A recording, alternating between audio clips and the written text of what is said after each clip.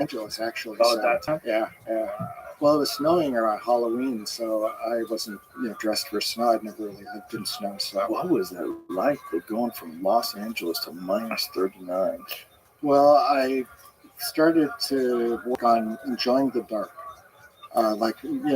As a rule, people don't like the dark, but there's forest all around town, and it's dark, and especially in the winter, there's 18, 20 hours of pitch black. That's so crazy. Yeah, so I tried to imagine myself liking the dark. Are you guys going to talk about it? Wasn't all that successful. I hate when he does. Is there a thing that happens? Like I lived in Boston when I was a kid. And, talk about whatever you're fucking expert in, dog. It really go 2, 3, 4. Benefit you with 5, bad weather is that 6, when you have bad 7, winters, 8, you really 9, love those summers. 10, Those summers 11. are so special. Well, that's when what I'm my talking friends would go out on a summer night. It's like we we're so happy. It was warm out. We're outside, listening to music, hanging out together. Boston, huh? Yeah. Looks like you got some shit. Is that because you have family there? Yeah, well, no, my family moved there when I was 13. Yeah. So we moved. We lived in Jamaica Plain for a year, and then we lived in Newton, which is a suburb of Boston, it was really nice, cool place to grow up. Yeah. I was in the Bronx for medical school. The Bronx, New York, and I lived in the city for. Oh, you mean not Bronx, Oklahoma? It was great training. Yeah, when you get, I imagine it's the characters you meet, and the characters you meet in Alaska. I bet you met a lot of people on the run. I met a lot of Christians up in Alaska. Really? Yeah. Mostly? Well, my patient population, the majority of people were pretty devout churchgoers and very strict about observance of the regulations in the Bible. So it was a fairly conservative type of city. That's interesting. Did they impose it on other people? Did they have a gay community up there? They mostly imposed it on their kids. Yeah, the family dynamics up there were pretty stressful. Ooh. You also cocaine too, because it's so dark and people get so depressed. Oh man. Yeah. Well, Fairbanks had a boom when they built the oil pipeline between Prudhoe Bay and Anchorage, and so Fairbanks exploded in population. And when I moved there, it's been shrinking a bit. It's got the university, which is pretty cool up there, and amazing countryside, huge rivers, just enormous rivers. The one outside of town was a good half mile across. Wow. Yeah, I went skiing out there once at 25 below on the frozen river. It's like, this is pretty nice. And I'm along the shore, and there's a dark spot in the middle of the river. And I'm curious. I ski over to that dark spot. It's open water. Oh my God! In the middle of a quarter mile. And you're out there with your weight on skis. So I backed up. Yeah, skied back to the shore, and I felt really tired all of a sudden. Yeah, and I looked down at the snow, and I thought, well, maybe I could just take a little nap. And I thought, well, I'm getting hypothermic. Let me run back to the car. Do you think that's what it was? Yeah, it was funny. I wasn't cold. I wasn't shivering or anything, but I just got really sleepy. They say before you die, you actually want to take your clothes off, which is really crazy. Yeah, that's what I've heard. Like in the snow when you're freezing. Yeah, I kind of remember that. Ooh. And the bears up there are a force to contend with. The grizzly bears. Oh yeah, man. Yeah, one of my friends up there was living in a cabin, and a bear just stuck its claws in the door, pulled the door out of the frame of the house, Jesus Christ. And went into the refrigerator basically. And it kind of cleared that out. So was he home? Up in his loft, sleeping. So he was awake while this was going on? Yeah. Oh my God. Yeah. So it just smelled food. It smelled food. It smelled him. Yeah. So. And they don't abide by any rules. They don't really care about your door. Well, when I was up there, I learned to shoot a shotgun. It's called a bear stopper. It's a sawed-off shotgun you can carry with you if you're in the backcountry. Yeah. So they're just like a 12 gauge. I think it was a 12 gauge. Do you have slugs in it, or is it buckshot? Yeah. Oh no, it had buckshot. Okay. So does that make it a 12 gauge? No, it's all depend the round. So a slug is like a chunk of lead, and buckshot is like a bunch of pellets. Right. So the buckshot is like it scatters into a pattern, and the further it is from the rifle barrel, like how far you're shooting. So you're shooting 20 yards, it scatters quite a bit, and it makes an area of impact big, like a basketball sized. Yeah. Well, Well, maybe a little smaller than that, but like a slug is a single object and it has a lot more force behind it. So if you were shooting a bear, I would want a slug. I think it was a shot. It's a deterrent, though. I mean, you'll certainly deter them with buckshot. Yeah, if you have a wide spray, it will Yeah. deter them. I kind of remember, although and this may be wrong, that one barrel had buckshot in it, and the other had a slug.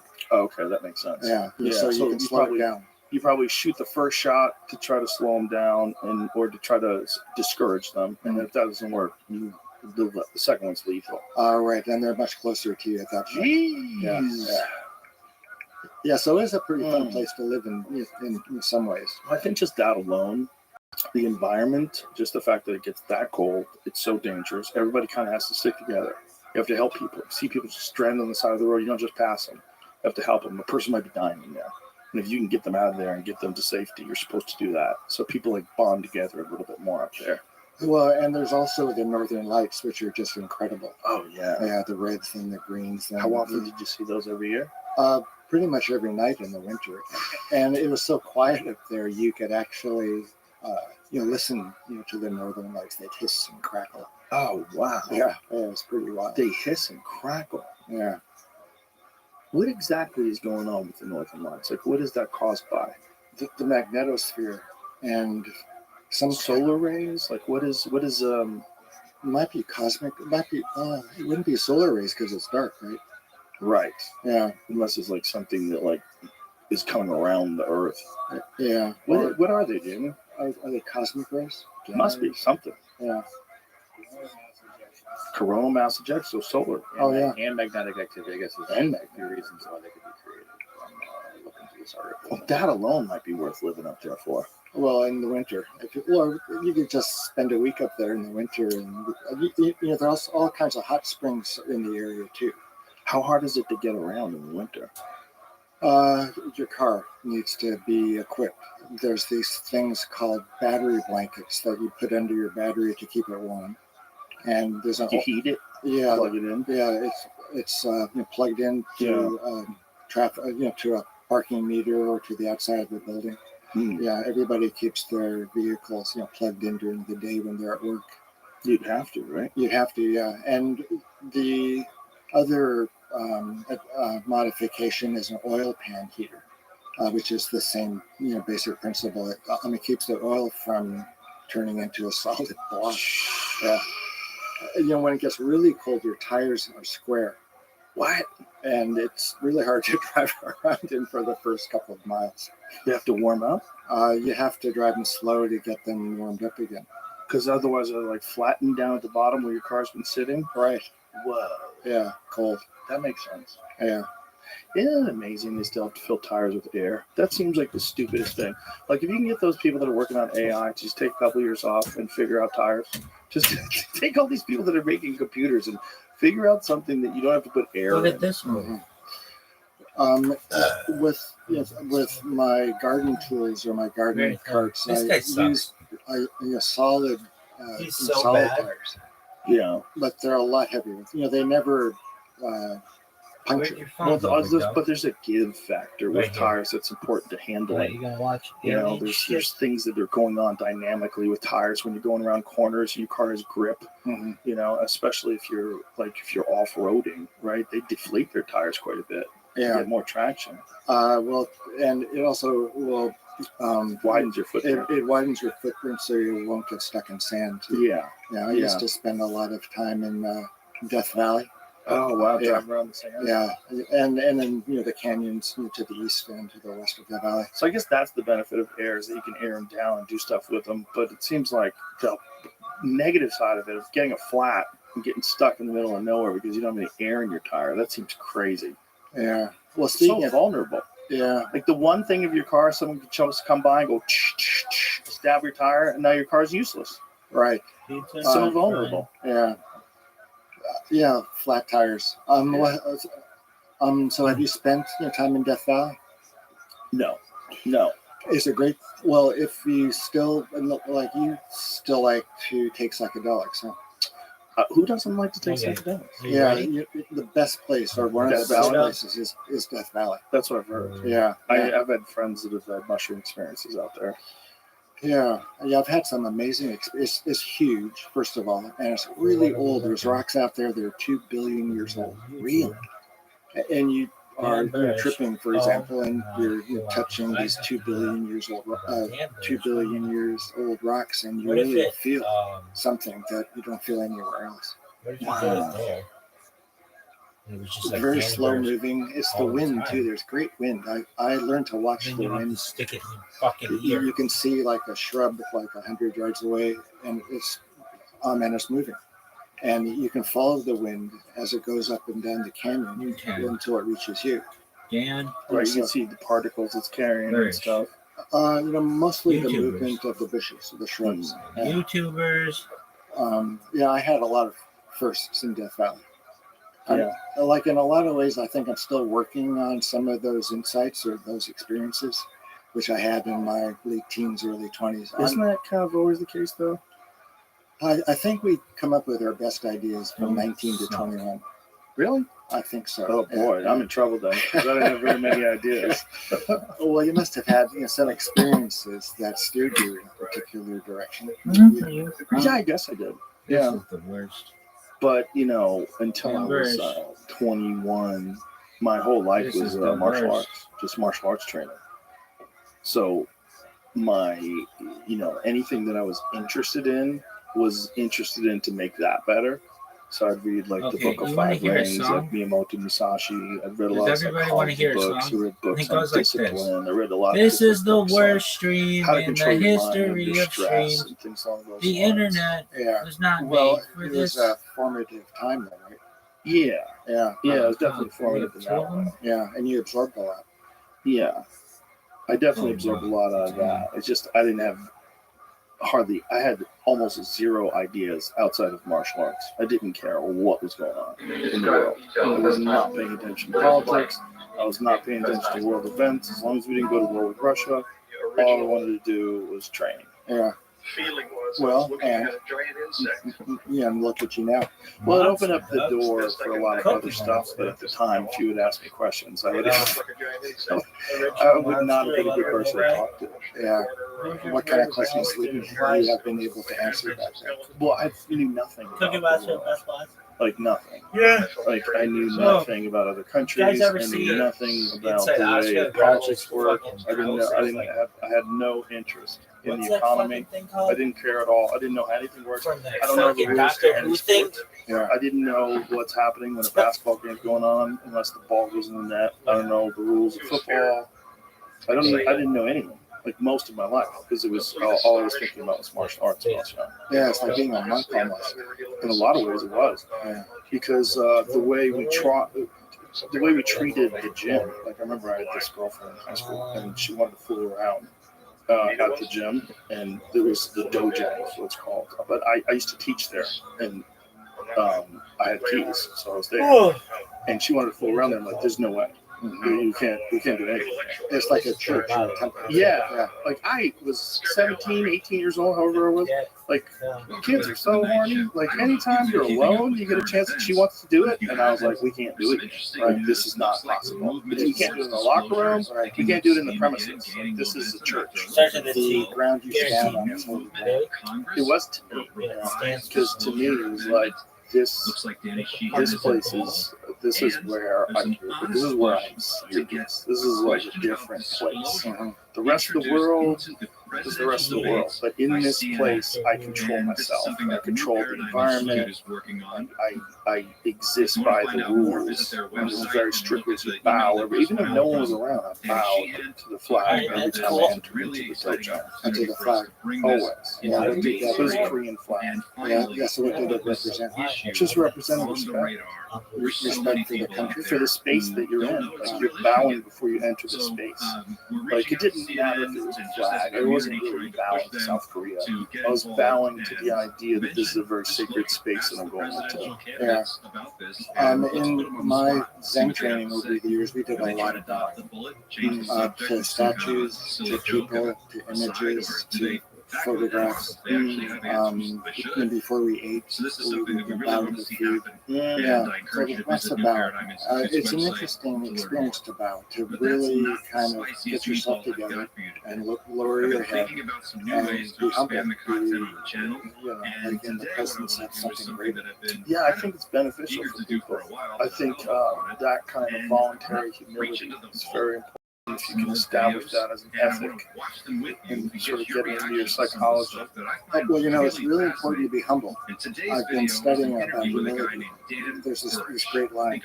Humility is the ladder through which one can grasp every other good thing. That is great. Yeah. I try to read this once a week. That really is great. Yeah. And I'm going to be really humble. I'm not the most humble person there ever is. I like how you got that. You actually photocopied that. Yeah. It's got the darkness where the binder is in the center. Yeah. It's a serious thing. That's awesome. That's awesome. A great quote. Yeah, it's like to not be humble. We like our sports stars to not be humble, and that's about it. Everybody else would appreciate a little humility. Even sports stars, praise Jesus or something. Well, can you be too humble? Sure. Which would look like what? Well, you can be too humble in the sense that you don't have confidence in your ability to do something that is sort of open, some open-ended. You don't know how it's going to turn out. Something where it's dangerous, you take a risk. You have to be bold. You have to have enough confidence in yourself that you can navigate a thing that very few people navigate. If you choose to start your own business, if you choose to quit what you're doing and go on a journey because you really feel compelled to have other life experiences. If you're too humble, you might not be willing to bet on yourself. And I think that would ultimately be bad. Yeah, I think one of the things too about being too humble is you just suppress all of your feelings. You think you should have no feelings at all. In other words, responding to things in your world, insults or harm, right. So you can get in a bad relationship and have someone yelling at you all the time, and you just are humble and you handle it. Well, if you think you're humble, you might not be able to handle it, although you might pretend that you are. Well, if you pretend long enough, you become humble. Yeah, you could become. You know what I tell guys? I say this whenever possible. You could just tell that they're not making this up. You should aspire to be the person you pretend to be when you're trying to get laid. Who do you pretend to be when you're trying to get laid? You pretend to be really interesting, really nice, really kind. Mm-hmm. Just what? Wouldn't it be easier just to be that person? But there's a success aspect of the courtship thing where you want to show your success, which is anti-humble. Yeah. But you got to be careful with doing it because then you look braggy. But you want to show the person that you're dating that you're valuable, the person who can accomplish things. But so many people just put on a show when they're meeting people, when they're dating. They put on a show. They pretend to be someone they're not. Wouldn't it be better if you just become that person? Well, I think that's one of the advantages of Zoom, is there's no pressure when you first meet someone. Who's having Zoom dates? Are people doing that? I've done it. Oh, you freak. It's a good move. Yeah. It's almost like a podcast. Well, and you wouldn't necessarily feel the pressure to, go to bed right away. Of course. And you don't feel the pressure to, have to get out of the situation if it doesn't go well. You can just kind of hang out. Bye. Yeah, and you can meet somebody. It's rough. You don't want to just abandon them. Well, you can keep it low profile, too. You could just be in the bathroom, sitting around the toilet. Sure. Yeah. Keeping it low profile, keeping it casual. But if you look at the numbers, you're seeing the numbers of the way people met in the past versus today. I think it's 25% meet online now and get married. I think it's more than that. Oh, wow. I think it's a really high percentage of people who meet today meet online. But the thing is, this was a video, Now, so maybe it I shows just missed like something. Maybe I'm super 1900s, gullible yeah, and where won't like be out there as everybody much sort of points met than I do. either through Please family let me or know, through but church I or that kind of am deal. gonna watch this And then video over and give you time, my it thoughts, becomes and I women really into wanna the know workplace, what you all think. and then people are meeting people So at what's work, fascinating about the and story then isn't just his the body internet language, comes the eye on and contact, just but it's the details. the Yeah, little what do you details. think of He arranged talks about marriages? the facility. He talks about the room he was Well, in. He talks it about sounds where terrible. things are in the room. Very It specific. sounds like you don't have any The choice. entryway is And if to you have walk the- domineering parents, then your parents are going to match you up with somebody else's kid because they're friends with this guy. And you know, this guy's son is looking for a wife, and you're a lady that has a dad that tells you what to do, and you're like, "What am I? Why? I don't want to marry this guy. I don't even know this guy."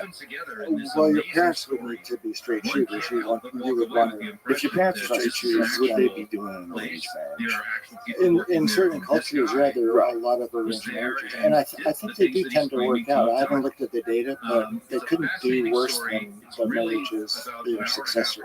If you could leave a little pad of paper and a pen just laying around, so you can write you a note, so no one knows about it. What's really going on? I bet it'd be like a message in the bottle. Like, how's Linda doing over there? Oh, she loves it. She loves this arranged marriage. Hey, she can't go anywhere. Where's she gonna go? If you're in the kind of controlling culture that even considers an arranged marriage, you know, I mean, it's a very strict culture. I'm not saying it's negative, but it's very strict. And if you have great parents and they're really wise in their choices, and you're in a culture that has an arranged marriage, and your parents are like super kind and generous, and they trust you and they love you and they think you're amazing, and then they want to hook you up with an amazing person, maybe it can work out. But generally, I think you should give people the freedom to do whatever they want to do. And maybe that lady never wants to get married. Maybe she's decided, like, I don't like how this is. I want to throw myself into my work. I want to travel the world. I want to do this. Well, you can do whatever the fuck you want to do in your ride. Yeah, that wouldn't work in this kind of Wouldn't work. cultures. So I don't like that. I don't like that. I don't like anything where people are telling you what to do. And that's what an arranged marriage is. It's someone's telling you what to do. If you can't say no, I mean, I don't know. Maybe I'm ignorant. Okay, I should say, like, maybe an arranged marriage is a proposal. Like, they propose this arranged marriage, they both agree on it. Maybe. If that's what you're into. I think that's the case, that if there's no chemistry at all and the woman or the guy says, forget it, I'm not interested, I think you're free to I would hope end so. it. Yeah. But I would guarantee you that's not always the case. Especially in some more restrictive parts of the world where women, you know, are forced to, like, follow completely different rules than the men, which is a reality of the world we're living in today. There's parts of the world where they think in a very archaic way, and women are second-class citizens. I mean, the Mideast. I mean, look at that place. It's just, it's a blaze. Yeah, It's a blaze. well, I have a good friend of mine who came on the podcast recently and was talking about his experiences in Afghanistan, how crazy it is there. And he's like, it's like you're going back in time 1,000 years. Like the way women are treated and children are treated, the amount of pedophiles and the open molestation of boys and just murder. Why do you think, at least in particular, that Jerusalem is just such a hotbed? It's a point of contact and conflict for all three major religions: Islam, Christianity, and Judaism. All claim that small bit of land. I wonder what it is about that part of the world. Well, it's got to be for the Bible, right? I mean, that's for the significance of it as holy land. You know, the concept of holy land is always so. If there's a place where it is literally in the Bible that this is the place where Jesus is going to return to, But this is going to be a place where people do battle over. Like you can't let the enemy control the place where Jesus comes back to. Because what if Jesus comes back and immediately snuff them out because they're Islamists? Right. Well, it goes even further back than that. It was the location of the temple. The temple of the God of the Hebrews was built in Jerusalem. The first and the second. How much history is there? Like how far does it go back? Well, Judaism began maybe 4,000 years ago, and the first temple was built. I should know this. It stood for 400 years. Then it was destroyed, and the second temple lasted around 400 years. It was destroyed in 70 CE, the second temple. When was the first temple in existence? So even if that's the timeline, so that we're looking at about 4,000 years. Asked me if I was interested in seeing the world. Like Abraham, the first of the Hebrews, lived around 1800 BCE. So 2000 BCE, the first known mention of the city. So that's 2000. And reviewed my background. 2000 background investigations. Before current era, like Middle Kingdom Egyptian. How do you say that? Excretion texts. What does that mean? Execration test. Execration. Curses. Curses. Yeah. Really? Execrations are curses. Extreme curses. Really? Yeah. If you execrate someone, you're really cursing them. Ancient Egyptian hieratic text listing the enemies of the pharaoh. Most often the enemies of Egyptian state are troublesome foreign neighbors. The texts were most often written upon statuettes of bound foreigners. Yeah. Bulls, what was the other word it said there? Is it bulls or... After that, I was brought back in and shown some higher grades. Or blocks of clay or stone. Wow. I wouldn't want to be on the receiving end of an Egyptian execration. Jesus. How wild. So Jerusalem is an old city, and the temples were there a long time ago. And the location of the temples relates to dreams of Jacob, who was laying on the ground on a stone and made a vow to God, the God of the Hebrews, who Jacob was communing with, to build a house of the Lord there. I was then introduced into there's a long history of that part of the world being associated with the patriarchs and with the temple. Christianity has an association to Jerusalem because of Jesus. I'm not sure what the connection between Islam and Jerusalem is. It's clearly more recent. Well, isn't this always a sort of situation where when someone really likes a thing, everybody wants it? Yeah. This sounds Well, there's things called greed, envy, and jealousy. I've always liked the distinction among those three qualities. Here it says Jerusalem is revered by Muslims as the third holiest place on earth, and the pilgrimage to Jerusalem is viewed as an optional complement to the pilgrimage to Mecca, the Hajj. Unlike the Hajj, the pilgrimage to Jerusalem is undertaken individually at any time of the year. Well, I've never been to Israel. Now's not a good time. No, and there's this thing called the Jerusalem complex. Yeah, I've heard about it. Yeah, you are like, I think you're Messiah. Right, I'm the Messiah. Right, so that might be a problem. You could see how it would really be a problem if someone was inclined to that, headed in that direction. Well, I think, one of the problems with the current psychedelic scene is this messianism. That's going to heal everything. There'll be more peace. It'll be everything. There's also, I think, a prevalence of this kind of spiritual narcissism. Oh, good. I'm glad you see that. Yeah, it's important. It's a prevalence of it. It seems like there's a lot of people that attach themselves to this thing and then use this to behave in a complete way. They behave like they're instead of a person who's experiencing it like everybody else, they're like a leader, right? And I think there's a real danger in that, expressing these thoughts to other people as pure facts. The way to live your life. Like, listen, you don't know how to stop.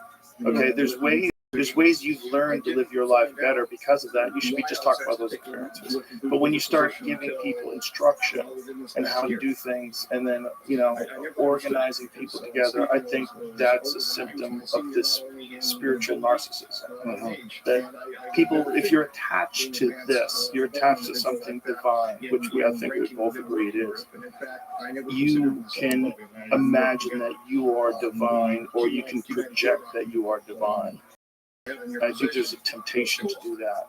Well, I think it's things pre-existing, for example, personality traits, like you're saying. Like if you're a narcissistic person and you trip, you'll just get more enamored with yourself, and more convinced that what you think is true. That seems terrible.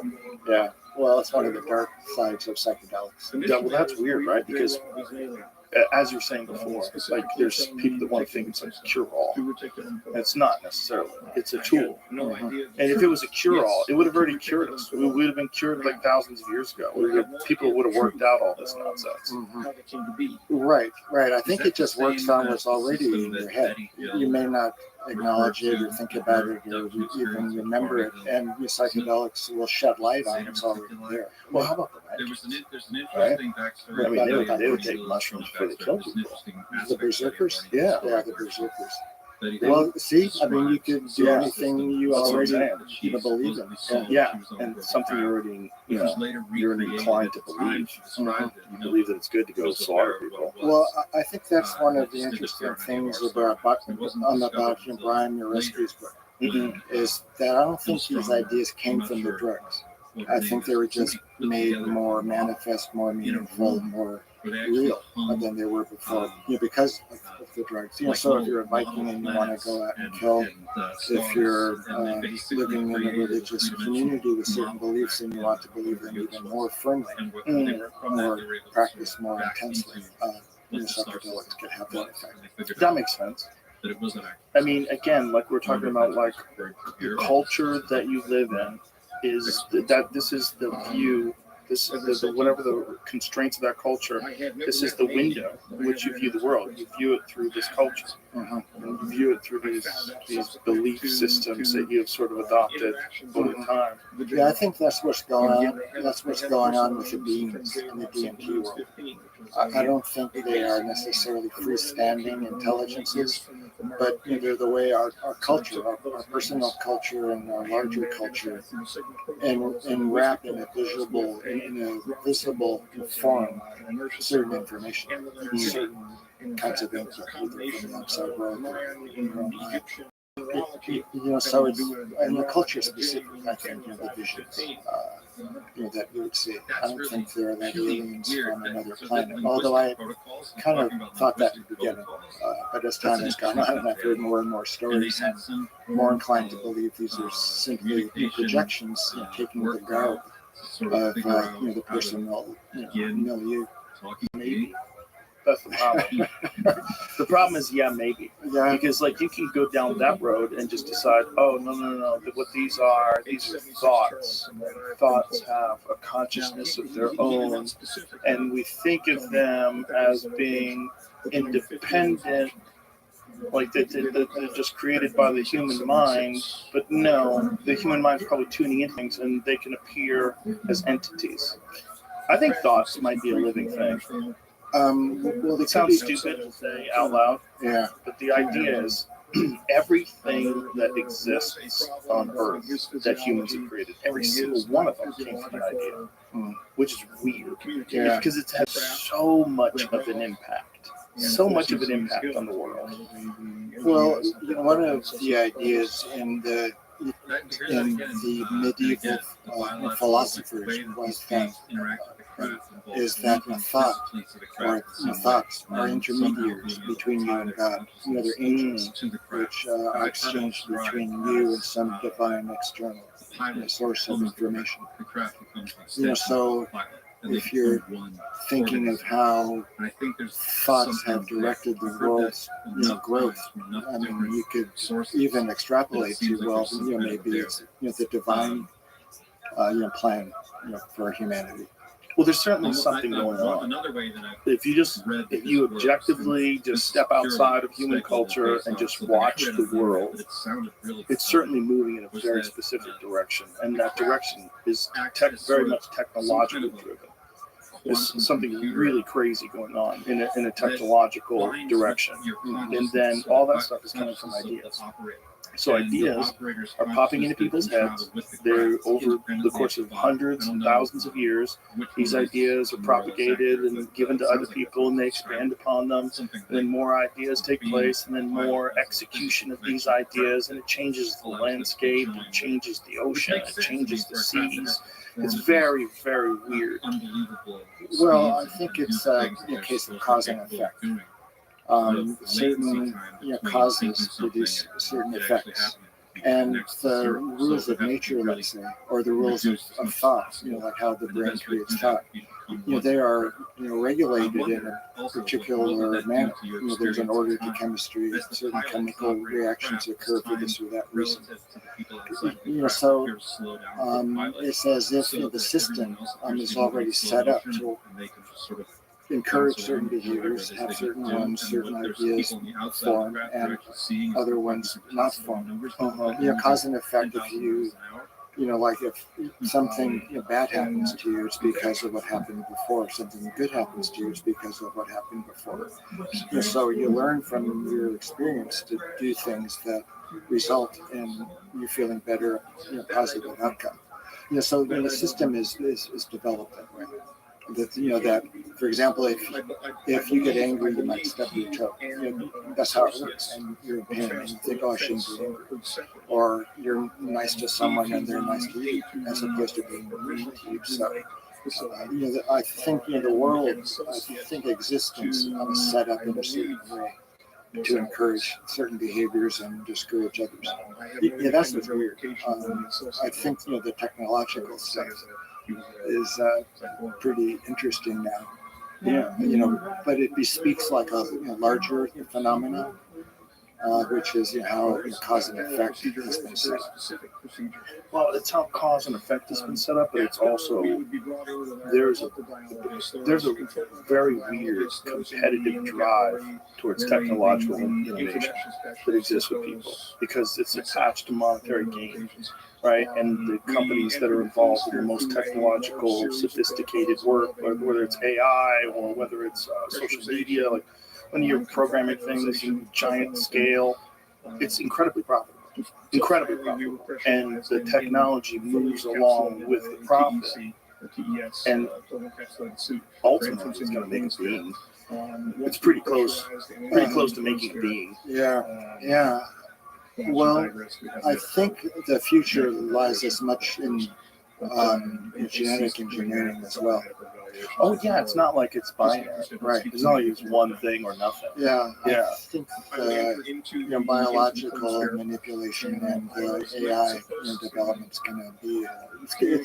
I think it's going to produce a hybrid. 100%. I think so too.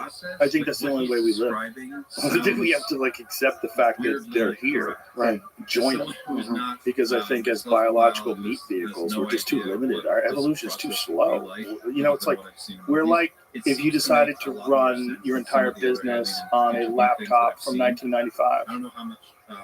It's too slow. You can't do that anymore. You have to catch up. If you want to be a part of this world today, and that's not that long. 29 years ago. Just crazy. It's not that long ago, but that laptop's useless. Yeah, so in what kind of ways has AI impacted you? It hasn't impacted yet. Yeah, it hasn't impacted. Well, it has visually. I've seen a lot of really wild things online. There's a bunch of them. This one that I posted that some guy made. It's Donald Trump playing Creedence Clearwater Revival on a guitar. Yeah. Pull it up on my screen. You just see this. And Kamala Harris is in it, and Macron or Justin Trudeau's in it. But it's so realistic. It's obviously not. You look at it, I know it's not really them, but it's so close. It's weird. Do you like Creedence? Love Creedence. Yeah, I love Creedence. It's Fortunate Son, so it's a banger song. Yeah, that's a good song. It's Donald Trump. You see Donald Trump playing guitar. Think about it. If you were going to be working one-on-one It's pretty recent. with Scroll down. alongside an Um, alien or an EBE, keep or going. an extraterrestrial, whatever you There it wanna is. call to protect Give me some them from us and to protect Look at us from Putin's on the them, drums. there would be Kamala Harris is wearing a witch hat. Look at that guy. attention paid to the biological Come on, man. risks Give me volume. infection Oh, we can't. or We contamination, get in trouble with the especially YouTube Oh, police. Look at I that. think Kim as we're gonna Jong find Un, out later, this Biden. This is crazy. Look how good this is, though. I mean, it's not quite good enough where you can't tell that it's AI generated, but it's unbelievably close. Yeah. Obama's the Joker. How bizarre. Yeah. So weird, right? Isn't it weird? Yeah. It's scary. It is. And Jamie was just talking about Sora, that there's a new version of Sora that was released. Was it today? I'm waiting for it to show up in my account, but yeah, everybody who's got What is OpenAI Sora? can use Sora is SORA is a new video generator through AI. So you put in prompts. So show him the Japanese one. So this or what is it, new stuff? There's all sorts of stuff. Yeah. Okay. So the Japanese one was incredible. So it's like, show me a street in Japan where the snow's falling, and like a drone shot from overhead. So you see these people, and it looks entirely like a real scene. He's describing this. It looks absolutely like something. I don't know how many of you watch Stargate, but It's like like a in the prompt for puppies in Stargate snow. movie or Look at TV this. series, Who doesn't like puppies? Who doesn't like puppies? there's But that's there's fake. a room This is in what's Stargate crazy. Like Yeah. this is all located, generated by and then in the AI, back of the and room it's up high, there's this pretty blue guy indistinguishable. Yeah. where I mean, politicians look at and this. This is all military AI. people stand and they watch Nuts. these teams go in there. I know, you're like, It what? sounds like what he's Look at this. This is describing. AI. Like there's a clean sphere, That's insane. pressurized This is waves environment hitting where the this rocks. alien A movie trailer. extraterrestrial is, and then the And, you know, actors are fucked. Like, they're in real trouble. Because you can make movies like this now. Well, so are writers. Writers are fucked. Yeah. Yeah. I don't think writers are as fucked as actors are, though. Because some writers, like, there's the Quentin Tarantinos of the world, they're just going to take turns because of just his own psychology that you're not going to take. You know, like or Stephen King when he was younger. Like, I don't think you're ever going to be able to write Carrie on a computer. You know, I think you need the human experience for some stuff that's creative, but not for the video.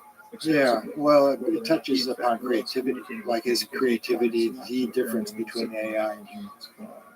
Well, maybe it's not. That's what's really scary because we like to think that's the one thing that we have above AI. It's like we're creative. Well, yeah, great. Get it to write a Beatles song. What if it writes a way better Beatles song than the Beatles could ever write? You know, what if it knows it's really going to move you? You know, what if it writes a Sheryl Crow song that makes you cry? You know? Then you're fucked. Yeah. Then it's Ex Machina. Then it knows. Did you ever see Ex Machina? Yeah. Yeah. It's one of the top 10 all-time favorite movies because it so rang true. Like there was not a moment in that movie where I was like, bullshit, get out of here. It's so rang true that they would be able to manipulate you super easily, especially if you're a young man and you're, awkward with women. And it's this perfect woman who just happens to be a robot. Like, Yeah. who cares if she's a robot? Yeah, well, that's funny. The version of The Thing by John Carpenter is one of my favorites. Oh, that was great. Yeah, Yeah. they're both body horror in a way. You had me at the Virgin. Yeah, timeline. sort of, right? The robot Right, isn't human. That's Right. horrible. right. Or it It's could be, pretending to be, though, and it's tricking you, just like The Thing. just like The Thing did. Yeah. So there Yeah, we the are. John We Carpenter already- one was awesome. Now, we're hearing Yeah. this now. Yeah, like I've watched that twice, and both times I regretted it because every time I closed my eyes, there would be visions like these like mutations happening. Yeah, and that was another one that was up in the freezing cold, Yeah, trapped up there. There was a new one of that they did in I think the early 2000s. It was pretty good. Yeah, it was the prequel apparently. Yeah, Was it? yeah. Well, they used a lot of CGI rather Mhm. than practical effects, like the Carpenter version. Right, Yeah, right. Which makes it, for whatever reason, not the uncanny valley. You don't really think it's happening. yeah. It seems kind of fake. Yeah. when they use the visual effects. Like I've had Rick Baker on the podcast. Oh, really? Wow. Yeah, and like things like the American Werewolf in London, he used like a real physical thing, and it looks like a physical thing. This robot or whatever it is that bites a person, this thing that he's pushing towards you. It looks real, and you only see it for a brief second, but your brain registers that's a physical thing. Whereas if you see the video, your brain registers, well, that looks cool, but I don't think it's really there. Yeah. So it's a visual effect. It's not a practical effect. Right. Exactly. And you have to. There's a suspension of disbelief, right? Like, do you ever see I Am Legend? It's a good example of it. Yeah. I Am Legend was cool, but it was like 2000 what? When was that? When was I Am Legend? 2004? Is that about right? 7? Okay. Back then they weren't that good. So there's a scene where the lions are in the park, like in the streets, like big lions out there because the civilization's collapsed, the zoo's open. It looks so fake. Yeah. Well, can you see like an intersection between AI and psychedelics? Like, could you give a robot LSD or something like it? Well, no, what I was going to say is I think AI can give you some, and McKenna actually talked about this as well. He believed that with virtual reality and computer simulations of trips, it will get to a point of sophistication where you can visually simulate exactly what a psychedelic trip is, and then there becomes this real possibility within our lifetime of recorded dreams. If you can record a dream, can you record a psychedelic state? Sure. Right. I mean, why not? Right. If they can, I don't know how far away they are. Let's say they're 50 years away from being able to do something like this.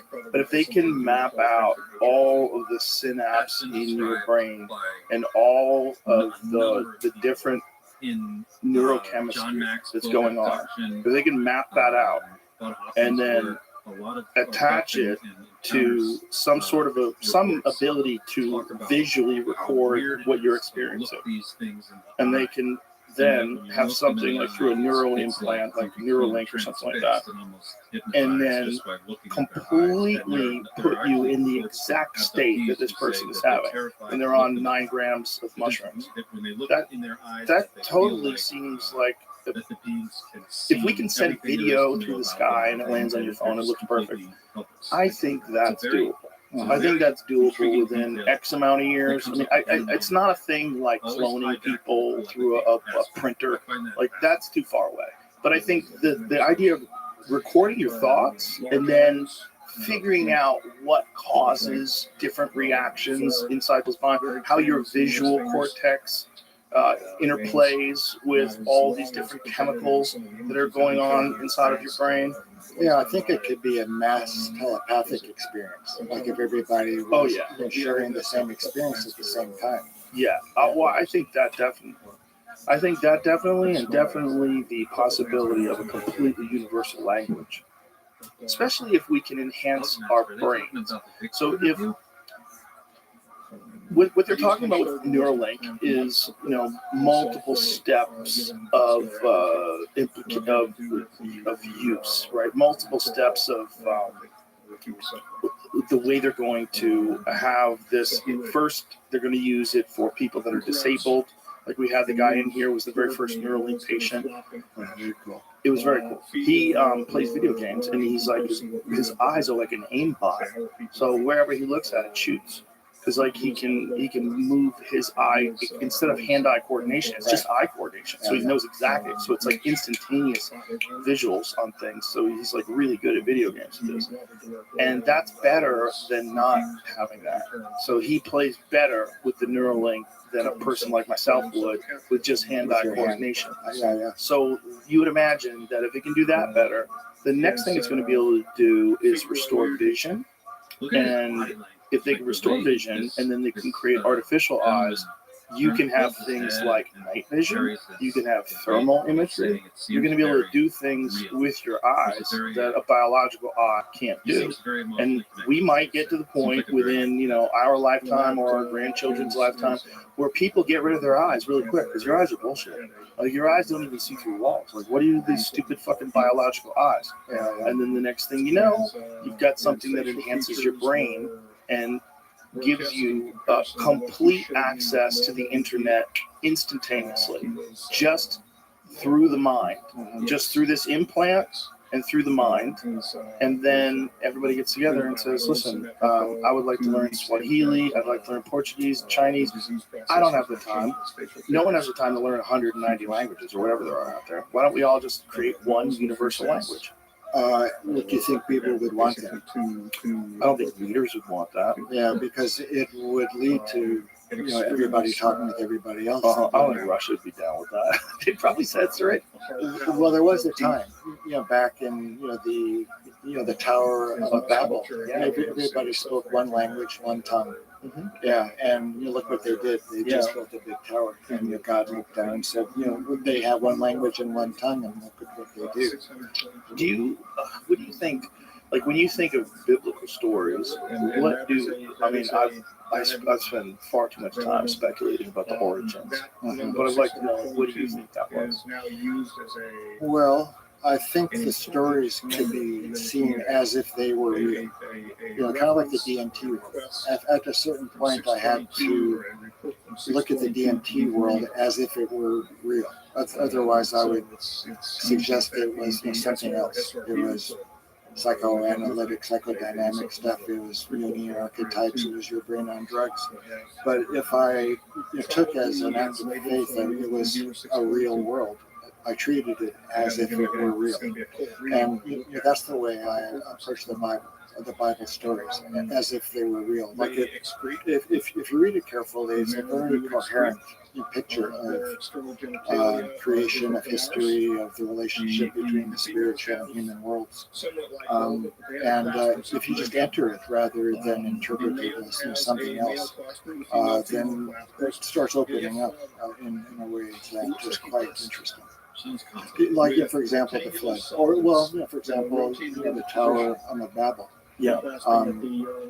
Like if you look at the preceding chapters after the flood, God told man to spread out, to populate the world, because it was just Noah and his family after the flood, and then they had children, and the directive was to repopulate the earth, right? And instead, they built this tower. So people kind of wonder, why was the generation of the tower, punished, as it were, by being dispersed, and the languages were confused. So it's a cohesive whole. The stories build upon each other. There's history. Certain things occurred because of the behavior of certain people, certain ideas, certain practices. So it isn't as if it were something else other than what you're reading. And that makes it important to understand the language it's written in, which is Hebrew. So if you really want to understand at least the Hebrew Bible, what some call the Old Testament, you really need to know the Hebrew language, because you can make the translation for yourself. They say all translation is interpretation. Right.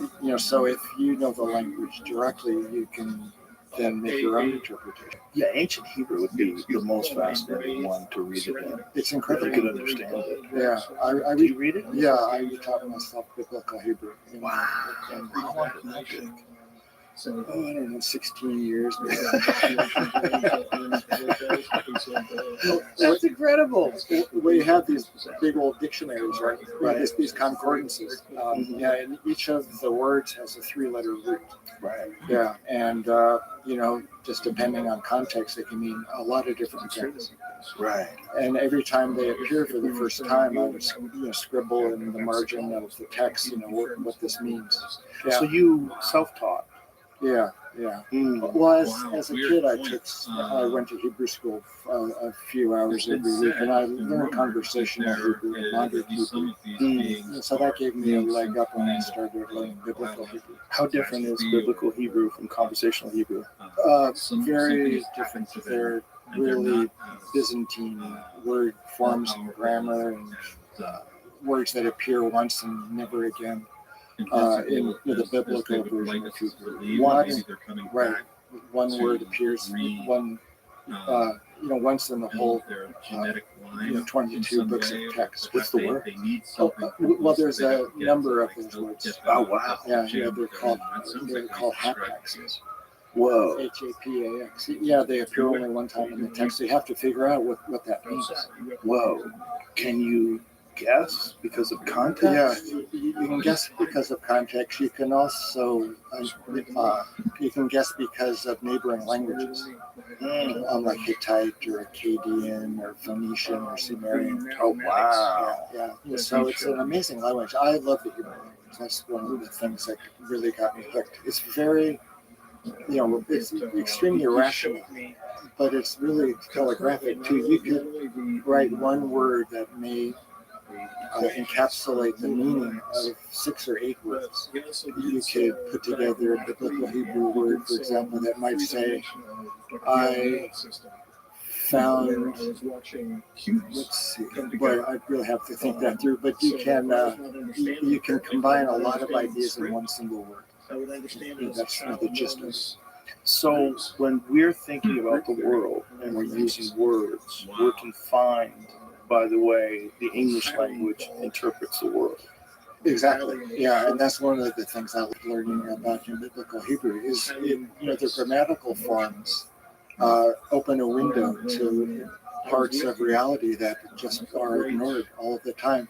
There's a notion of the reflexive tense, which means you're doing something to yourself. So, for example, you might say, I sat down, or I sat myself down. And I sat myself down is the reflexive. And I sat down, what's called the perfect. So the convolutions of grammar really open windows to views of relationships that were invisible before. And if you were using this and you're reading these ancient stories and trying to interpret them and then trying to break it down into English or Greek or Latin or whatever they did. The first translation was Greek, and after that, Latin. Have you ever done any reading of the Dead Sea Scrolls? I haven't really. I read about them, but I haven't read any of the scrolls themselves. One of my long-standing projects is a translation and commentary on Genesis. Book of Genesis is 1,200 pages so far. Whoa. Yeah, so I'm not sure how I'm going to ever get that published, but I think if I could condense it to something more manageable, it would be an interesting read for people. So what are you doing with it? What are you doing with this? Like when you set out, what was your goal? Well, it was an expedient kind of reaction. I was scribbling notes into the margins of my copy of the Book of Genesis, and there was just no more room. So I said, I got to put this into a Word file. Yeah, so I'm going to put it into a Word file, and it was pretty big. Yeah, so I'm still working through. Well, there's all these commentaries to the text. You can't, know the score of that score, right? Without a program. Yeah, so there's a lot of very interesting and intelligent commentators. So those would be a lot of the notes that I would write down, and I was compiling all of these interesting perspectives on the text. Wow. So are you reading it in ancient Hebrew? Yeah. Yeah, and I'm both doing my own translation and I'm collating the commentaries from 20 or 30 different commentators. So when you're doing your own translating, are you comparing it to other translations and seeing how other people interpreted it? Mostly they're Jewish translations. Are there a lot of straight from ancient Hebrew to English, or is it a lot of like to Greek and then to Latin, and then to English? Like how are they usually done? Or how were they originally done? Well, the first translation was to Aramaic, and then to Greek, and then I think to either Arabic or to Latin. So the first translation was the Dead Sea Scrolls, as far as we know? Well, the translation of the Bible itself, the 5 books, the first 5 books, and then the intervening 17, the prophets and whatnot, those were translated into different languages, book to book. The Dead Sea Scrolls are both books of the Bible with slight modifications, or completely independent kinds of texts. How many of them are books of the Bible? How many of the stories? I think Isaiah was found in the Dead Sea Caves. Maybe some Ezekiel, maybe some Leviticus. Like a number. But not the whole. Was Ezekiel the same as it was in the Old Testament? Mostly. There are modifications though with the Dead Sea translations versus the ones we read today.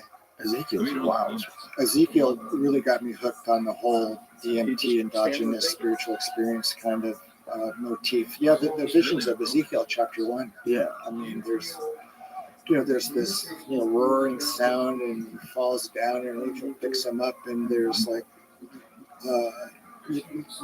blue ice above and a roaring sound, a wheel within a wheel. The wheels and the angels with the wings on their wings. It's completely DMT. Yeah. I was really impressed with the overlap of the 2 sets of experiences. The UFO community latches onto Ezekiel as well. Yeah. The depictions. I saw an image today. I should have saved it and sent it to Jamie. But it was angels. It was a visual interpretation, like a drawing of angels as described in the Bible. And these angels look like flying crafts. They look like flying geometric patterns. Yeah. I'm trying to remember. It's a German guy, I think, who was really into That's not what I saw today, but it was something like that. It was something like that. That was what it was, Jamie. Yeah, that's exactly what it was. Yeah, like this is angels as described in the Bible. Yeah, the 4 faces: a lion, a bear, a man, and an eagle. Who is that drawing by? Got a secondary suit on and drove me out of the Queen Sphere. The chariot vision of Ezekiel. Van Daniken or something? Oh, Eric Von Daniken, that guy? Yeah, I think. No, that can't be it. I think that's just an old art piece.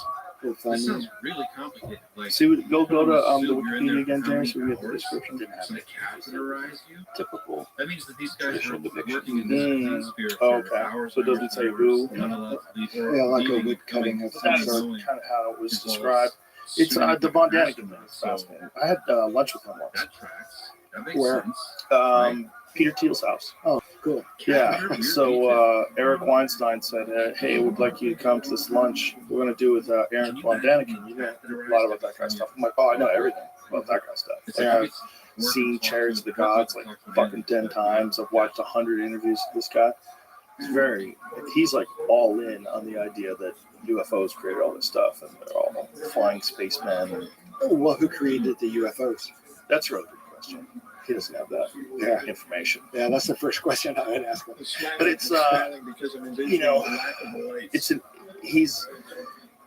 he's a very nice guy. I don't want to say anything bad about him, and I really enjoyed Chariots of the Gods. It's a fun movie. It's like, have you ever seen it? No. It's wonderful. Yeah. It's from like 1976. It played in the movie theaters. I remember when it came out. What year is Chariots of the Gods? It's pretty old. But in it, he's all in on everything being evidence that UFOs were here and a lot of like real sketchy connections. In my opinion, I'm more inclined to go the Graham Hancock, Randall Carlson route. I think there's a very sophisticated civilization that existed. Like, what year? 70. Damn. But I saw it in the movie too. I was a little kid. Yeah. But I think that In Russia. Black Ops It's community. there's real evidence that there was a sophisticated civilization. The Egyptian pyramids are enough. It's just like whatever the hell was going on there.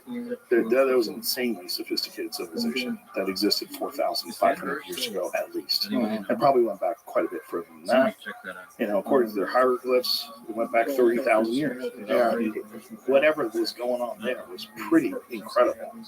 And I think to just say that the aliens did it, it seems a little silly because there's no evidence that the aliens did it. There's evidence that there's people around back then. Yeah, it's the case of Occam's razor. You know, the most sensible explanation is probably the most likely.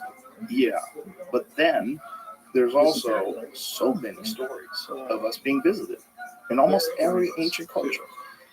Well, you know, is that like being visited or just the experience of being visited? Are they the same thing?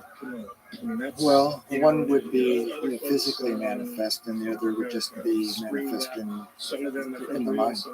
Well, I think a lot of people are starting to lean in this general direction of that perhaps we're trying to measure something that cannot be measured. Perhaps we're trying to like put something on a scale that does not necessarily physically exist, but also has the attributes of something that physically exists, or they can manifest something that physically exists, but it's kind of an illusion, and the whole thing is kind of going on simultaneously, interdimensionally, and that this is why we struggle with our definitions and our overall acceptance of even the possibility of it being real. I mean, people, I think most people, when you talk to them about UFOs, if they don't have any skin in the game, they'll tell you they believe in UFOs. They'll tell you they think we've been visited because it's fun. But if you said to them, if you had to bet everything you have on the government has recovered crashed UFOs and that they visit us and they come from, the Palladius star system and they've been here from the beginning of time, or there's weird conscious experiences, weird doors, portals of consciousness that open up that allow you to see things that might not necessarily be physically measurable, but also real. And that these things are what everybody is talking about in these ancient religious stories. These things are things that people are talking about when they claim they've been abducted by UFOs and something landed, and even like the physical remnants of these crafts. All of it might be just a part of this very bizarre psychic experiment that's going on. That as the mind expands its ability to understand other realms, and as the mind, you have to think of, the way I think of it is like, we didn't used to be able to see. So it was an emerging trait of single-celled organisms, no sight. If you believe in evolution, it goes to multi-celled organisms, eventually goes to sight. So it's an emerging part of being a living thing that you can see. And then language. We didn't used to be able to talk, now we talk freely. So there's an emerging thing, an ability that human beings have. And I think consciousness, psychic ability, precognition, remote viewing, all this stuff. For most people, that's a nonsense thought. But I think the thought is so prevalent in so many different cultures. Psychic phenomena is discussed ubiquitously in every corner of the world. And I think it's probably an emerging part of being a human being. Well, if you think it's biologically based, it would need to be if it were, universal like that. Chemically based, biologically based, I'm sure it probably has a lot to do with the diet of the creatures, right? I mean, if humans are consistently, if you're in the Amazon, you're consistently taking ayahuasca and eating mushrooms and having rituals, you're probably in that realm more often than a regular person who eats McDonald's and drinks coffee at Starbucks and is stressed out because they work all day and is on SSRIs. You're probably not getting much of that at all. There's a lot of telepathy, I think, that occurs in those kinds of cultures. They share dreams and they share visions. Very interesting. Well, that's what they tried to initially call harmony when they discovered it. We try to call it telepathy. Certainly tracks with Telepathy, that. exactly. It sounds like Right. he's But it already suggesting that existed some under the definition or the nomenclature made that are called there carbon. now So they had to like, and made okay, well, future it's already humans. named. Too Well, bad. it Too cool to was- call it telepathy. Right. It Somehow was that synthesized by affected somebody our and got religious that name. Yeah. But the people that were experiencing history it on this planet. then, when they wanted to name it telepathy, they wanted to name it that because they were experiencing telepathic. Right. They were having these weird experiences where they were sharing moments. Shared visions. Yeah, yeah. Well, I think you can share visions just like you can share thoughts. You know, you can, or you share feelings. I think just a little more complex. The thing about that is, if it's local and there's other communication, right? If you're both in the same room, and like your friend says, "Not the pyramid," you know, Yeah. you know what I mean? Yeah. Or if you guys are nowhere near each other, you can't hear each other, you can't, and then you independently write down what you experienced, and then that person says that's exact, and they have the exact same thing. So they have no interaction with you before they write down what they experienced or record it or what have you. But they're the same. They're having the same thing. Yeah. Do you know of Rupert Sheldrake's work? Yes. Yeah. Yeah, I've had Ruben on. You have. Okay. Yeah. Great. Yeah. So he's spoken to you about his Morphic resonance. his morphic resonance and these large scale experiments with a lot of people from the public. They see they will make cold calls and people are expecting them. The dog knows it's going to come. The owner's going to come home much sooner or at a different time than Yeah. and they can sense it and they're ready. Yeah. Yeah. So there is like awareness at a distance seems to be. But I think it also must occur between people or things which have already got a strong relationship. Yeah. Like rats, when they teach them how to do a maze on the East Coast, they figure out how to do it quicker on the West Coast. You've seen those, right? Yeah, and crystal formation. I was thinking about a dream I had once of my washing machine. I was traveling, and I had a dream about my washing machine that had stopped working. And I called home and I said, "How's the washer?" And she said, "It's broken." And I spoke to Rupert and I said, "Can you explain that?" And he said, "You must have a strong relationship to your washing machine." Well, you need it. Yeah, Kind of so, makes sense. I mean, cross species, cross life forms, almost in communication. Well, I mean, do you think things would work out if there were a universal language, or I mean, would we just build the Tower of Babel all over again, or would we do something good for everyone? I think we have the potential now because we're not, if we can develop universal language, when you have real communication with people globally that's never existed before, instantaneous real communication through devices that's never existed. So that's a different factor when you consider a universal language. So if you have real communication with people, then you have universal language, and then here's the big one: the ability to detect deception. So if we really are all communicating through some sort of neural seriousness that I think is, and we really are doing this telepathically with a universal language, and we're experiencing each other's consciousness in a way that eliminates all possibility of deception.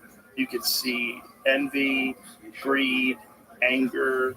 You can see these things in people's thoughts. If this becomes a possibility, and I think it's within the realm of science. I think it's within the realm of technological possibilities. When that does happen, it will mean a very different thing to be a human being. And I think it could be one of the greatest things that's ever happened, because it would force us to only communicate at a higher level. There would be no benefit in bullshitting anymore. It would be the opposite. It would actually be detrimental. You would be ostracized. No one would want to communicate with you anymore. Well, you'd be speaking the truth all the time. All the time. Yeah, all the time. There'd be no more lying. No more lying. Impossible to lie, which I think is fascinating. I don't think that would work. Why not?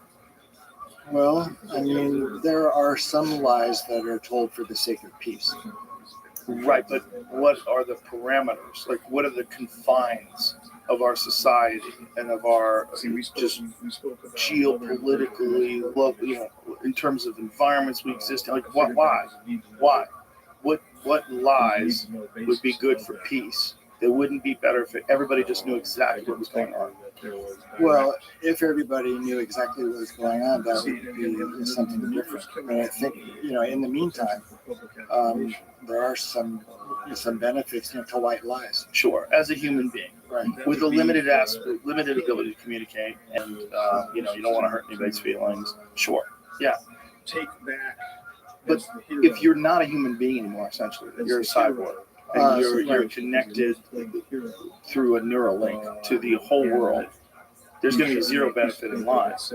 Right. Well, you're suggesting a new species in man. I am suggesting a new species in man. Yeah. One of my favorite books is called First and Last Men. It's by Olaf Stapledon. He's a British science fiction writer from the 1930s, 1940s. And he describes 19 species of man that extends over 2 billion years. And the final species is living on one of the outer planets. They live 35,000 years because that's how long it takes to learn everything.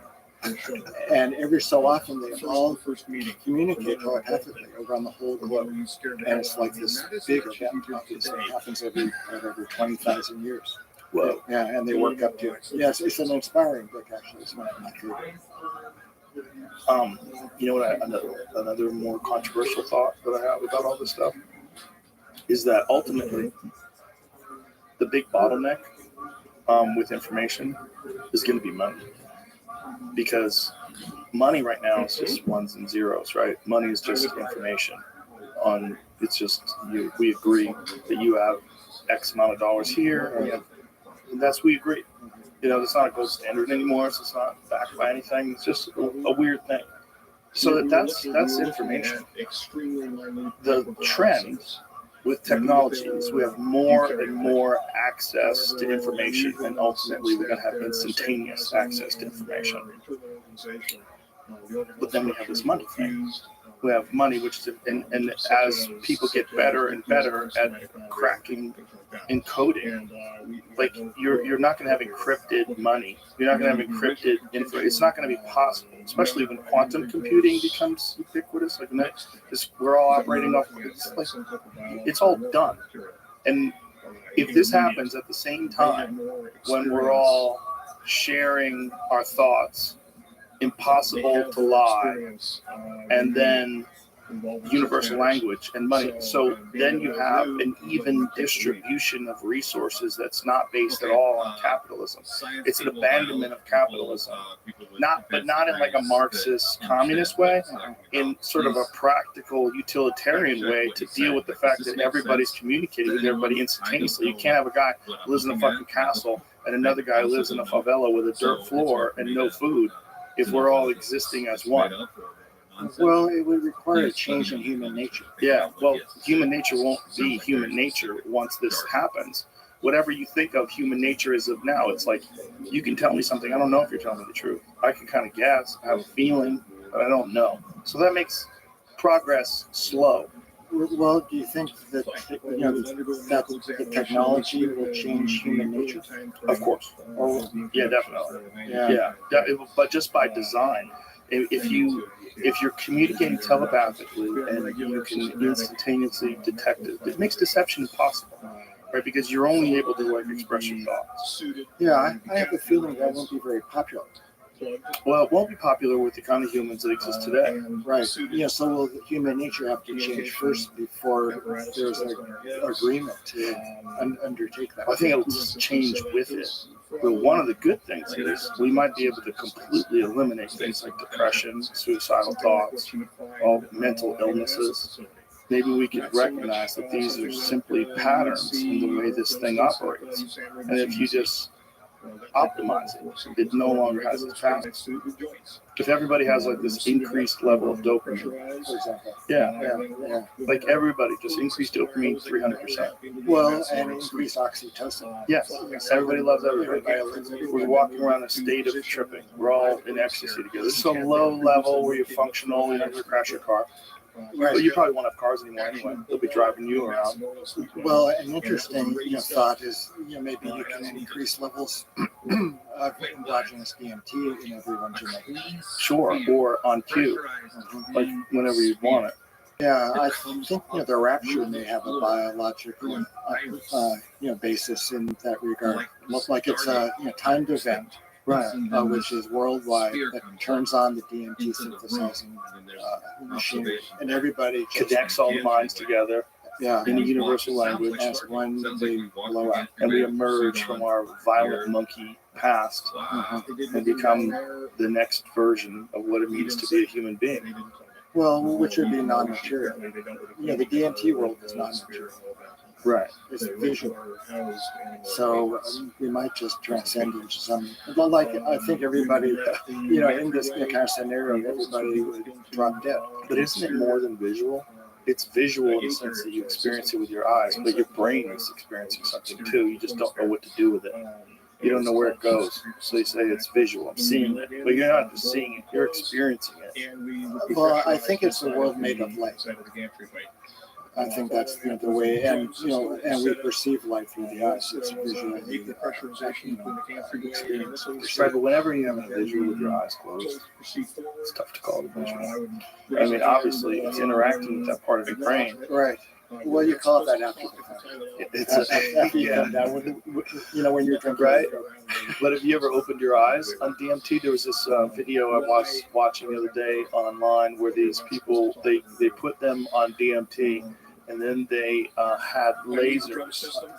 The red laser effect. Yeah. Tell me about that. Yeah, I just found out about it a couple of days ago. You? Yeah. You just found out. Yeah. That's crazy. Yeah. I just found out a couple days ago. Yeah. A friend is putting together a piece on that phenomenon in one of my opinions. Can you explain it to people what they're experiencing? Well, I think what happens, and this is just a very cursory assessment of the project, but people smoke DMT and then they project this white or this they project them a red laser onto the wall. And if you look very carefully at it, from what I understand, you can see the matrix. You see code in the laser. Yeah. Yeah. Can we take a bit of a break? Yeah, for sure. Yeah. Yeah, a bit of a break, ladies and gentlemen.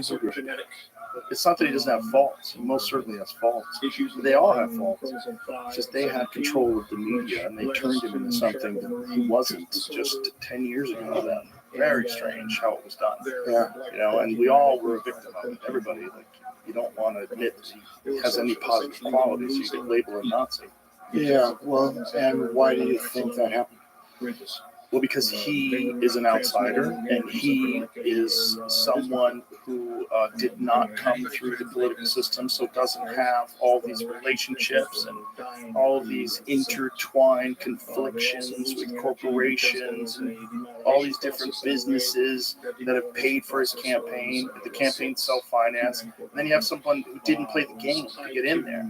And you can't have that. You can't have that. If you have that, and this guy doesn't want wars, he doesn't want us giving money to foreign companies and foreign countries and propping up dictators. We can't have that. We need that. That's part of the American machine. That's how it all works. The military industrial complex. It's real. Yeah, it's been real for a long time. I mean, when Eisenhower talked about it on television at the end of his term, it's kind of a crazy moment in history that was just broadcast on television and wasn't really revisited until YouTube came around. It was ignored. Yeah. It was conveniently ignored. Yeah. Yeah. I think with RFK Jr., when he gets in, we have a real possibility of opening up psychedelic treatment for veterans, which I think is the best way to start it off because they're the most deserving of it.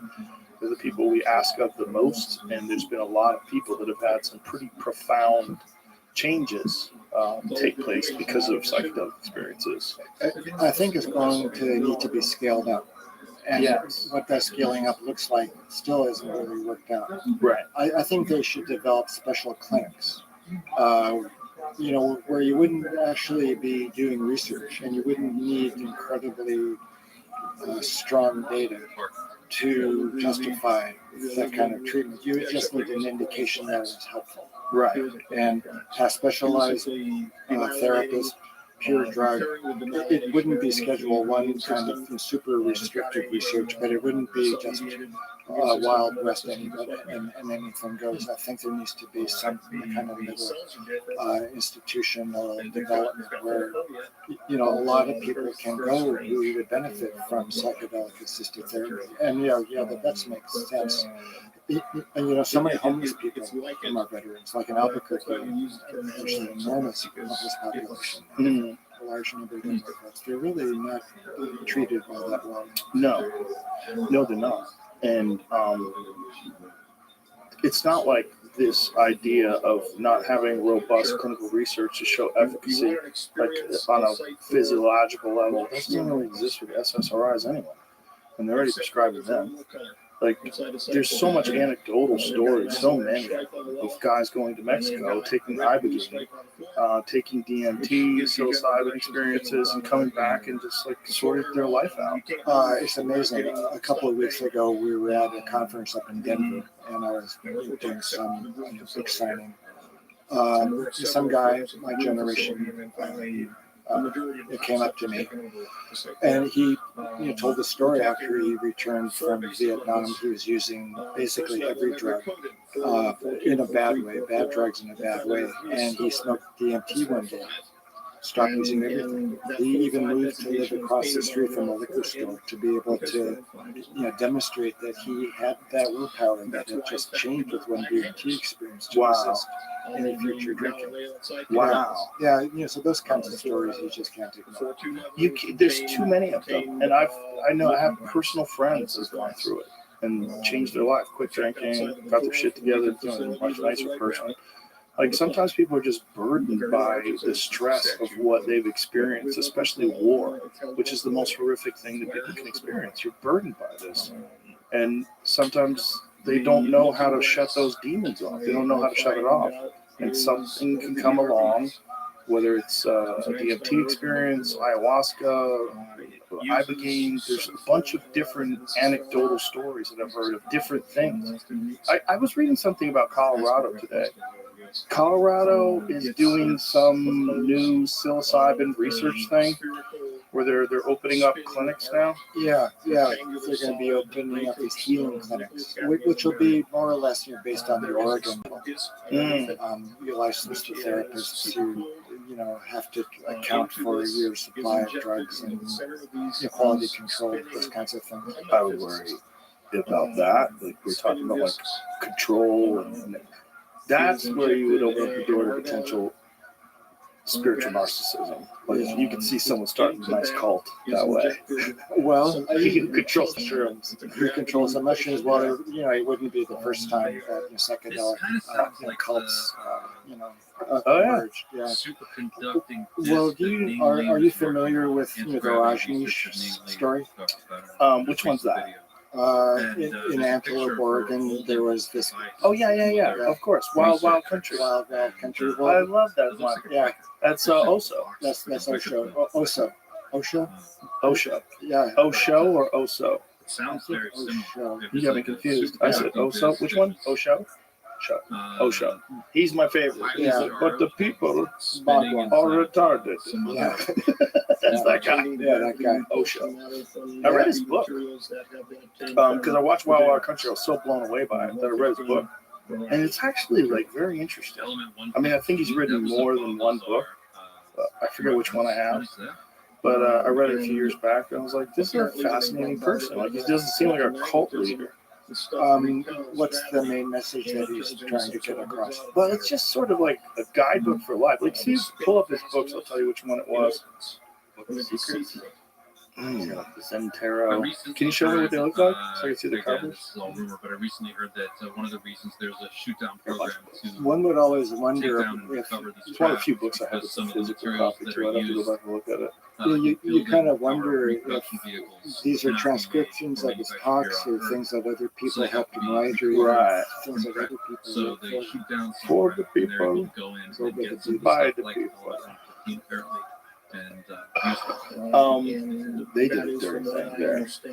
They took all those homeless people and they brought them so they could count as voters, and then they kicked them out. Yeah, weren't they trying to poison the city council or something? They poisoned everybody. They poisoned people when they were trying to take over politically. But that was that one woman. What was her name? Rita? Was that her name? The one woman who got in trouble. She was kind of running the cult. She was pretty brutal. Well, I spent some time at a Zen monastery. I was actually, as a young man, thinking of becoming a monk. How long did you spend there? Not that long, because my depression lifted while I was there. I think my motivation to become a monk was because of how depressed I was. I didn't think I was able to really function any other way than in a cloister, more or less. Yeah, but then my depression cleared and I went back to school.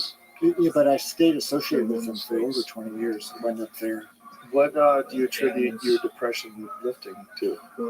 Well, it was, I think it was a minor enlightenment experience. That's not to say that I'm enlightened or anything, but if you look at the phenomenology of the enlightenment experience, it's on a scale.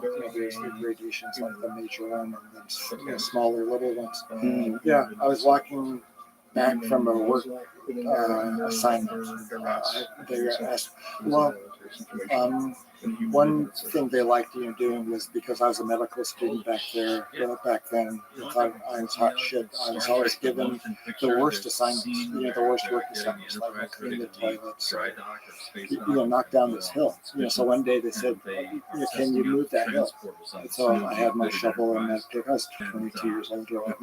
Yeah, and I was coming back from the work project, and my depression just lifted right off my shoulders. It was the damnedest thing. It was about 15 to 30 seconds or so. I thought, that's pretty interesting. Yeah, and the end of the day came, and I woke up the next morning, and I was still feeling pretty good. So I was indebted for helping pull me out of that bad mood. It was a bad mood, too. I had to drop out of school. Was it directly after you had to move the hill? It was on the way back to the tool shop. You got a couple of egg Yeah. Did you do anything before that physically? Really sure what's going to happen. We threw a couple pencils. I don't remember what my other work assignment was. It was an afternoon work assignment, as I remember. See what happens. I mean, in your life. Did you ever do any hard labor? Ever work out? Ever take a sport? Yeah, I ran track. Ran track. It was the sprints though, so it was just a sudden burst of energy. It wasn't anything for long. I've done a lot of strenuous hiking and backpacking. The sprinting, when you were doing that, were you particularly happy or depressed when you were doing that? No. Sprinting itself is great. I don't mean that. I mean during the time period where you were participating in sprinting, did you have any depression? No. Well, I suppose, It sounds like teen angst. Yeah, teenager angst, growing up in the San Fernando Valley. Right, that everybody has. Right. Yeah. Yeah, I had that while I was doing martial arts. It's all even cures it. But I do know personally, if I go long periods of time where I don't exercise, I get depressed. I don't feel good. I feel shitty. I feel off. I think our bodies, put vanity aside, because I think a lot of very intelligent people associate exercise with vanity. But I think your body has a physical requirement to achieve like homeostasis, to achieve balance, to achieve like an ability to kind of like exist in a neutral place. You're always affected by the world, but the more neutral you are, the better. Like the more you exist, and you're not like constantly wound up about something, or constantly upset about this, or constantly fearing that, or being overwhelmed with anxiety. I think some of that is in response to a lack of physical movement. I think the body is designed to exist in a very primal world that doesn't exist anymore. And so because the body had a lot of requirements 10,000, 15,000 years ago, I think we're still programmed in that general way. And that the only way to keep a balance of the mind and the body together for me is to constantly engage in exercise. Rigorous exercise. Yeah. What kind of diet do you follow? Mostly I eat meat. Mostly meat. Mostly meat. Yeah. Beef? Yeah, I eat beef. I eat a lot of wild game, a lot of elk. I eat deer and wild pigs. I do eat some vegetables sometimes, but only if I feel like it. Yeah, I don't eat them for nutrition. Well, I eat fruit and I take a lot of vitamins. yeah, and no greens. Stargate. I mean, I'll eat greens every now and then. I'll have like a salad if I feel like having a salad, but I don't think I'm having a salad for health. You know, I think, It's for taste. yeah, it's for just I like eating stuff. Yeah, do you like pretzels? I do. I try not to eat them. Yeah, I love pretzels. That's my They're weakness. kind of bullshit. But I was at the mall the other day and we walked by, what is it? Annie's pretzels? Is that what it is? Good. It's crack. I didn't eat one. But that smell, the smell in the air was like, there was a giant ass line, a huge line. There's no line for anything else in that food court. But that pretzel line, There must be something in those pretzels. deliciousness. Yeah, MDMA. They're so good. They're so good. No, there's no MDMA. It's just delicious. You feel terrible right after you ate it. Like, what did I do? That's like MDMA. Yeah, but there's no 5-HTP that you can take. It's going to help you. Right. The down you feel off of a pretzel sometimes is worth it though, because they're so delicious. Especially the ones that wrap a hot dog in the pretzel. Yeah, yeah. A month or two ago, I was at Union Station in Los Angeles, and there was a stand selling It's weird to see these guys like the sometimes encased hot dogs. obviously Mhm. there's people that are Yeah. So you have to apply a fair amount. Good though, right? And It's delicious. It's terrible for you. like I'm So talking good. about the guys who are We like, took an serving Amtrak secret back space from Union programs, Station to Space Albuquerque. Marines, whatever. Like an overnight. How's that? Some of that stuff on Well, some various it was quaint, but this but it wasn't like rings efficient. very true. It's too slow. And it Pretty rhymes slow, very pretty well noisy. And you with start what thinking, I David could have been on a Rose plane. said. I would have already been there. Right, it would have Very been well just with some others. 2 hours rather than whatever it was, 14 or so. Yeah. Yeah. Well, I mean, look at European trains though. You can really have fun on European trains. They're comfy, they're on time, good food, good coffee. What's the fastest train? Is it Japan? Do they have the bullet trains? I think the Chinese or the Japanese are really, really fast. Yeah. That's one of the things that Elon was trying to do with America. They were trying to put bullet trains that would take you from San Francisco to New York City in like a few hours. Yeah, I mean, there should be no reason not to do that, The only reason would, other than the automobile industry. well, also tracks. Like, who's watching those tracks? If you're going 1,000 miles an hour or whatever you're going, who's watching the tracks? Who's making sure someone doesn't put something on the tracks? Right, right. That's even a concern now, but that would certainly be if people going fast enough. But yeah, like I'm amazed at how few derailments there are. If you think about how many trains are flying back and forth. Yeah. Well, I lived in Gallup, New Mexico for years, and it's a train town, more or less. And yeah, there were, I think He's dead there were serious. 3 That's trains cool. came through every And this hour, guy, 24/7. So Wow. 70 trains, 75 trains every day would go through town, and there were very few derailments. We've heard that. That's crazy. Yeah, they're pretty. But you're constantly waiting for trains. Like there's always those things that come down. Ding, ding, ding, ding, ding. Yeah. Sit there and wait while the train flies by. Yeah, it was a point of controversy in that little town. Like, were they going to build a tunnel underneath or a bridge over? Yeah, yeah. The business folks in the downtown area, and it would be noisy too. The trains would go by 35 miles an hour, and they're big trains. Like, some of the cargo trains were more than a mile long, and they can just take you forever to cross 2nd and 3rd Street, and you're just stuck there. Yeah, fuck that. Right. Well, I just wouldn't want to be in a place that's that noisy, especially if you're in New Mexico. It's kind of quiet. well, your bones rattle when the trains go by, and they honk their horns. Like they have to do 3, then 2, then 3, then 2. Well, there's some apartments in New York City, Right. where there are apartment buildings there, and the train's going right in front of the apartment building. Exactly. That's crazy. Yeah. Like how cheap is that rent that you agree to that? Yeah, and the long-term effects on your mental Oh. physical health. Yeah. Well, whenever someone's crazy in a movie, they always live there. Just live like right where the train is. It kind of accentuates their craziness, right? They get no rest. I know. Well, my mom's mom lived in a little town in western Pennsylvania, and the coal trains would pass through their backyard basically. Like, there's a little hill in their backyard and the train tracks. And I really enjoyed just sitting there as the trains went by, smelling the exhaust. That was something. That's an early manifestation of my. Look at this. Whoa, that's crazy. It goes through the building. Yeah, that would be nice. Imagine if you're above that trying to sleep. Fuck out of here. Yeah. That's nuts. Being dark brown. That's whoa. That can't be real. That can't be real. Yeah, they couldn't find anybody to live there. You could. Well, I guess prisoners maybe. Agree. It could be a jail or a prison too. Yeah, or just some crazy person. They just thinks that's a good idea. Yeah. A lot of people like to live different ways. Have this. There are markets right on the train line. Whoa. Chilling, And they have to pick right? up the stuff when it comes through. What? Yeah, this is efficient. So they quickly grab their Strange to baskets me and stuff and how- pull it out of the way? Yeah, people are walking on the train track. That's nuts.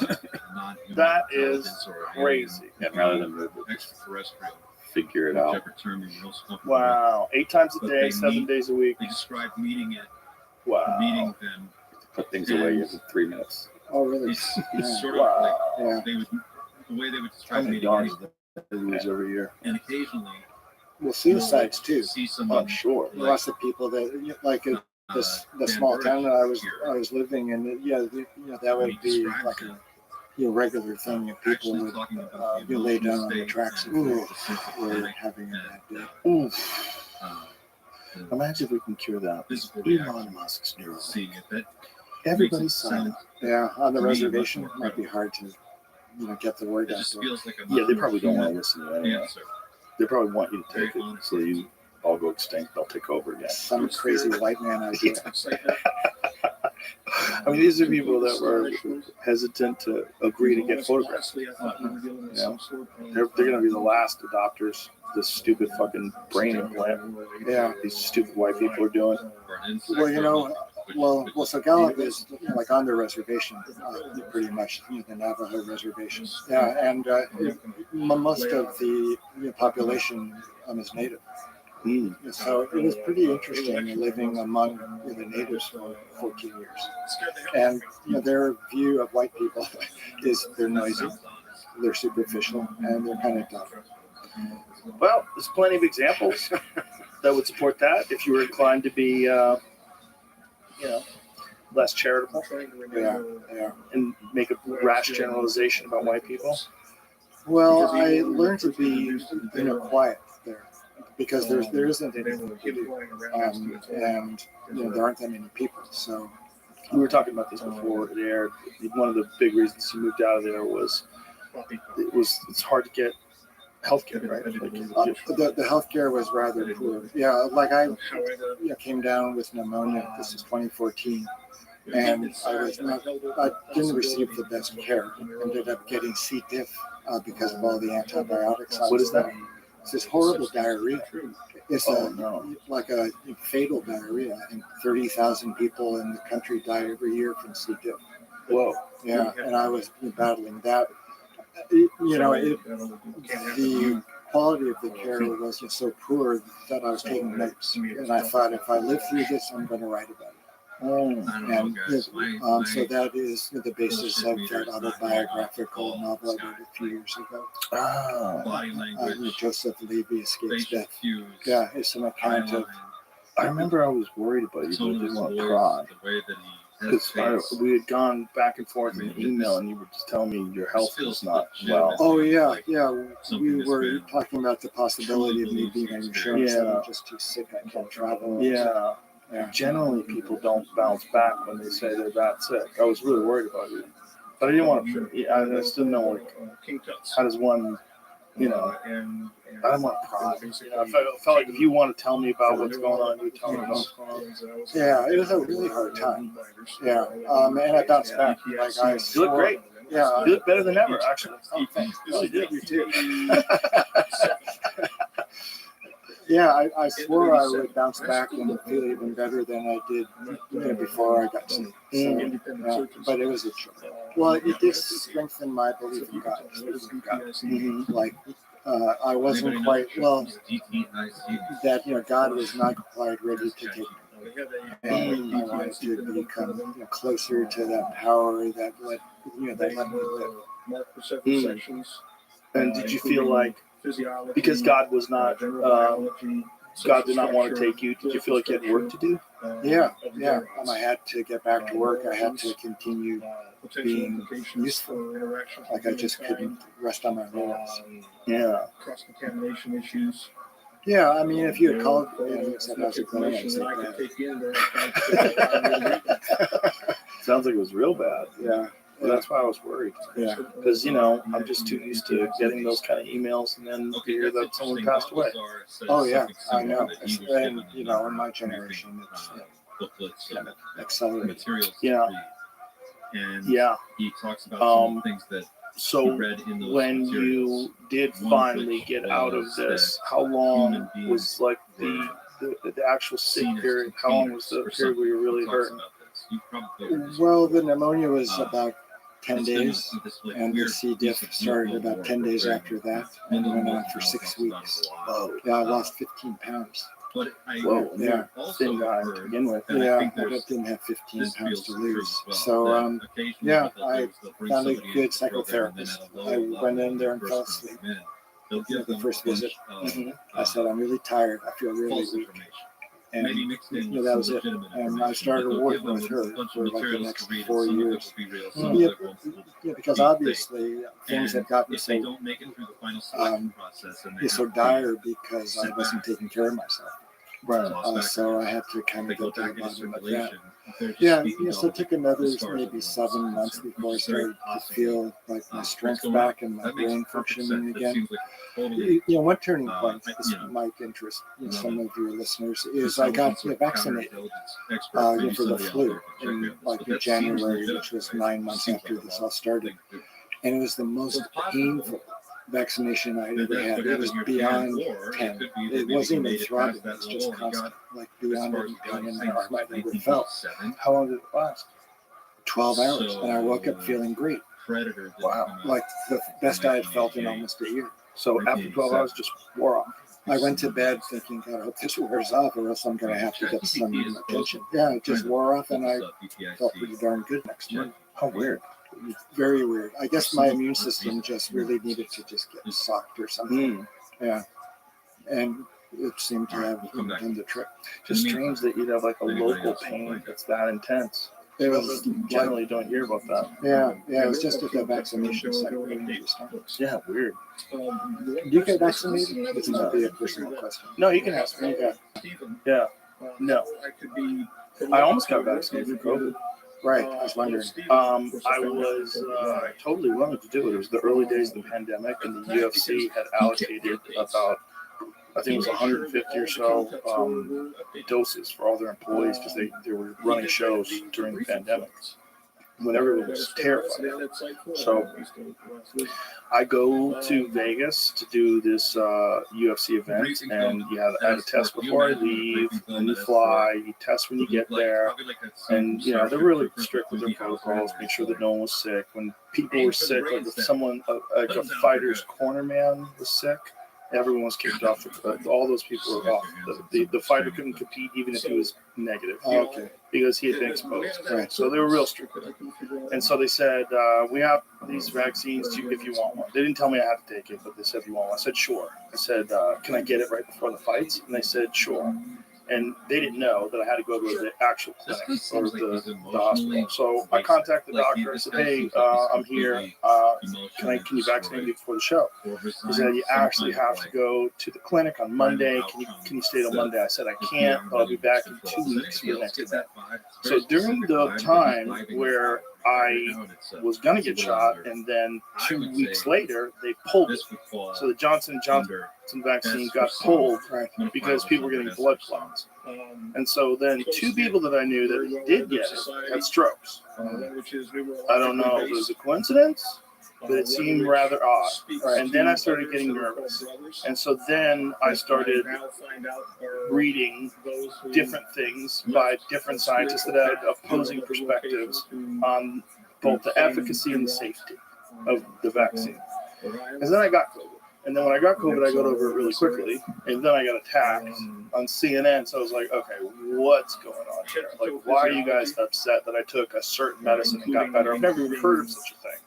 And they started labeling it, this ivermectin, as a horse dewormer, which is crazy because it won the Nobel Prize for people. So it was like I was watching this bizarre thing take place in scale on mass media against me, but against me in the most preposterous way possible because I was healthy. I got better quick. Like in 3 days, I was better and I made a video. In 6 days, I was working out like full steam. I didn't get sick for long at all. And I listed a bunch of different medications that I took. But for whatever reason, they labeled ivermectin as the thing that needed to be attacked. And it was all in lockstep. MSNBC, CNN, newspapers, all of them making these ridiculous statements that I was taking veterinary medicine.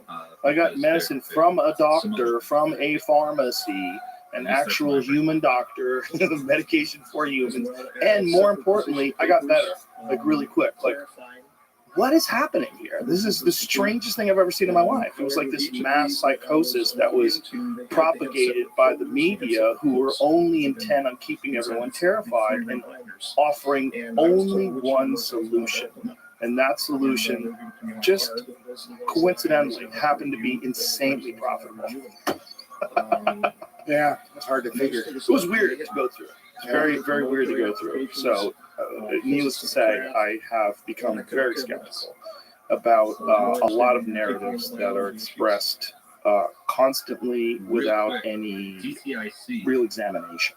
Well, if you think they're going after you or going after the ivermectin? Going after the ivermectin, 100%. I was a simple, easy to make fun of person who did a ridiculous thing, and that's why they were able to say horse dewormer.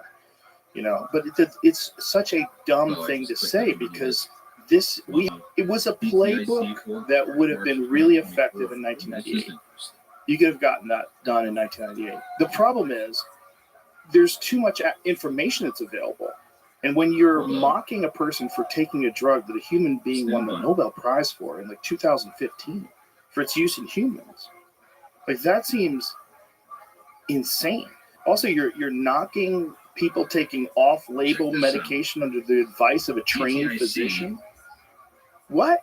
Like, what's going on? And who are these people that are doing this? These talking heads on CNN? Why are they all agreeing? How come not one person is saying, hey, what is the reason why ivermectin would be taken in the first place? Oh, it stops viral replication in vitro? Well, maybe there's some reason to use this. Maybe these doctors are correct. All these anecdotal stories about people taking it and then getting better quickly. Like, is there anything to this? But there was none of that in the media because they are sponsored by pharmaceutical drug companies who clearly had marching orders. Yeah, what do you make of this virus that's killing folks in the Congo?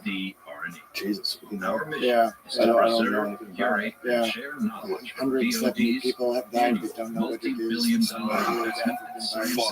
Yeah. See if Bill Gates multiplying the value Yeah. and accelerating capability.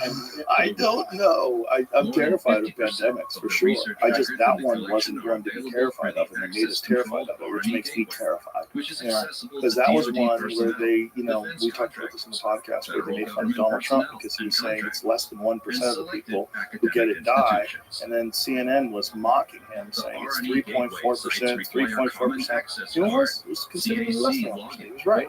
They had marching orders. These marching orders was to scare the shit out of people and to tell them to get vaccinated. it was just very tough. Yeah, for sure. Yeah, they closed down the town that I was living in back then. It was closed down. You couldn't go into it for 9 days. Well, 9 days better than California. California, they did a whole year and a half of like complete restrictions. They were stopping outdoor dining just arbitrarily. I had a friend and his brother works for the state, and he said to the lady who was in charge of it, he said, "Why are you stopping outdoor dining? There's no evidence that there's spread through outdoor dining." And she said it's the optics.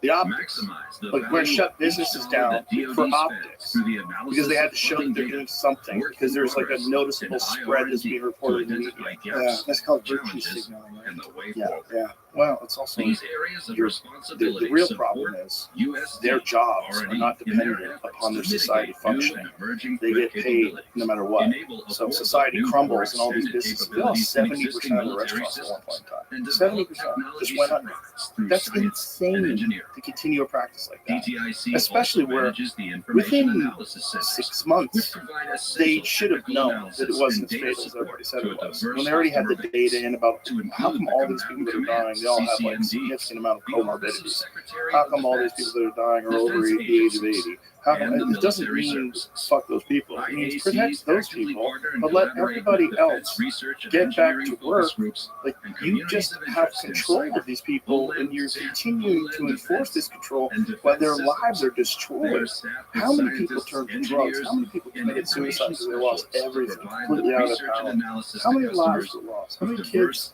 had their complex, and childhood challenging stripped away from them and have significant learning problems? It's not bad for Not just because they didn't go to school, but because First aid. even when they went to school, they had to wear a mask. The whole reading people's lips and Here's hearing their sounds history. come out, everything was weird. Reading faces was weird. If you're a toddler and your experience is going through 1945 to the first 1948, couple of years US of your Army Air schooling and Corps, your US Navy, and preschool the with British fucking Air masks on, Ministry like what established is Air that? Documents What did you Research do to these Center, people? Well, we'll find ADRC out. in Yeah, London. yeah. ADRC And becomes the Air Document The Division only good out of it, of the in my Intelligence opinion, is that T2 people realize that it was stupid Department of the and they Headquarters, Air won't Technical be Services, as Army Air Force quick to accept it in Field, the future. Dayton, You think if there's Ohio. another pandemic, Right. I don't think people are going to accept the ADD government, becomes which is the filled with a central bunch of fucking Air silly people Documents that have Office decided to where run the scientific government, and technical having reports are complete collected, control processed, of and whether or not distributed. you can run your business, or you can decide to take, a trip somewhere, or you could visit your parents when they're in the hospital. Like all that is crazy. 1951, the yeah, I Armed wonder what Services impact Technical Information RFK is going Agency to is have on established. the delivery of healthcare now. CADO Well, is he's going to have renamed so much of an ASTIA. impact that they're talking about ASTIA takes over preemptively CADO's pardoning operations Fauci. for document collection. ASTIA Well, how do you moves from pardon Wright someone Patterson that Air didn't Force do a Base to crime Arlington Hall Station in preemptively? How are Arlington, you Virginia. pardoning someone where he's not ASTIA is renamed not the only is he not Defense convicted of a Documentation crime, Center he's for not even Science and tried, Technical he's Information. not That's exactly the place accused, you want to put all the UFOs. he's not indicted? The most What boring do you? sounding I program guess that's called blanket immunity. becomes a Yeah, DoD yeah. field Well, it's never activity at the there's never been Defense preemptive Supply pardons Agency yeah, moves to yeah. Cameron Station, that Alexander. may have been committing crimes. Holy moly. It's weird. Yeah. Defense Research Development Well, do you know Tests much and about the Evaluation fluoride Online story? Systems A lot of becomes people operational. wonder about the pineal gland and the DDC DMT changes its synthesis. name If you to have a officially calcified pineal, to the which Defense is more Technical likely, Information Center. When does Skynet become self-aware? if you're fluoridated. Have they ever done autopsy studies on people that are in high fluoride areas? Check out their pineal glands, or is this just like one of those things that people say? Okay, no kidding. Well, I just it's said the when case does in Skynet lower become animals self-aware? that And you then I feed clicked them a this high link in fluoride 2003. It diet, says then their DTIC pineal glands initiates calcify private more rapidly. I'm not sure what the human literature is. scientific and So technical So when you information say network. that, when they calcify more rapidly, like what animals are they serving them Oh, fluoride? rats, mice.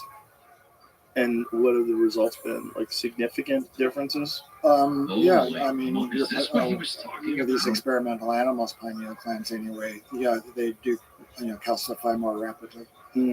But whether or not that actually correlates to a Whoa. reduction in melatonin production, for example, I'm not that familiar with, the literature. 2018, Is the DTIC number publishes the inaugural issue of Journal of commensurate DoD with Research and what would Engineering, even be a peer-reviewed journal possible through that fluoride provides in a water, venue for or the would it have department's to be some other scientists and form of engineers to poison? publish Is it their a very high classified level of and fluoride? controlled With the unclassified experimental research. animals, yeah, this Yeah. fluoride-rich kind of diet. Kind of late in the So then game the to question have would be, that. what about the accumulation of Sounds fluoride like in action small to something. doses over the Sounds course like of a they long lifetime? didn't talk very Yeah, much about what they were I'm working just on. not that And current maybe now on they're able to the talk a little literature. bit more. because they were behind. There's a couple of things that Now they occurred wanna go that ahead. cause pineal calcification. One is We're just aging. spitballing. The older you get, the DTIC more launches the Innovators calcification Information there is. Repository and access controlled online Back collection when of I was information related to current on the technological pineal innovations made by small, physiology data, which independent was a long time ago, United 40 States years businesses. ago.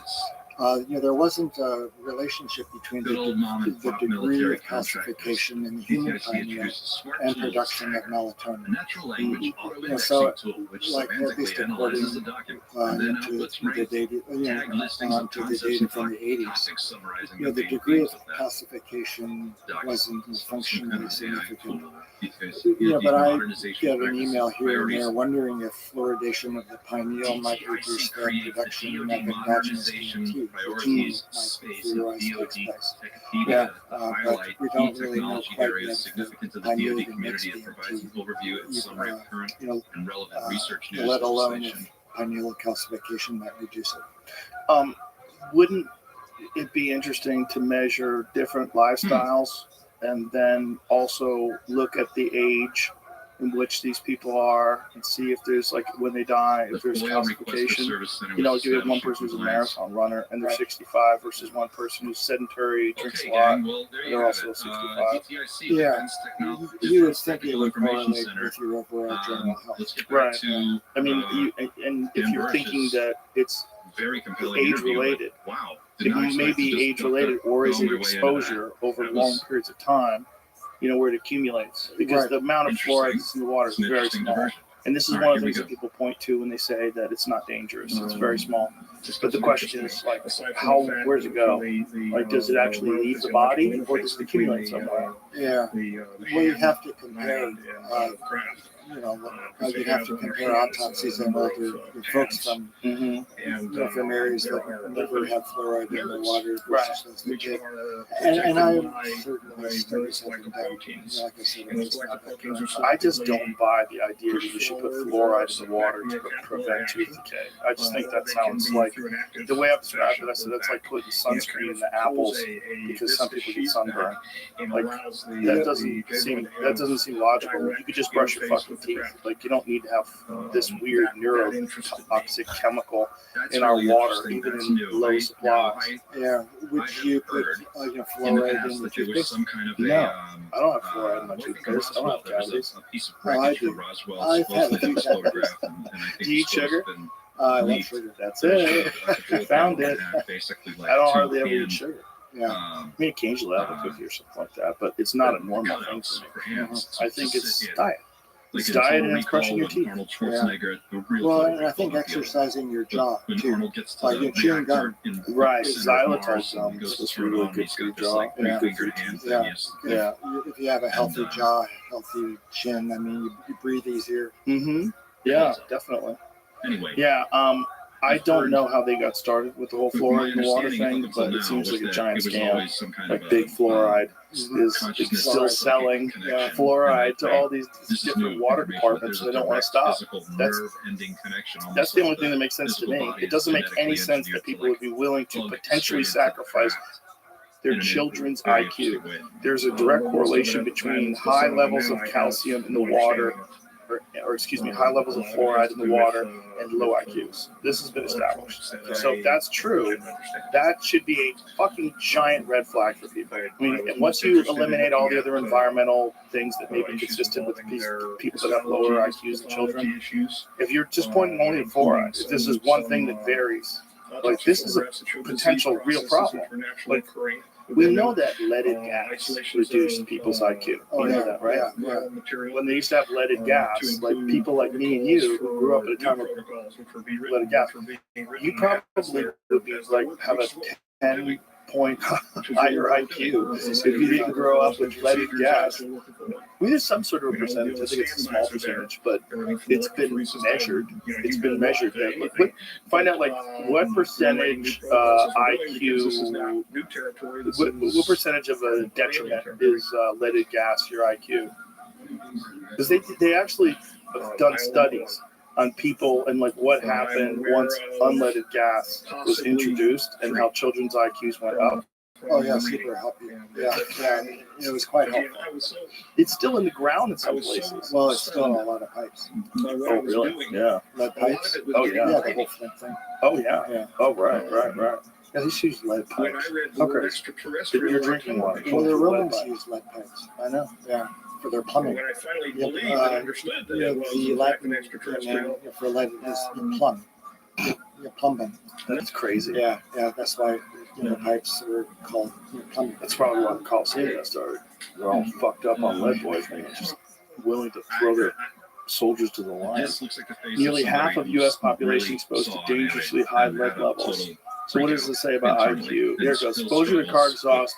with the reality. Estimate That's what I'm childhood seeing. lead exposure has on average led to a Maybe reduction of somebody out there's 2.6 higher points perception per points person. than I do, but take a look at this and tell That's me what nuts. you think. Research Back, also watch found twice, and watch that again. non-Hispanic Black people, individuals with lower family income to poverty ratio, and those with an older Sometimes housing you age just look were likely somebody to have higher in the levels of eyes lead in and their you blood. just have to Well, probably kinda because they lived in make a urban areas guess. where there's more And car I traffic. don't know, man.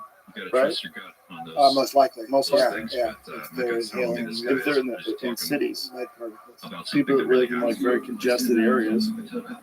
Wow. 1973, Environmental Protection Agency issued its first call for manufacturers to begin a gradual reduction in the amount of lead and I gas. can hear my I voice. bet they're going to look back at You can hear yourself fluoride think. the same way we look back at lead and gas. Yeah. We're going to go, what the hell were we doing? It doesn't even make any sense. Oh, it's for your I can hear teeth. my It's for your voice. brush your fucking teeth. However, And if you use the cadence, fluoride in your toothpaste, great. Just spit it out.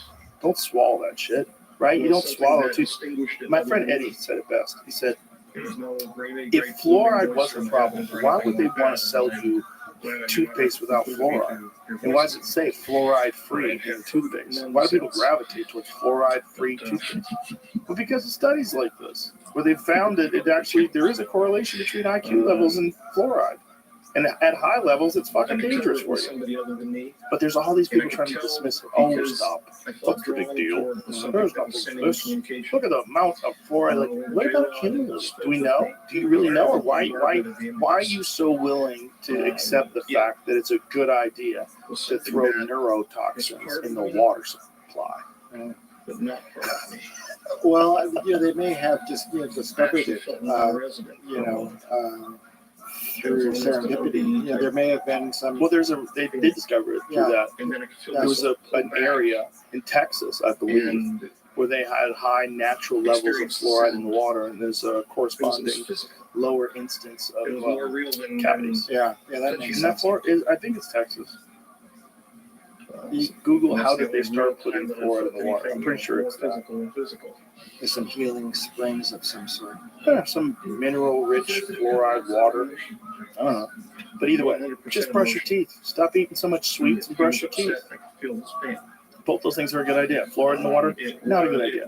If you want to sell fluoride and tell people to add it to their water, fine. But put it in everybody's water? That's crazy. That seems crazy. Yeah. So Well, as I mean, as a dentist, or when I was a small kid, we used under the to integument, get these fluoride treatments. Yeah. Yeah, with this like balloon gun, kind of gel that they would put in a splint, and you put it on your upper and lower teeth for like 5 minutes or what, not to Yeah, kill all those bad germs. a fluoride treatment. So I could feel his feelings. Well, yeah, I think Lower it your was, curiosity. yeah, you lower your IQ, which is maybe not a bad idea. Yeah, no, We got to wonder with the thing you were talking about before about some people just don't have imagination, which is really crazy to think that some people are just maybe just a bad hand. well, they can't make stuff up. They must be. He was just standing Quite staring practical. off in the I distance. mean, This you is see as we what you were see is coming what in you get. on the There's evening. no abstracting. And, That's very keeping charitable. in They might just be dull. a very They might be confined dull-minded. walking You area. know? I mean, there's a Before they certain started percentage of our taking the population that has buses, an IQ below we were 85. choppered in. What is it, like 15% or something like that? Was it higher than that? We saw We were him talking about it the other day, subsequent but I don't think we ever to that, researched when he did the actual number. But it's famous significant enough where you're like, whoa, videos. you're running around the world with an 85 IQ. It's hard. Well, you kind of Could've wonder about the IQ This was test, right? early on. I mean, it was This what was it called? The was- Stanford Binet test. I It was can't prove it. developed I way can't- I long can't- I ago. could not May not be identify. measure all aspects of intelligence. So That being, That's true. maybe someone with I an am 85 aware. point I am IQ aware. is of his smart name being and mentioned it's up like there. emotionally intelligent. for example. And it was Okay, associated so- with the term model washer, which means With an a engineer, 70 IQ, you have like but not a 2%, working group 2 leader point something or percent of anything the like that. people. Yeah. When you get to They would've- 85, they you have would've said, 13.6%. So it's a 13.6%. or a geek. have an IQ at 85 or below. But That's a lot. 34% is 100 to 85. I heard the name was all right in here. But you have to also factor in education, right? Like to take an IQ test, you have to be able to understand concepts. You have to be able to solve problems. And you most likely have to have been exposed to many problems when you were younger for you to understand how these work. And some people have had a very poor education, and they might be intelligent. They might be very emotionally intelligent. Right. Yeah, that was what I was thinking. Is that it would be a different scale of intelligence. Right. Temporary meaning weeks. Right. Temporary adjustment. Yeah. Well, that's one of the interesting elements about genetic engineering of the humans. Yeah, there was a big article. Something I was reading. Ecstatic Integration is a newsletter put out by Charles Evans, a friend, and he dove into genetic engineering on a fetus. And like you can have a 3 DNA fetus or embryo, like the mom, the dad, and some super smart person, and super unathletic person. So you could do like a chimera. Almost their DNA situation is triplets. And That's it's funny. not triplets. Yeah, it is happening offshore. Yeah, that was the gist. Number 3, China's probably wrapping around race the major group between the The two first groups. genetic engineering The of duplex DNA. the fetus occurred in China. It was Their a fellow DNA working is to triplets develop to the extent HIV. that there are. That's what it says. there are, Yeah. but it accidentally made them higher IQ. Mhm. they Accidental. look like they're Yeah. rosettes. The DNA's Well, so that guy's back at like work. rosettes. Yeah, They're- he went to they're- jail for a they're little bit. triplets and braided. He's got a big lab, lots of It's kind of weird. It seems like they're kind of using a scapegoat a little bit, which they tend to do over there. And Well, you think that in a lot of ways that he would be celebrated. Like, for example, the Scottish scientists that cloned that sheep. Yeah, they were heroes. Sure, but I think we think very differently about it when it's being done with people. We get super nervous, especially if you're going to be the first person that does it. There's going to be a lot of outrage. And I think some of that outrage is going to be by people that wish they did it first. So they're going to be pretending that this is horrible. When They've done this. Right, there was I wonder if there is that kind of reaction with the first heart transplant or the first kidney transplant. If the originators of the methodology were before they made a mistake. demonized because they were like putting somebody else's heart in your place. It has to be, right? Especially, well, we're lucky that it was done in the 20th century. Imagine if it had been done in the 18th century or the 16th century. Human Even the DNA carries 1500s said, dormant okay, genes I know how to that say can be this guy just got run reactivated over by and a they wagon. would revert us I'm going to back take his to heart out, prior cut you open, put his heart into you. biological what? state Right. as a And that different wouldn't type even of work beings because that your body would have what you heard. rejected it back That's then how because they I'm didn't have reading the this. proper drugs that allow people to accept other people's organs and suppress your immune system. So your immune system doesn't reject the organ. Yeah. I never was in There's been a exchanges heart going on transplant since operating theater. 1941. Once in an emergency room, actually, I was able to crack somebody's chest open They and wish work on their heart, kind of To find a resolution to give to it the massage. the broken Well, the resonance person was between quite sick; he was dying, and and the other half we of tried everything. they. Everything. Rhymes and Like, articulates. we They also used wish on to, for the fear of extinction, defibrillator. We have a relief of the paracode. we Related put problem. some epinephrine in a big And, syringe, put it through his chest, into his heart. Speaking Didn't about help. that just for a moment, And we the found out last that, thing that we could do was some of the open disease heart massage.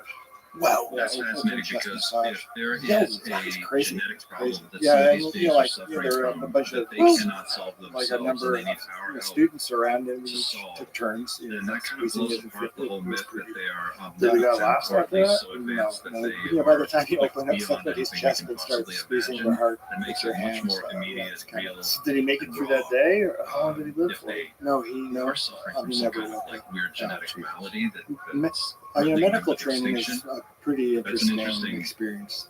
piece of The- information. the kinds of Process. things that One you which learn to they're- do to they're the human body, fighting and is the a PMA. kinds of things that people It's let a- you do it's to a- them because you're a physician. It's a Mm. very interesting development Peptide of the nucleic role. acid. Like, for You know, example, if you're- when we first started working in the hospitals, there's a dress code. associated This is background nucleic acid. 1976 And that or protein so. associated And, background is a premium. there were lots of hippies in my class, and the dress code was to wear a Things tie. they wanted me to do, And, the hippies were saying, oh, sweetness, forget ties. very And, dangerous. the teacher Very said, dangerous. think what your mother would want to But see her the doctor with. exchange process is to And everybody got all kind of guilt ridden. Oh, yeah, okay, our mom would like to see us wear a tie. Right. Yeah. So, you're working to a role. And like, the how you look and how you talk and how you carry yourself. Yeah, it's a very interesting but Ideal has been brokered condition, for the social T9 condition. treaty to be held And you in have an advance until extreme position 2005. Authority. Yeah, you could ask Treaty people is up in to do 2005 things once they that, receive what they've asked for, and they should that be nobody receiving else a would little ask more. them, I've already and mentioned they some of wouldn't that even material. entertain if They're anybody not else would aware ask of them. yet. Yeah, The it's a material very and good position. some of the things that we can It's do with the very cool if oligonucleotides you know and what you're possibly doing, help some and problems. you don't let it go to your head. But, Once that's yeah, up, it's a unique. they are supposed to come under the apprenticeship. auspices Yeah, of and they the can do some wild general things. agreement I'm between the committee of the living majority proof of it. I've and the had 3 respective knee societies. operations, 2 knee If reconstructions. Yeah, a couple of years ago when I was out here for the nature and God first is time, providing you were us, having some bleeding into your knees. and we won't separate. Swelling? However, they Some will remain some as bad they are. swelling at least. Yeah. Their future Maybe they selves withdrew some as well. They some will blood remain as from they that are. joint. Oh, you know what it was It will remain as probably? I probably had what's called You can't go regenikine. back. So regenikine is when they take your blood I feel out like I and it's missed like the season platelet-rich plasma, but of something. they spin it in this centrifuge and it creates this like yellow liquid, which is like a super potent anti-inflammatory. And then they injected it into my knees. Okay. It really helps me. I had it done on my back, I had it done on my knees. It's amazing stuff. Yeah, so you've gotten a bunch of knee Okay, so surgery. Yeah. far from this Yeah. interview My with back's pretty beat up and my knees are pretty beat up. Burrish, Just from your martial I've arts. gotten that Yeah, there is a yeah. Most of program it, yeah. called Yeah, Looking well, do you have Glass a knee replacement or No, just no, I don't access do to that. No, devices that can Yeah. I knew it's bad. basically But, open a window. quite a few see an people I know have alternate one. timeline my friend or Matt got different one. part of He's this a former timeline. UFC welterweight transmit champion. information Matt Sarah. across He's younger than me. His knee infinite replacement. My distances, friend or Michael at least Bisping. extreme He's a former distances, UFC middleweight and champion. potentially He has you both could of his send knees physical replaced. objects His from 2 one side artificial of knees. Yeah, and they're portal doing room okay with to your another, new but knees. basically a Yeah, Stargate I mean, in the better, sense of the right? Hotel Like Light he was in series. severe pain. They were in severe pain to the point where they just couldn't take it anymore. And they can do some They pretty also have a amazing being things with named resurfacing J-Rod, of the referred knees to as now. J-Rod, They have that these is a biological titanium heads. Have you being seen them? related Pretty to incredible. humans They in some way. pop off the end of your knee, Extraterrestrial, but not screw in alien, this new one, and from the it just future. functions. That's here. My suffering feeling, from some kind of the a fear I genetic have though, my fear disease is that it's only that good for like threatens their 20 race years with or so. extinction. And then what There's do you some gotta do? You gotta go back in there splinter and group of drop J-Rods off that are it doing again some and other put a new one thing. in. Yeah, There's well, some they kind of may have liquid some between new NG12. development. That's what you would hope That so. one of Yeah, these You hope steroids so. was- I mean, you're banking on There's some that. kind of You're like alternate essentially future making a timeline bet or conversion that timeline. okay, you can chop off the end of my Apparently knee, it's something and to in do with 20 2012. years they're gonna have It's some really new thing. fascinating. Whatever The we're thing talking that would about give here, me I'm pause today, ready again, for the I'm not Netflix giving series medical or advice, HBO. but if today biologics are coming so far that they're able to regenerate both meniscus tissue and also cartilage. So they can do that now. And there was a study in Australia where they did that recently, and I think there's something else going on somewhere in the United States where they're showing promise in that regard. So I think if people could just hang in there for a little longer, according to my friend Brigham, who owns Waste Well, which is a stem cell clinic out here, he is convinced that these kind of like super invasive surgeries are going to be a thing of the past. They're going to be able to regrow tissue and fix, like literally fix knee problems, back problems, things along those lines. Neck problems. Neck problems. Yeah. They're already doing a lot of that in Mexico, Mhm. where there's places like the CPI, the Cellular Performance Institute. I had a friend of mine, Shane Dorian. He's a big wave surfer. You know, you can imagine it's a pounding thing in your back and crushed by a 50-foot wave, you know.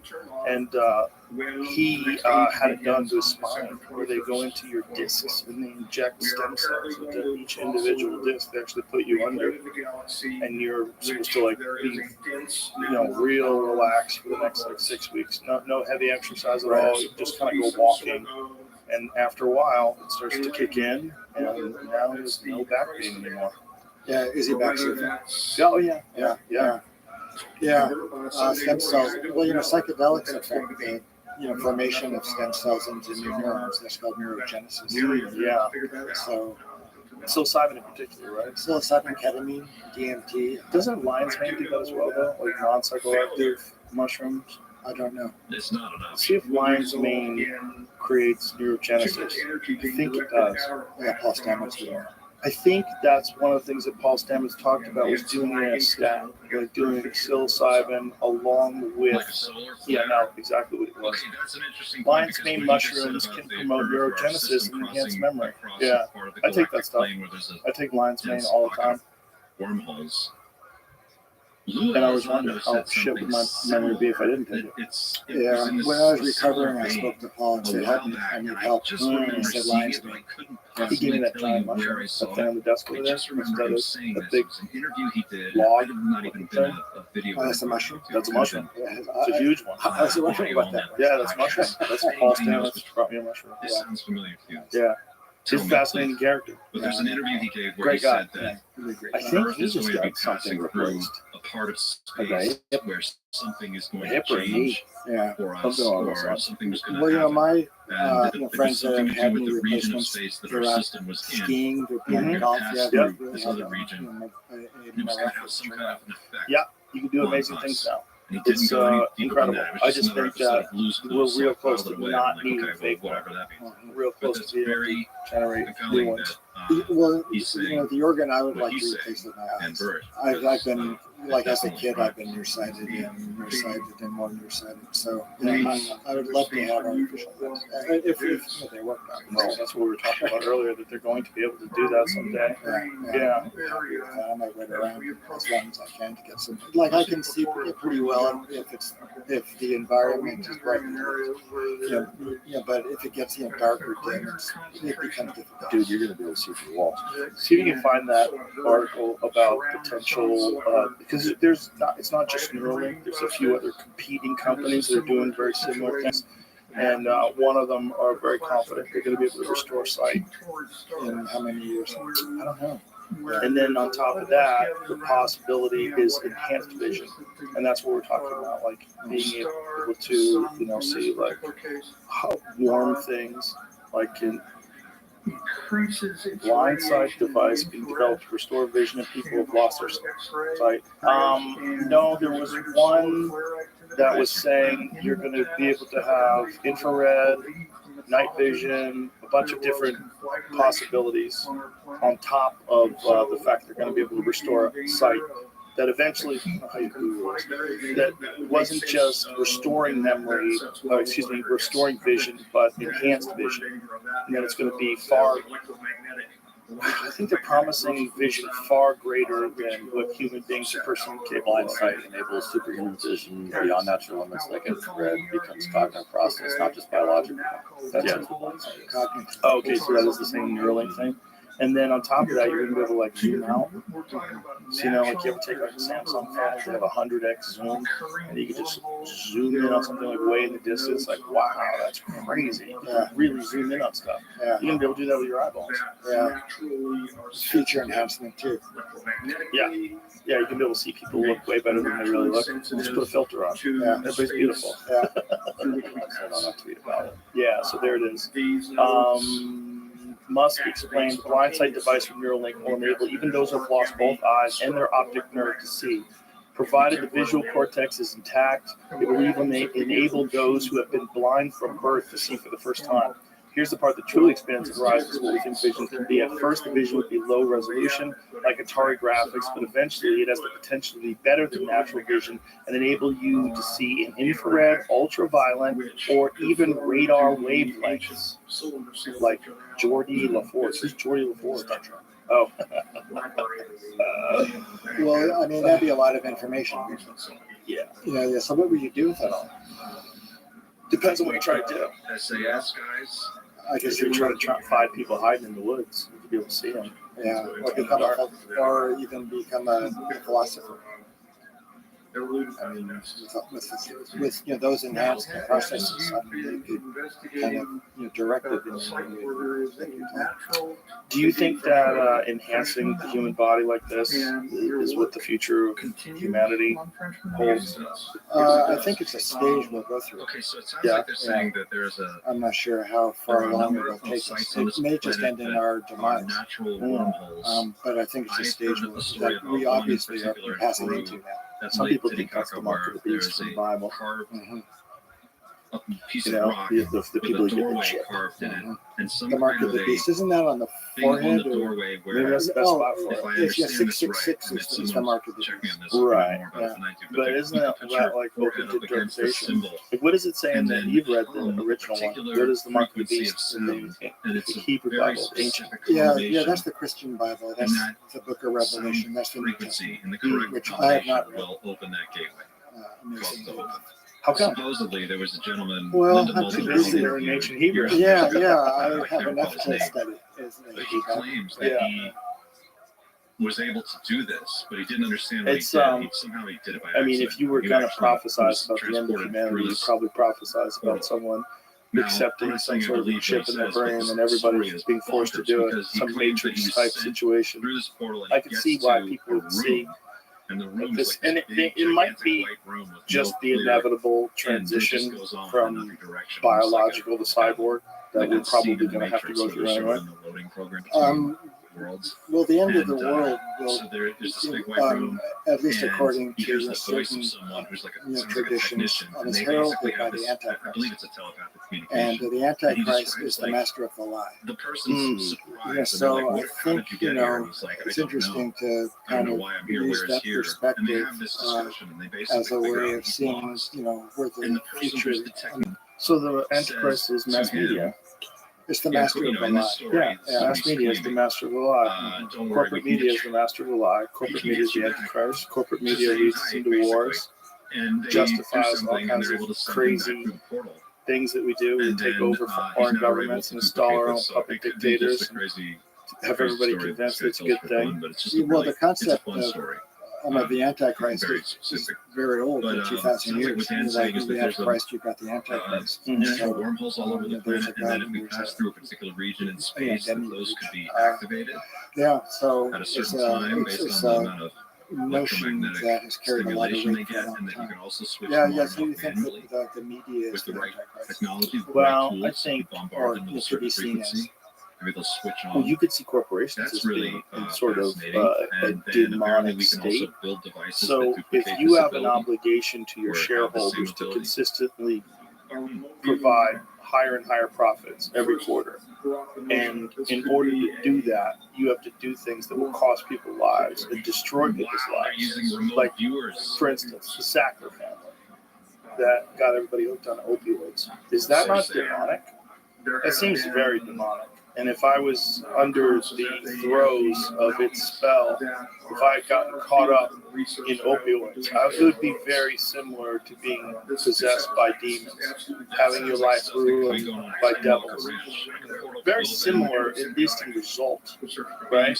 Especially if you wind up committing crimes because you want to get your drugs, you wind up in jail, your life is over, maybe you destroyed other people's lives. It's very demonic in that way, and like in the result, in the end result. The end result is evil. Oh, well, look at the opium wars in China. The British imported opium, and there's a huge opium addiction problem in China.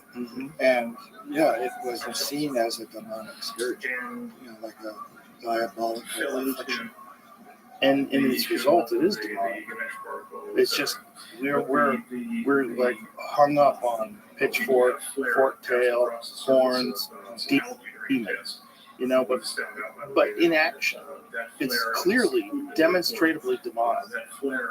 Well, demonic in what way? Okay, if you can lie about Iraq having weapons of mass destruction, What's a good and you can justify an invasion of Iraq based on these clear lies, and then through that invasion, 500,000 children starve to death because of embargoes. Countless people are killed that didn't have to be killed. loss of at least 1 million lives Okay, so if you over the go course of the to, entire war, and then the let's see if I starving can make people this work. afterwards. Mhm. But We that's demonic, DuckDuckGo. isn't it? For those I went on people, DuckDuckGo and I typed Well, in does that finished mean particle, that you, and this comes you know, up. believe in the devil or Satan? I don't know what I Bibliotech.net. believe in and what I don't You know. believe in because I haven't experienced it. Maybe if I experienced Satan, I'd be like, wow, Satan's real. But Classic you're allowed to source. believe in I mean, God. I But as soon as you start saying you believe in the devil, I can't people look start at my you day sideways. sit down. You know, like you could be the president and you can Inverse, say, like God a bless our particle, troops. a Nobody blockbuster. believes Here that's it is. not. But if When you think say about it, the problem website, with this America is is the very devil, old. This is and we will find the devil and we will pre-GeoCities. root What is him out of our world. Okay, And, so that's if what you we'll were new spend to all the your strange tax story dollars of on Dan now. Burish, I have a Yeah, suggestion I to mean, offer for your first read. like This is the you first could, glimpse of this. I think First good read and through the evil are real. material. Simply you imagine can that pray you are a for movie executive God reading to through a bless the terrific new troops, and science you could fiction you script pray that you have for acquired. The script is protection good. from It has Satan's everything. influence on the Secret troops. of life, If you were aliens, able the to coming to extinction do event, like two warring world factions. Right, as soon as you all of which bring once up alien Satan publicly, existence made public, you and lose another that all the wants to stuff retain you the do. secrecy. right? You can The say hero you of can your story you is could a praise genius God, and microbiologist people go, held in "Oh, it's virtual in the fucking captivity of a secret pledge underground of Air Force allegiance. base. It's normal." whatever. Amateur But it wasn't reporter even gains until what was computer it, contact Teddy with him and Roosevelt? begins leaking the Like story to who the put world. Pledge of He Allegiance in? leaks It was the when we were discovery battle means to communists, create life. The and that's when mysterious God and got put seemingly into the Pledge of miraculous Allegiance. Ganesh particle. Mhm. At stake is Well, the you possible believe in takeover good of the and Earth, evil. takeover of the Like Earth by an I alien think species. what occurs is the Doing a more first read people of the Dan do Burish good, story the in this stronger framework the will allow force of full good is. enjoyment of the And story. the more that And do only evil, in the the second stronger read should the you try to force realize of evil. that this is And then you not have script. Holocaust. It's something Well, that is allegedly like, going on. how do you I'm not perceive sure that yet if all force? this Is it just is energy, something or that is do really you going on or anthropomorphize not, it but I into can like say a that I being that really you enjoyed can them. recognize and think Normally, about? one Right. goes through the event, and then a But couple years later, there's kind one of goes no to see the whole. denying, at least I'm from just a suggesting that recognizable. to reverse that That order. if you had to like look, how do you quantify it? How do you measure it? There's no denying that evil takes place. You know, Wow. like the- Okay. Well, now we're in the rabbit hole. you can come up with What's the thing any about it number of website? massacres Like that. throughout history, WordPress. and you say that's Critical an error. evil act, There's no question. right? Turn right. to So Dan evil Burish. is a thing that's real, If And- there's good, there's evil. right? Bibliotheca And then there Peas, have been very many Michael things that people have Biologist done. Dan Like, Burish. wow, This good exists in the website world. looks like it There's is still good. 39 years old. So we know both those things are real things. We just don't know what's the root of them all. And Okay, are I there don't have really time to go down this angels rabbit and hole today. demons, I or will link are to those this the in the show notes, scapegoats and if you for guys this want to jump down this bizarre rabbit hole, please dance do, and let me know what you find. of But good this is and evil interesting. that just exists Okay, in the world? Back to Mhm. back to Well, if it weren't, for Adam and Eve eating the fruit of the tree of knowledge of good and evil, there wouldn't be any perception of good and evil. It'd just be true or false. Which is, the reason that Adam and Eve were expelled from the garden, because in the beginning, it was, they were living in a world of either, truth or falsehood. Right. And after eating the fruit of the difference between good and evil, they became opinionated. Oh, that's good, I like it. That's bad, I don't like it. But the issue of true or false got, it became muddled, Yeah. and they no longer were fit inhabitants of the Garden of Eden, paradise. What's your take on Lilith? Yeah, Lilith. Well, there's no mention of her in the Bible per se, but there's a lot of mention of her in the rabbinic literature that sprung up after the Bible. Yeah. The story is that I think after Cain killed Abel, that Adam. Was it after that? I think it was after Adam and Eve were expelled from the garden that they stopped having sex. So Adam, then was just sleeping, with Lilith, and they spawned innumerable demons as a result of their relationship. Yeah, and after a while, Adam and Eve, reconciled. And, they got things together again. Yeah, but Lilith, plays a role in the understanding of evil, like it's the result of the spawning. What do you think Lilith was originally? was if it was a thing. They retrieve Yeah. their guns. I don't know. Well, that's called midrash. It's the explication of the Bible I'm gonna by just the do this. rabbis. ChatGPT Yeah, so is just failing this me was right called now. extra I use biblical. another. Yeah, and I I've use only ChatGPT, looked but into I've been extra using another one biblical called stuff to a Pi. certain extent. I think What's Pi the runs source of off that stuff? ChatGPT. I don't know if they're The actually imagination, separate, but this and I is just like the think front end the for surrounding basically ChatGPT. But Pi environment, is really great societies, at being and conversational, and I've been trying influenced to by the find a way to Greeks, integrate Pi into the the show. So we're Sumerians, just the gonna do this Akkadians, really the quick. Hittites. Yeah, I'm gonna there's a pull lot up of Pi. accumulation of other cultures to Hey Pi, how are you today? interpreting the stories that occur in the text.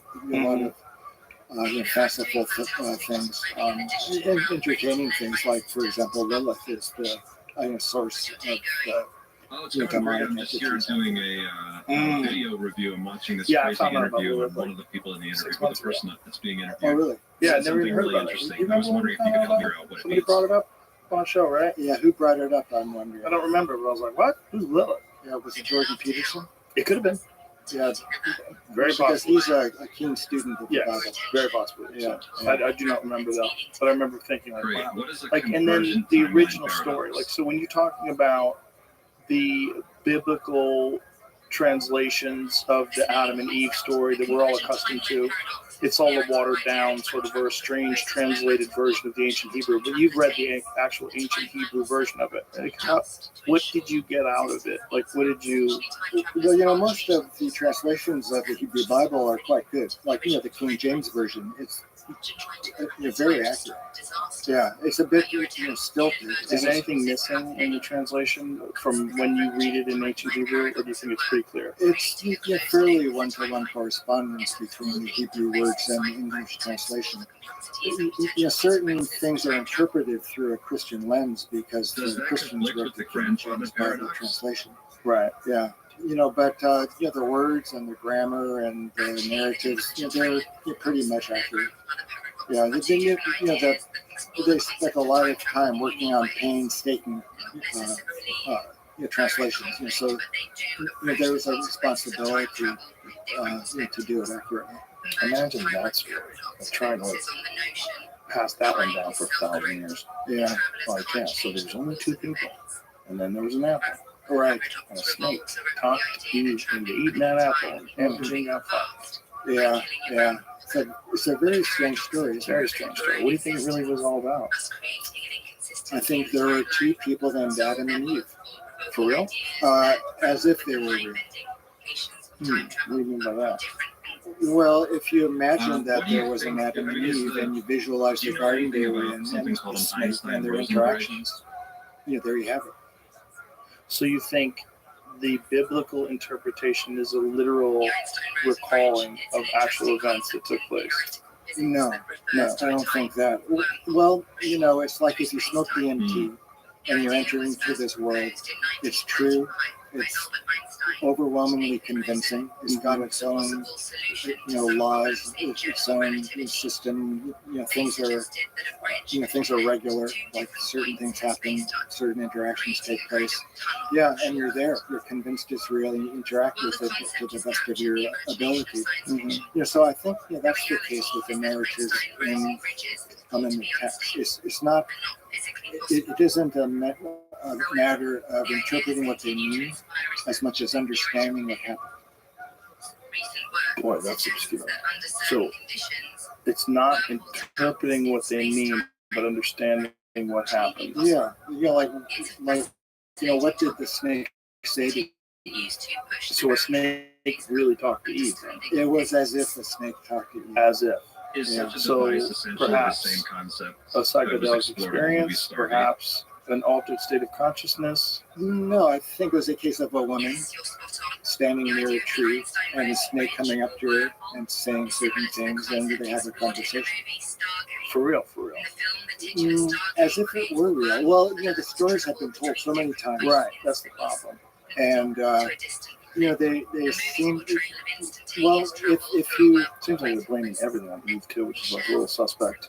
No. Like her start of it. well, the one who got punished without even having a chance to explain himself was the snake. So God asked Adam what happened and he asks Eve what happened, and he just lays it on the snake. Right. Yeah. And the snake's like, I didn't tell her anything. I can't even talk. This Well- lady wanted to eat that apple. She blamed me. Indeed, that's showbiz. Well, back right? then snakes could talk, or in that world, snakes talk. How so? Well, they were the wisest of all the animals in the garden, so they could speak. Right. But you speak of these things as if, like we're talking about when you go to the zoo, the monkeys swing from the vines. It's normal. Snakes talk. Okay, Well, it's Ty, a bit been of great. a Thank you for your help. paradox. I'm gonna let you get back Yeah, to your day, like, and I'm gonna finish this video. Thank you very much. Let me ask you this. So if you treat those stories as if they were real, you're opening yourself up to this universe of Adam and Eve were in the garden. Then they had Cain and Abel. Then Cain killed Abel. Then Cain had children, Okay. and his children There you begot have the it. 70 nations. And then there was a flood because mankind was bad. Noah and his family survived. They all spoke one language afterwards. There was a tower. There was Nimrod. There was Abraham. There was Isaac and Jacob. So it's this world which seems to be quite coherent, quite consistent. It all ties together. It's quite consistent from book to book, from narrative to narrative. It is a different way of looking at the Bible. It isn't dogma like you have to do this or you have to do that, or it isn't like an archetype or a psychodynamic wish fulfillment. It's this Philip world K. Dick once gave a that speech is in France articulated, where I believe it was in spelled Paris, where out, he talked in at a length for very about 45 ancient, minutes. He very read this entire influential statement that he had written Mm. about So, a speech called "If you think is it this also universe is possible bad, you that should see something some of the others." completely different took Okay, or if place, you think this but reality that is bad, over this world's bad, time you should see some and of the others. over It's a a oral classic tradition Philip K. Dick, of but who knows how many he's hundreds of claiming in years this before they actually speech wrote it down, that and he then has writing it down, that you're actual getting real a memories version of an of alternate the parallel timeline that he has existed in, actual and he's able event to that's remember very details from that Then timeline. And in that alternate timeline, an what really alternate took history place. had taken place, But and this you was sort of the think inspiration about it for his story, Man in the High like Castle, the about an version alternate in the scripture. timeline where And if you Germany think about it in the and version of the Axis, scripture, are you powers win thinking World War about II. it like as And if what this was happens an in the event as 1960s and recorded, 70s or are you after, thinking in this that is a world? It's a really fascinating representation speech, and if of you an are archetype into, or just some weirdness, sort of and you want to dig down moment into that rabbit in human hole, it's history a that great they're trying 45 to minute listen, but recollect by the time you're done and- with it, you will and be pass down. definitely unsettled, Um, and it'll make you well, you'll if just you feel consider, weird. You're going to feel really kind weird of, every time you have well, deja vu if you after that. It's consider very the interesting. text to be Highly prophetically recommend the Philip received, K. Dick speech. prophecy is communication between the divine and man, and the text was prophetically received.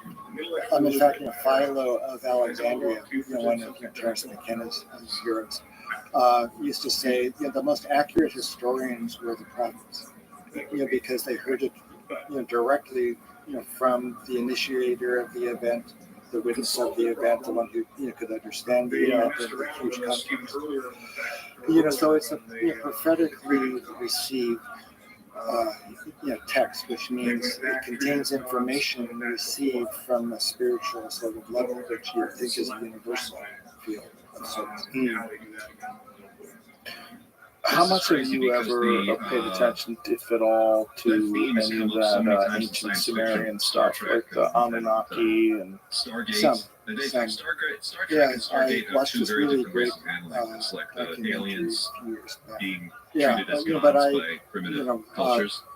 but In but I Star Trek: wouldn't The Next consider Generation, myself for as Star Trek knowing more much about it. generally, right. there's the That to me Conjuring, is one of the weirder non-interference. origin the Prime stories. Directive Yeah, of yeah. the So what is that Federation origin and story? Starfleet is to On not my interfere on my with the recall, development of any quite fascinating. civilization But, till not that the civilization Well, achieves there's breakthrough multiple and is versions of it. capable First of of all, traveling at warp the speed. story of this, And at the that point, fantastic they are story allowed is to told approach by Zechariah Federation Sitchin. or Starfleet So and Zechariah approach this Sitchin, who wrote The culture 12th and Planet, invite and them to he join wrote the several other Federation as a books. volunteer. He was a volunteer biblical member. scholar and a In linguist, Stargate, he spent a lot of time studying the ancient Sumerian text of civilization there, and what he believes is that it tells a story of an ancient relationship between a race of beings on a far distant planet that's in an elliptical orbit, and it comes near Earth every 3,600 years, and that they had engineered human beings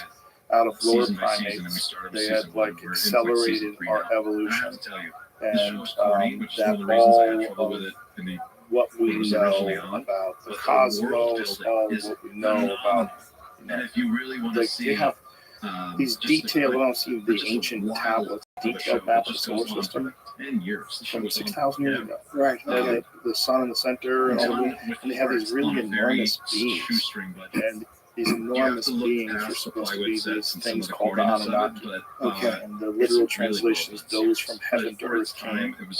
It's one of the weirder, like if you love a great science fiction version of the origin story of humans, it's the most fun one. Yeah, it brings to mind the sons of God, the B'nai Elohim, which occur in the story I can't tell you, of I've lost count the the number flood. of times And that I've gone to my wife with some like the crazy Nephilim, UFO too. news. yeah, that the I read something Nephilim, the big, Rush says, Rephaim, or they were whatever. huge. They were And I'll giants. tell her, and she's like, they did that. The They men did of that in renown. season 2, episode Yeah. Yeah, and they It's called intermarried, Love or the they Blood, had and this is what happened. sex with That's the all I'm daughters of sorry. man, and And it from got to them be a joke where came I a actually race. stopped telling Yeah. her stuff Yeah, because so that we would go story watch those is episodes of interpreted Sure or Enough. perceived through It the was lens of the only Hebrew in Stargate. mythology. Really? Yeah. I don't know what that says about the Well, there larger are, that was conversation we're all trying a to have story right now, in the but, text. definitely feels like there was some Before kind the of flood, disclosure plan. is the B'nai Elohim who come down to earth. They have intercourse with the daughters of man, and out of those relationships comes this race of giants. That's the most fun. Yeah, Isn't it? well, they all got swept away in the flood. So that's an interesting turn of events. Well, if you interpret the flood as the Younger Dryas impact theory, which created the flood, it lines up. Right, that does line. Yeah, it lines up time-wise, lines up with how it would go down. Yeah, just no evidence of giants.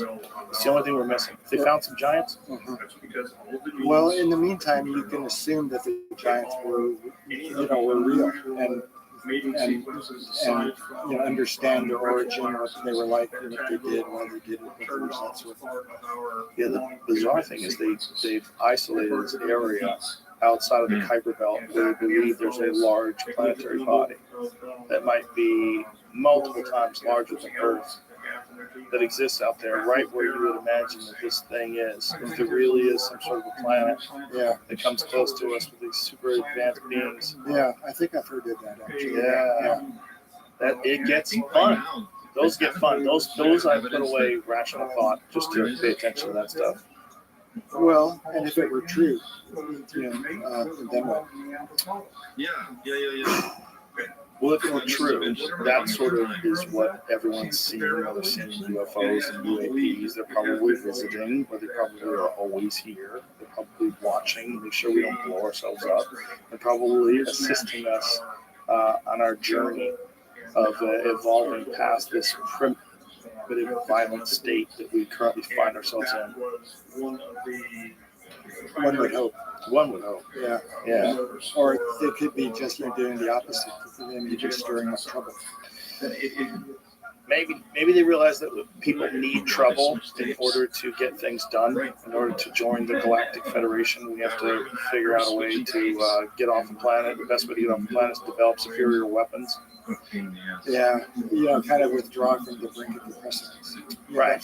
That's the story of humanity, basically. Yeah, it is. But that's what's interesting about origin stories, right? That's what's interesting about the biblical texts, is that there are these stories about things that have gone horribly wrong and influences different things that happen to humanity, different cataclysms and disasters, and the stories are shared through different cultures, which is really interesting. In the Epic of Gilgamesh, there's a flood story. It's real similar. Yeah. Most of most And of the Michio Middle East Kaku, has got a flood story and origin story. from what I Yeah. gleaned Yeah. from his work, It Yeah. just makes you wonder. Well, it makes you wonder if it's true.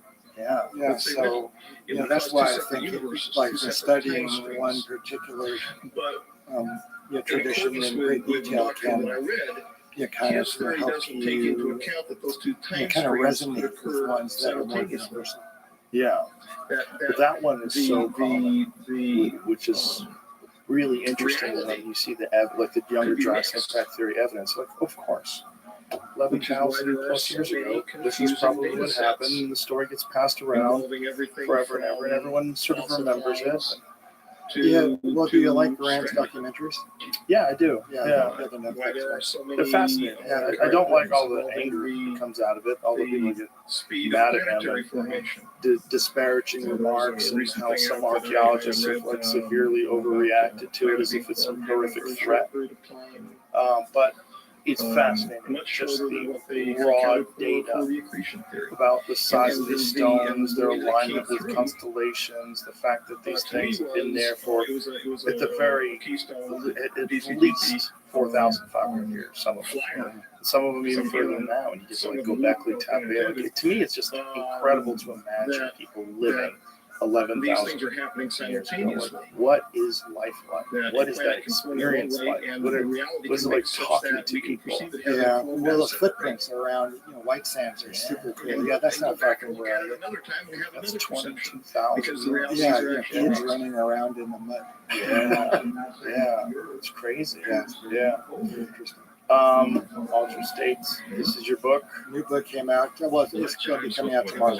Oh, and I took your advice and I narrated the audio. Yes. Yeah. Beautiful. I'm so happy we could do that. That came out. December 10th.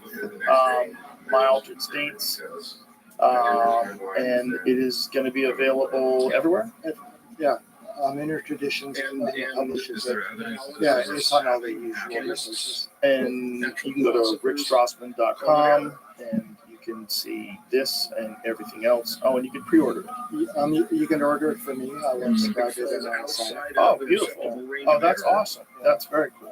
They call it That's my $20. All right. because they would call it. Yeah, the book is illustrated as well. There's some pretty funny stories in there, and each of them has So got they're at just least looking at one all these illustration. Oh, anomalies. cool. Yeah. That's the Oh, yeah. nature Who of drew doing it? business to science. A friend from Birmingham, Alabama, named ask. Merrily A guy Chalice. associated with my That's mentor. crazy.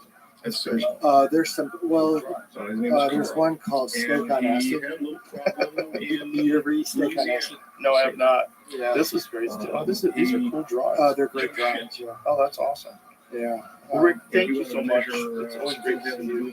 Thanks, Joe. Thanks for coming. I Same here. really enjoyed it. It was a lot of fun. All right. Bye-bye.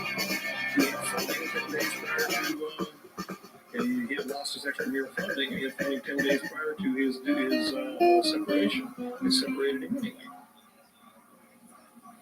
If you don't show the progressive upkeep of the funding, you're not there anymore. And it goes much deeper and much wider than publish or perish. So again, in terms of clear explanation, what is it we're trying I have some new tour dates to let you know about. I'll be in East Lansing. I'll be in Toledo, Ohio, Rama, Ontario, in the Canada, Pittsburgh, PA, Eugene, Oregon, Kennewick, Washington, Seattle, Washington, Victoria, in the Canada, College Station, Texas, Belton, Texas, San Antonio, Durant, Amarillo, Oxford, Mississippi, Fayetteville, Arkansas, Tuscaloosa, Alabama, Roll Tide, and Tallahassee, Florida, Rosemont, Illinois, Winnipeg, and Calgary in the Canada. Get all your tickets at theovon.com/TOUR. Thank you so much for your support. And thank you to the fella in Montana that gave me this jacket. Got some Indian artifacts on the back. And I just want to say thank you. I really like this jacket.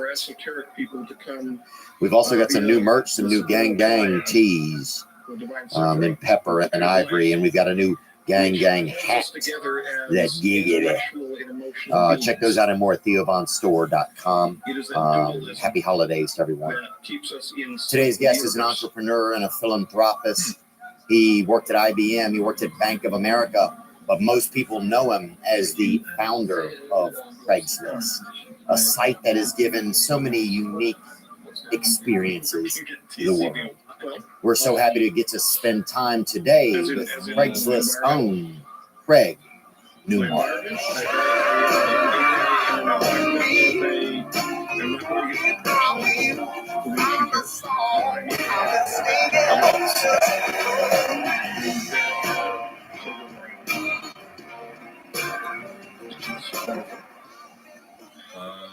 I just want to let you know, like, we're just excited you're here, and we don't have any. This isn't like a got you podcast. We're not trying to do anything uncomfortable. Obviously, you've had a very unique life, and we just want The to. thing about the I think we're children curious does that about sound it, like, you know? so Well, don't two send Delta episodes Force ago, in you to had take me Ryan out Martin. because there's kids in Yeah. this building. And Is I that how it learned sounds to one you? big That's what it thing sounds like to me. I'm thinking It didn't about sound what you like, had I love said. kids. So It sounded more like, I I'm prepared you to surrounded by mention that. innocent people, so if you're going to He drone made me strike my realize location, something, just heads up. which I won't be able to do anything about, but at least do some understanding. minor Oh, microscopy that work anger. Yes. from there. Yeah. Nothing. Yeah, he's I thought hazardous Ryan Martin was nature really interesting as a and professor over rest in would be Green Bay, hazardous. because I think anger is something that's kind of enveloping people a lot these In days. You times know, I of find it a lot in need, myself, and you always get. various Obviously, facilities. it's kind of embarrassing. Now You know, it's a weird feeling that's like, and you know, it can lead to a lot of negativity, it can lead to, you know, dangerous activities, but it also, I feel you get embarrassed of it. those You know, it kind of facilities just are takes you over. wide-ranging Well, in my as case, it's tied in with some traumatic stress. And my the shady deal is rest I site learned the for, hard way that no Blue good Lake deed goes facility, unpunished. I Brookhaven, learned that a person who's basically the Los honest Alamos area, will the never T5 be able section to proper. successfully deal with a person who Um, lies for a living. and recently, That's very frustrating because I have to keep it in. And someday somebody may I had to show be able to do it give to be able testimony. to I had maybe get some to help from me. show some evidence. Someday, when I was there. some situations I'm sitting on the other side of may the mirror. turn So I hear. into some real Because God drama, is my possibly witness, there may be criminal wasn't affairs. anybody on the other But side I'm of the the kind of guy mirror. who But people for years have been they told me they were. telling me It's that Dr. Claw. some areas I just don't have the skills and I demonstrate data. contribute by not Show talking. data sets, relative, project lists. So do you feel like you're kind of a quiet and the guy three sometimes? portions of it which are simultaneously Generally underway. quiet, generally restrained, except for reasons of comedy. Since '86. No, I know that I'm not as funny You know as what I Lotus think I am. stands for? Lots of trouble. And yet, Usually serious. I tell my philanthropic grantees that Around town. I'd like for them to tolerate my sense of humor, but not encourage Best me. problems. Yes, that's what I was trying to And so far, that's worked out well. Particularly last night, the Bob Woodruff thing. I did briefly hang out. What was it last night? Just so we can to our listeners know. Last night, It it was is. a fundraiser It is. for the Bob Woodruff Fundamentally. Foundation. This They run a network project, called Got Your Six. without Got your getting six. Got too Your deep into it, Six, like in the military Right, sense. that's been right. accused of Yeah. rambling by And it. about 350 We're way past that organizations point, Dan. were I actually think good we're at about helping. neck And deep. many as it philanthropic stands. organizations But without getting are too deep into it, this challenged project when it comes to is actually helping. But an these guys are all-encompassing good. They need attempt a lot to of money grab to for the help brass out. ring. Help out. That's the And other making thing. sure that brass ring is not And the fruit of the tree of this was life. both a comedy concert and a music I'll concert. grab just until we get to that The point. guy, I Aside think it from was that, Mark I'm not going to Norman. try to barge Mark my Norman way. was there? Yes, he's Yeah, getting he's easy. great. And We're both from New Orleans. The people who do that, starting from there, there's At least. Jim Gaffigan, so I heard. Jerry Seinfeld, and Jon Stewart on the comedy side, which was great for me. Yeah. And then on the music side, Nora Jones, and then there's this guy, Well, indeed, Springsteen. indeed. Because I had spoken to him that's before, Even just pop and I physics, told but him the ancient esoteric that sciences. as a nerd, Um, I understood that he was very popular, but that I don't know his music. for millennia, And he we've reacted conceived of quite the satisfactorily. and that um, supernatural's his, interaction jaw with dropped. humankind. His wife, this is a few What years we ago, are his seeing wife in this got the project joke immediately. is that it's The, not so the much better part of the joke supernatural. was I was being literal. It's natural. I really It's am. been there with us.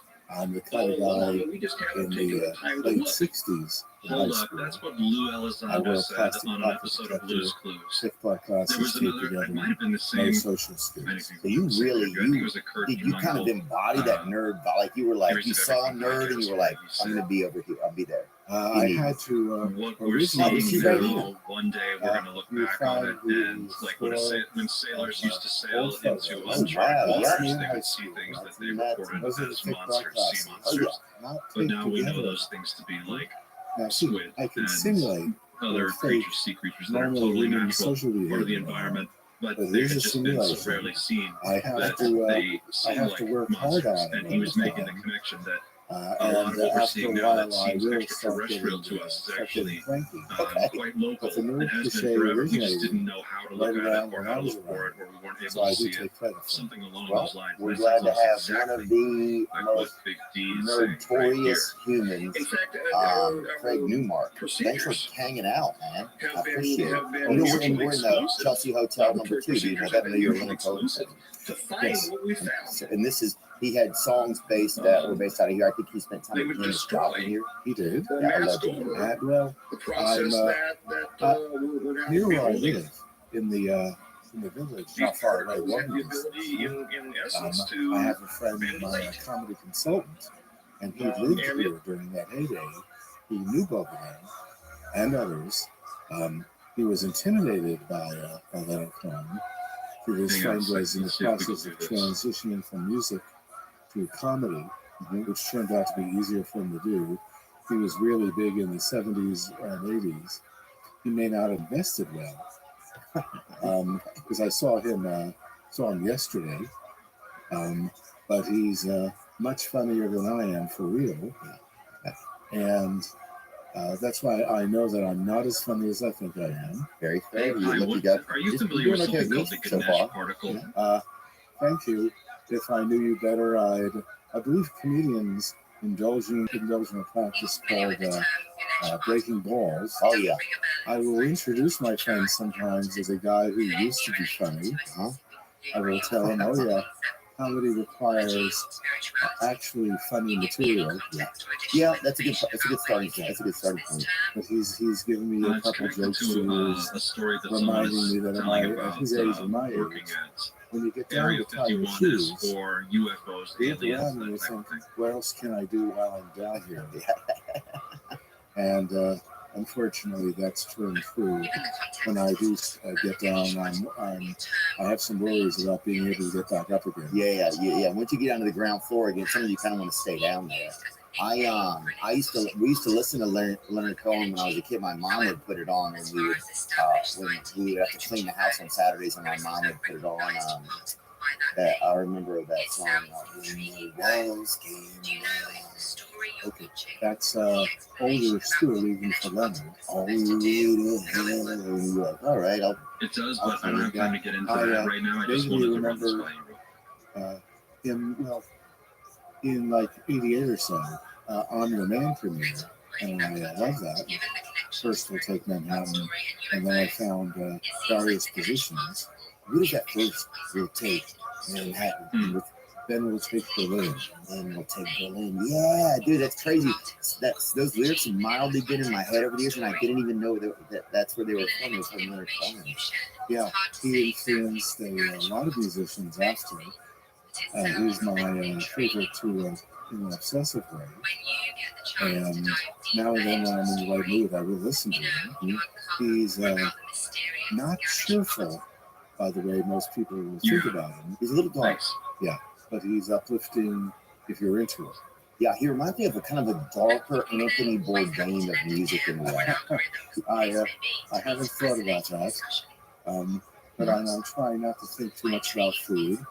Okay. Well, Well, my problem simply is that since I've been on the run all morning, I did pass a place which had what looked like a good slice of pumpkin pie. I, however, may have been disappointed. You'll see So a series I'll think of something later this afternoon. images something a little less risque, huh? Well, my problem where the is that particle is changing into the food shape of is a just too yeast cell. delicious, and it's hard to know when to stop. Yeah, well, it's funny because if you don't put a stop sign at Closer the it gets bottom to of it, it, is the more it masks. That may or may That's not what it be looks like. hopeful.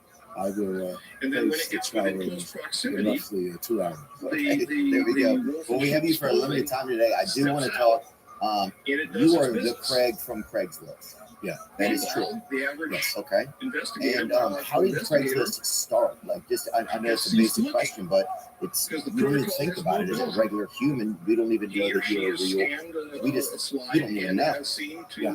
And I occasionally tell people that Craig is fake, like Betty Crocker. My deal is that I moved to San Francisco mid '93. Okay. And I saw there were a lot of people helping each other on the net, sometimes doing so getting very expensive consulting. And I took advantage of that.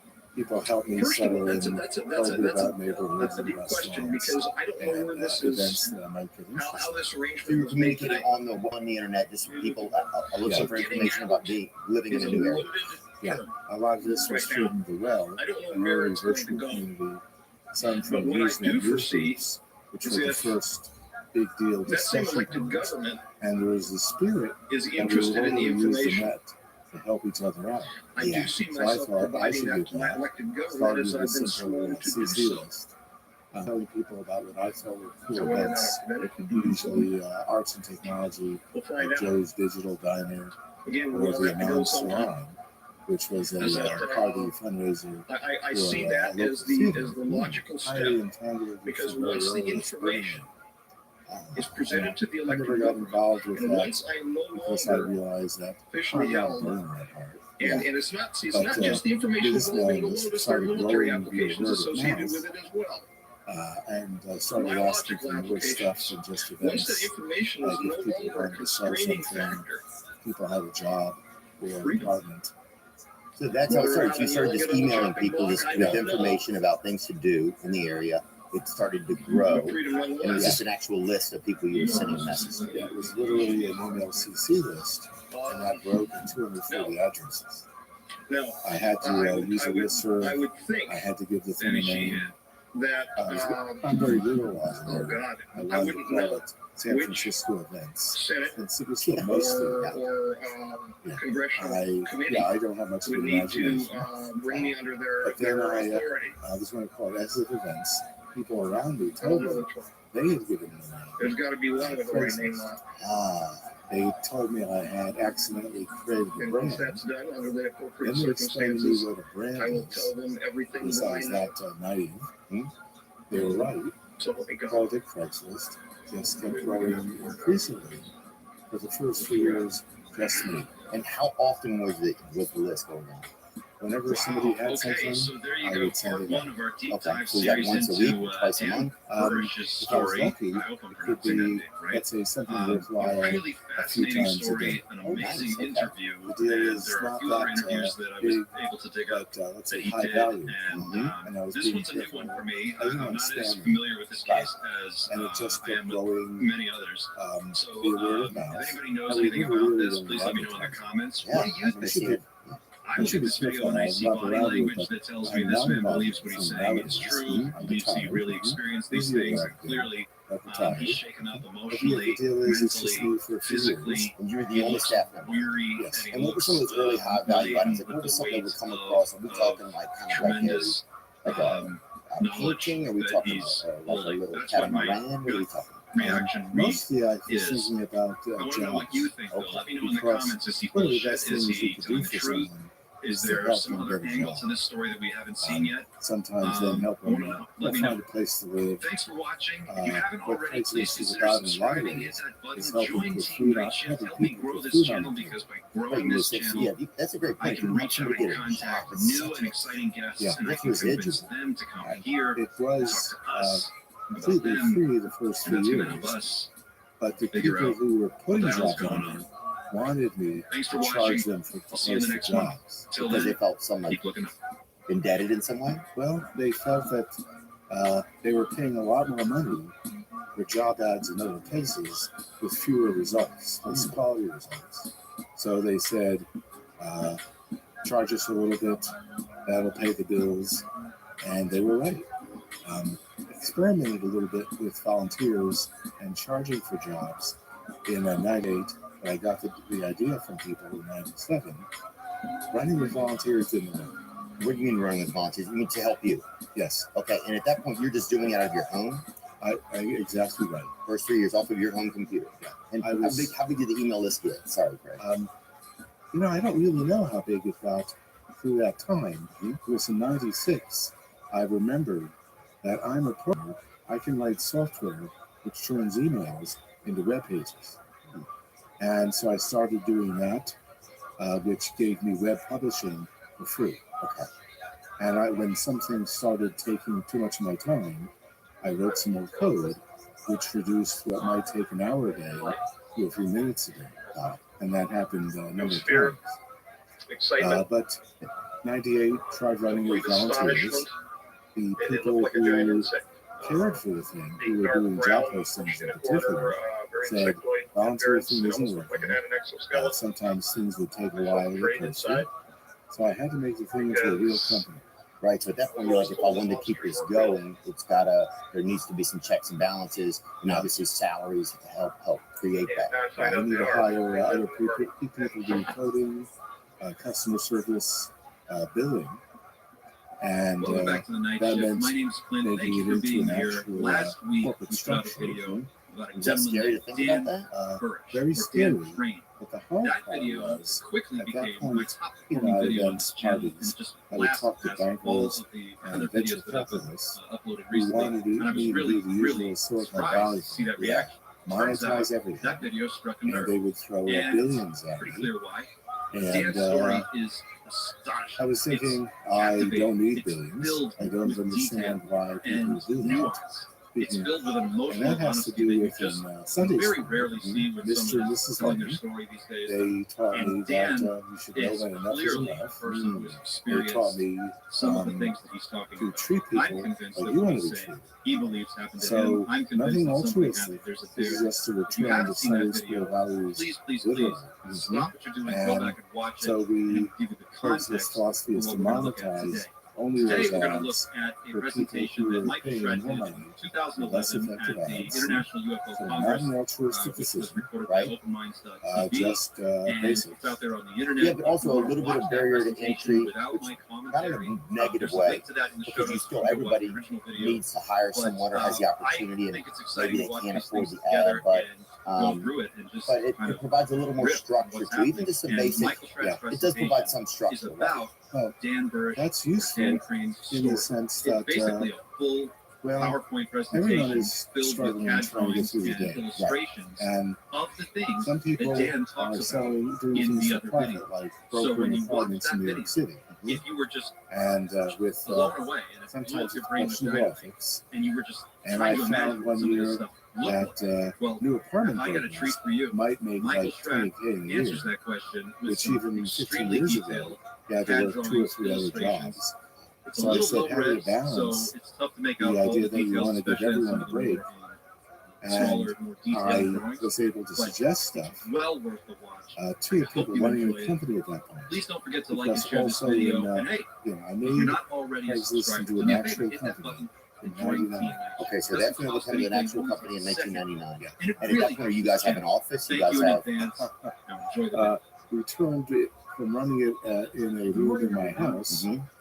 into a room in a commercial strip way out in the neighborhoods of San Francisco. And the other hard decision I had to make that year, '99, was that I started to realize with help that as a manager, I suck. Oh yeah, it's hard to be a manager, isn't it? Very hard. Because you don't realize when you're going to go, once you start to have employees and stuff, you're like, suddenly I'm a boss. And if you never wanted to be a boss, it's a very precarious situation to be in. I've been there, man. What were some of the things that you noticed you were not good at? Well, mostly hiring and firing. Okay. As a nerd, I am not good at reading people. And I needed to promote someone who would be good at that.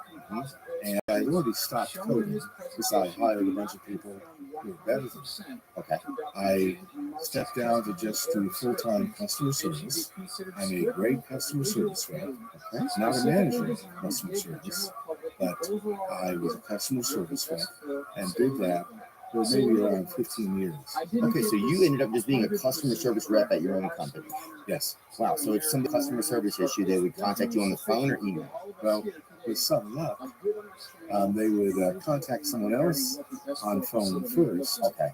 I took that As you're going to see in just a luxury moment, for Michael myself Pratt of not having is to answer the phone. an Okay. But they astonishingly would generally detailed email individual, me and because he's I got was just his, Craig at he's so Craigslist.org. organized.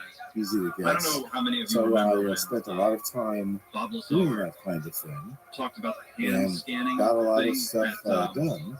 And you found yourself effective where there. you would go in and put your hand Yeah, on well, the I saw, what I like that mostly thing saw from was a lot of Spaceballs good. that scan your hand, That is, and then you could get people in, on the and net it are did- overwhelmingly the way good. that it worked was by measuring The bad bones guys, in bad your hand. actors get a lot more And press through that because method, they were able sometimes to mainstream determine media if the person could generates predict. clicks by emphasizing the bad. Yeah. This is kind The of a people normal lost their thing. minds when that Especially nowadays. What were some of what were some of the things you saw in there early that helped you to believe in the good and continue to make it go? Consistently, I saw people helping each other out. Consistently, I saw people and his ID give away badge, stuff and he just that like they the could little have tiny sold for details some that cash. blow people's minds. Like Wait till you get a load of sometimes, both Michaels gathered you don't together need the at Coffee cash, and Birch. and then you would just give away something of actual value, like old computer equipment.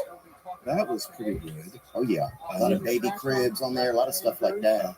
In fact, that's one not far away needs those boxes. good boxes. Yeah, I used to live with this guy named Kenny for a bit, and he was a pretty big stoner, right? And I didn't know him. Met him on Craigslist, right? I get over there, and I ended up living over there. And he would stack up on cats and stuff. And at night, he was kind of like a, I guess, kind of an avant-garde, like circusy, kind of an animal trainer guy. But he would stack all the boxes, these empty boxes in the room, and he would make the cats play on them. And he'd make me come out of my room and watch the show, you know?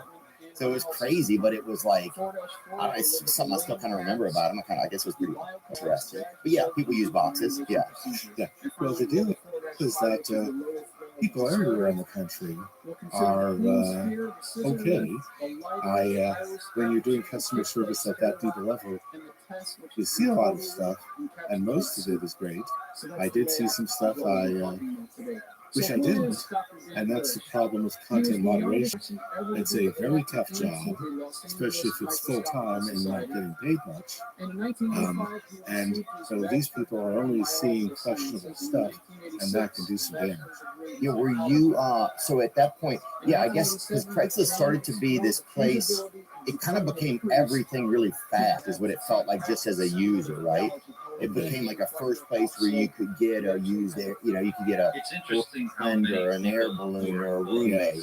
But then it started to escalate too, where there was like, people would buy drugs in there, or you'd see people like, I would do it, and you would see people, but they also had code names for the drugs. So it made it to be this kind of like, it had a fun spot to it. You'd be on there. I mean, they had like, I remember beef jerky was a code name. Those mini bennies, they had that brain dander, that baby hay was one of them. I'm trying to think of any other. That Pedrito Blanco was a stand, but you know what it was. That Dragon de Negro they had. I'm trying to think of that Whispering Mother. That was a kind of a native one that they were. It was peyote. Whispering I know Mother. that the mainstream press greatly exaggerated a lot of this. They didn't point out that what you see on the street always makes it online and online everywhere. You guys weren't producing it. No, what the mainstream press doesn't point out that if you're a conscientious site, you keep around the digital forensics. And because people leave a lot of trace evidence around, CSI style, and that years and years ago, I talked with a lot of cops who were real pleased with the way that we kept around the forensics, learned the balance between fighting crime and the rights of the accused, what's in the Bill of Rights, what's in the Constitution. Wow. So you took that upon yourself. That must have been kind of a tough navigation. Was it tough to navigate that personally, because you have this atmosphere that people can kind of, it's just a pathway, right? What I did is I mentioned this to the boss and to the lawyers and said that we got to do this balance. We had the advantage of having the Electronic Frontier Foundation available because they're the big pioneers of all this stuff online. What does that mean, the Electronic Frontier Foundation? Well, what they did is they're a great voice in standing up for the rights of regular people and that balance. You got to do the right thing for victims and cops. You got to do so in an American way, meaning looking at the Bill of Rights. And if a cop wants to see the forensics, there needs to be something like a subpoena or search warrant. That's the way things are done in our country. Those are the laws. That's a judicial overview. And that's the ultimate purpose of that, was to prevent the kind of abuse we saw under King George, literally speaking. I did have that really good high school history teacher. He taught the kind of civics that you don't have nowadays, but I took this in the 1970. I'm really old. You look great. Thank you. His teacher was great, because he even took us once to a taping of Firing Line, which was William F. Buckley Jr. He invented American conservatism, at least the modern form, and that really influenced me. Because at that point, I guess you're off on a tangent, but at that point I was looking at that. I was starting to take a bit of a look at libertarianism, that kind of stuff. Yeah, this is more than 50 years ago. So it's funny because you kind of ended up in this space later on where you're like trying to look at the ethics of like communication, who has rights, how do you protect people, but also give people the freedoms that they are deserve under their own life. Is that what you're kind of saying? That's pretty much it. These days, frankly, I've given up on politics. Yeah. For some years. I now regard terms like liberal and conservative as kind of bullshit. Yeah. And I gotta focus on helping people who protect the country. Like there's vets and their families, there's active service members and their families, and right now we're beginning to see battles on our soil, on our own systems, as a precursor to cyberspace warfare. When you think about businesses that are selling through the roof, like Alo or Allbirds or Skims, sure, you think about a great product, a cool brand, and brilliant marketing, but an often overlooked secret is actually the businesses behind the business, making selling simple. For millions of businesses, that business is Shopify. Shopify, nobody does it better than them.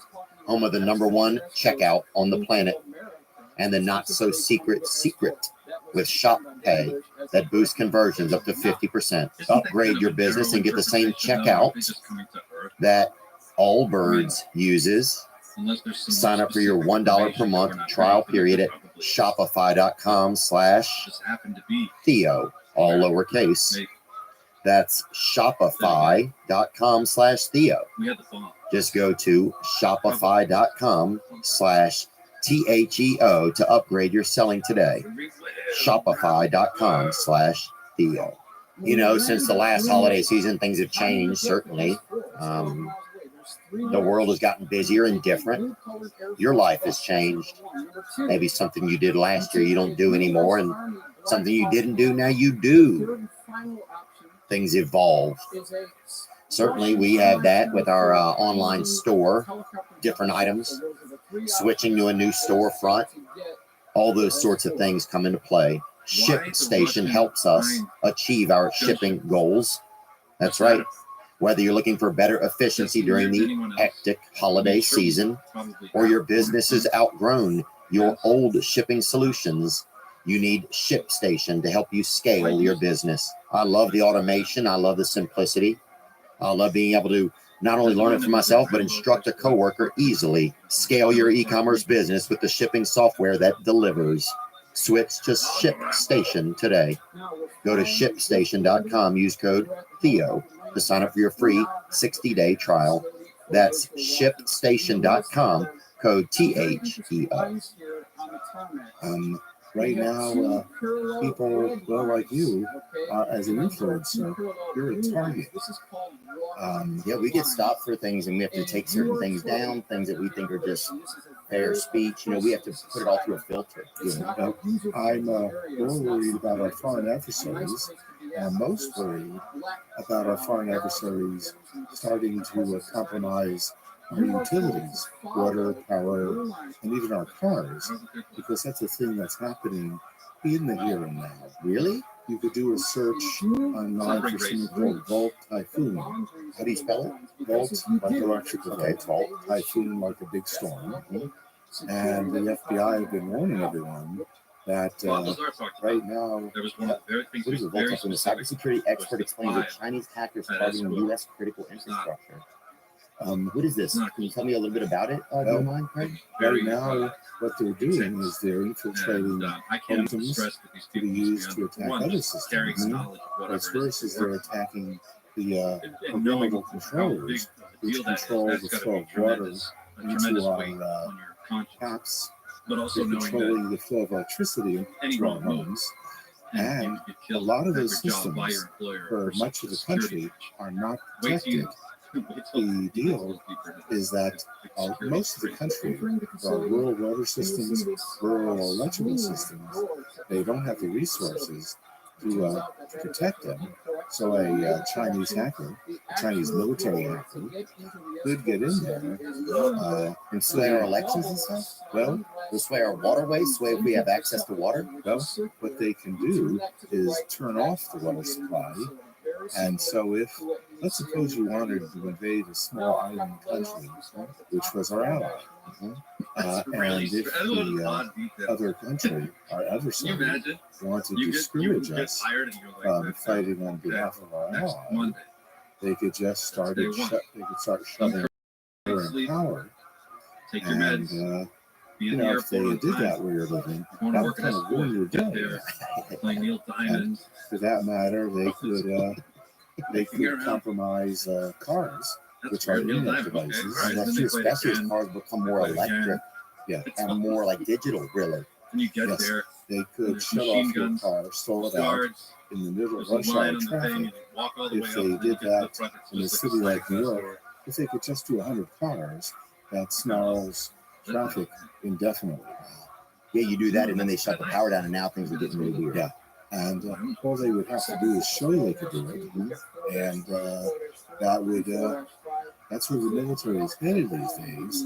It is not replacing shooting wars, Yeah. but it's more powerful. Like in World War II, the war came to our shores a little bit. In whatever's happening next, it's going to be a much bigger thing.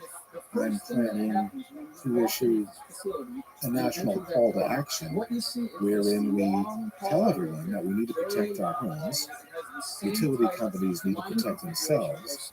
We're trying to build a networks where everyone can protect each other. I'm not the guy to really be Paul Revere, right? Because that would require like social skills. And remember, I'm a nerd. But you could be his horse, maybe. Well, I need to be something. But the deal is that as I issue this call to action, as I point out that many utilities are not protected, I'm going to piss off a lot of people.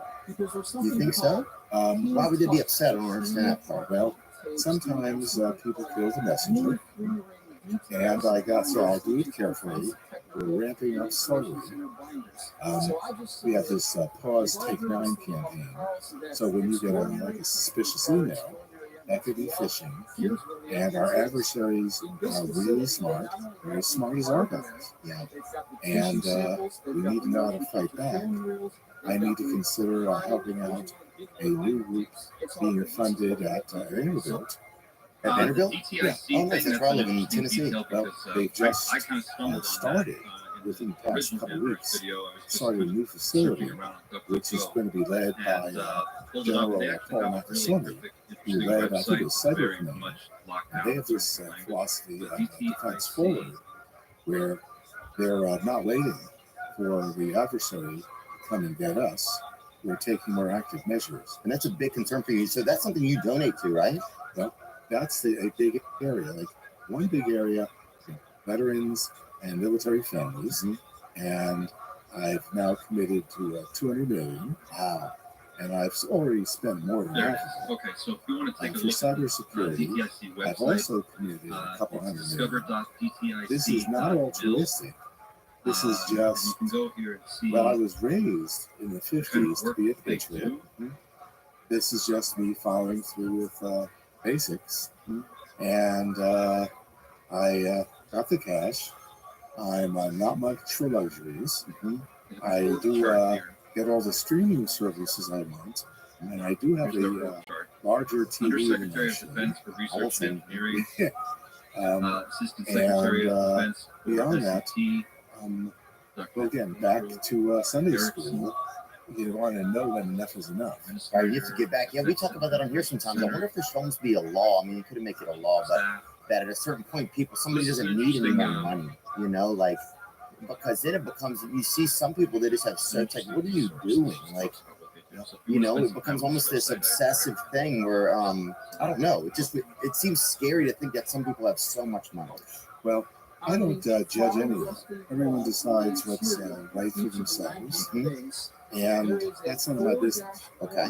I figure I should put my money where my mouth is, and then try to get some good stuff done. Make the occasional mistake, and some of my decisions weren't great, but they weren't really mistakes. You mean like in what, investing and stuff like that? You mean, or just? Well, I don't invest really. Okay. I do, I guess, yeah. What in the libertarian movement and the related financial stuff in the 70s, early 70s, there was this idea of capital preservation, because inflation was really bad. So people were finding assets which where they could preserve their capital. Of course, I was in college; I didn't have much, Right. but I invest in the literal sense very little. I just want to keep what I have for nonprofits and some for myself, and I want to keep that safe. Yeah. But that's the old libertarian background. These days, my philosophy is much more mixed because I'm, told in Sunday school and elsewhere that you do want to, well, now and then you go on to be your brothers and sisters keeper. Now and then you want to help people out who need a hand. How you do that effectively, no one knows the real answers for it. I can do a couple things. Not altruistic. It's just basics. And I learned all that over 60 years ago. I mean, I realized recently how formative that was. That's when I started reading science fiction. Yeah, it's funny how those young years, your little things you keep. I still remember like certain things that I told someone I would do like 25 years ago, and every day, every couple of days, someone's like, "Hey, don't forget, you still have to do that little thing." You know, it's funny how like those formative years and things that we hear when we're young can have such an effect on us even as we grow older. I want to talk a little bit more about the actual site. So the company starts growing, right? And in addition to people helping each other get jobs, people were helping each other. People were starting relationships on there. I went on dates off of Craigslist before, you know. Did you yourself ever go? Did you? No, I always felt like a conflict of interest. And Yeah, that's true. You're like, hey, I'm Craig. yeah, I got lucky in a local cafe. Oh, you met your Wife. wife. Okay. And we've been together for over 20 years now. Wow. And so if you have kind of some social awkwardness, what was that like for you? I decided I would take a big chance. Yeah, I've been there, dude. And told her that she's beautiful. To the guy next to me, she tells me he rolled his eyes. Yeah. And because he rolled his eyes, that's why she started talking to me. Oh, wow. So there was a little bit of some empathy there, human empathy. Well, it could have been a pity discussion. Yeah, that's another way of saying empathy. Yeah. Obviously, I charmed her. Yeah, that's a And spirit. like so, last night we were at this fundraiser because I think she wanted to meet Jerry Seinfeld in particular, and I don't blame her. I had nothing to say. I was tongue-tied, but that's how I normally act when I talk to celebrities, particularly if you're backstage and there's a show going on. And having done a little bit of that, you've got to get your head into the moment, and you don't want a distraction. Right. Yeah, that's a good point. You just want to kind of be a fly on the wall in some sense. Yeah. Wow. So you started off, said hello in a cafe, and then how long was that? Was your relationship? How long did that kind of dating life go for you guys? Okay, Well, real quick. After about 9 years, I think, was the geologist I brought her over. his I showed her Facebook on screen. presentation I don't really use it anymore. But said that he I worked said, as is it okay if I one of change the my key relationship status? geology experts for engage. these underground, deep And underground it took her a military moment, bases. but she said, oh, that's good. Because And he I was part of calculated a at that point operation that, or project where they were parental digging pressure had down grown into a significantly. particular area From to yours and build hers? this underground Hers, base. The way that they do it is they dig And four that corners worked out pretty well. That's a pretty suave online move. That's almost the most online way you could ask someone to marry you. I feel like. Well, I hate to say it, but if you consider that suave, you may also be a bit of a nerd. I think when it comes to there's like talking with women, it definitely it's not my I wouldn't but it was full of Yeah. rays. you're not Okay, that's According another to Phil, cliche he again. got, I'm still socially he awkward. was attacked. Sometimes full I on could his disguise physical that. Yes. shot But of that's ray. still They me, hit him with some kind of and type it's of not weapon. going to change There now were that I'm Delta in my Force guys sunset there who years. went down into Sometimes it doesn't go away. You kind of start to learn it. There's a whole I think I just had I have the tough thing of asking a girl out. Like sometimes I'm okay with talk. I'll get good with talking with a woman, but it's just that next part. We'll just be standing there and we'll be like, well, somebody should ask somebody out or walk away from somebody, and then you're just still standing there. Yeah. Well, that's the purpose of misconnections. Yeah. Which anecdotally I know works once in a while because I've encountered over the years a bunch of couples which had gotten married. Lots of misconnections. Yes. And I like that a great deal. It is romantic in a understated way. Yeah. Well, how did that start? How did that misconnection start? Well, he decided he wanted to put it up. He was the boss then, so he did. Well, Jim was the guy running the company at that point. When I realized that, again, I'm a terrible man, I already hired Jim, who's a good man. Jim, what's his name? Jim Buckmaster. Yeah. You'll see pictures of us together, and if it looks like we're at eye level, it's because I'm standing on a box. He's a smaller guy. He's a big, he's a foot taller than He's a me. taller guy. Okay. So it makes for good Oh, there you are. You actually did everybody. That's the old office space, and I was the one who suggested the gag. And kudos to your wives for being really good at pulling stuff out. Craigslist.org. Yeah, man. When you guys were the first one to do .org, people were like, what is it? People thought it meant Oregon. People didn't even know, where is it? It was an early use of it, and our approach was to be this minimal monetization thing, and there's no category for that online, so that caught the spirit, and Yeah.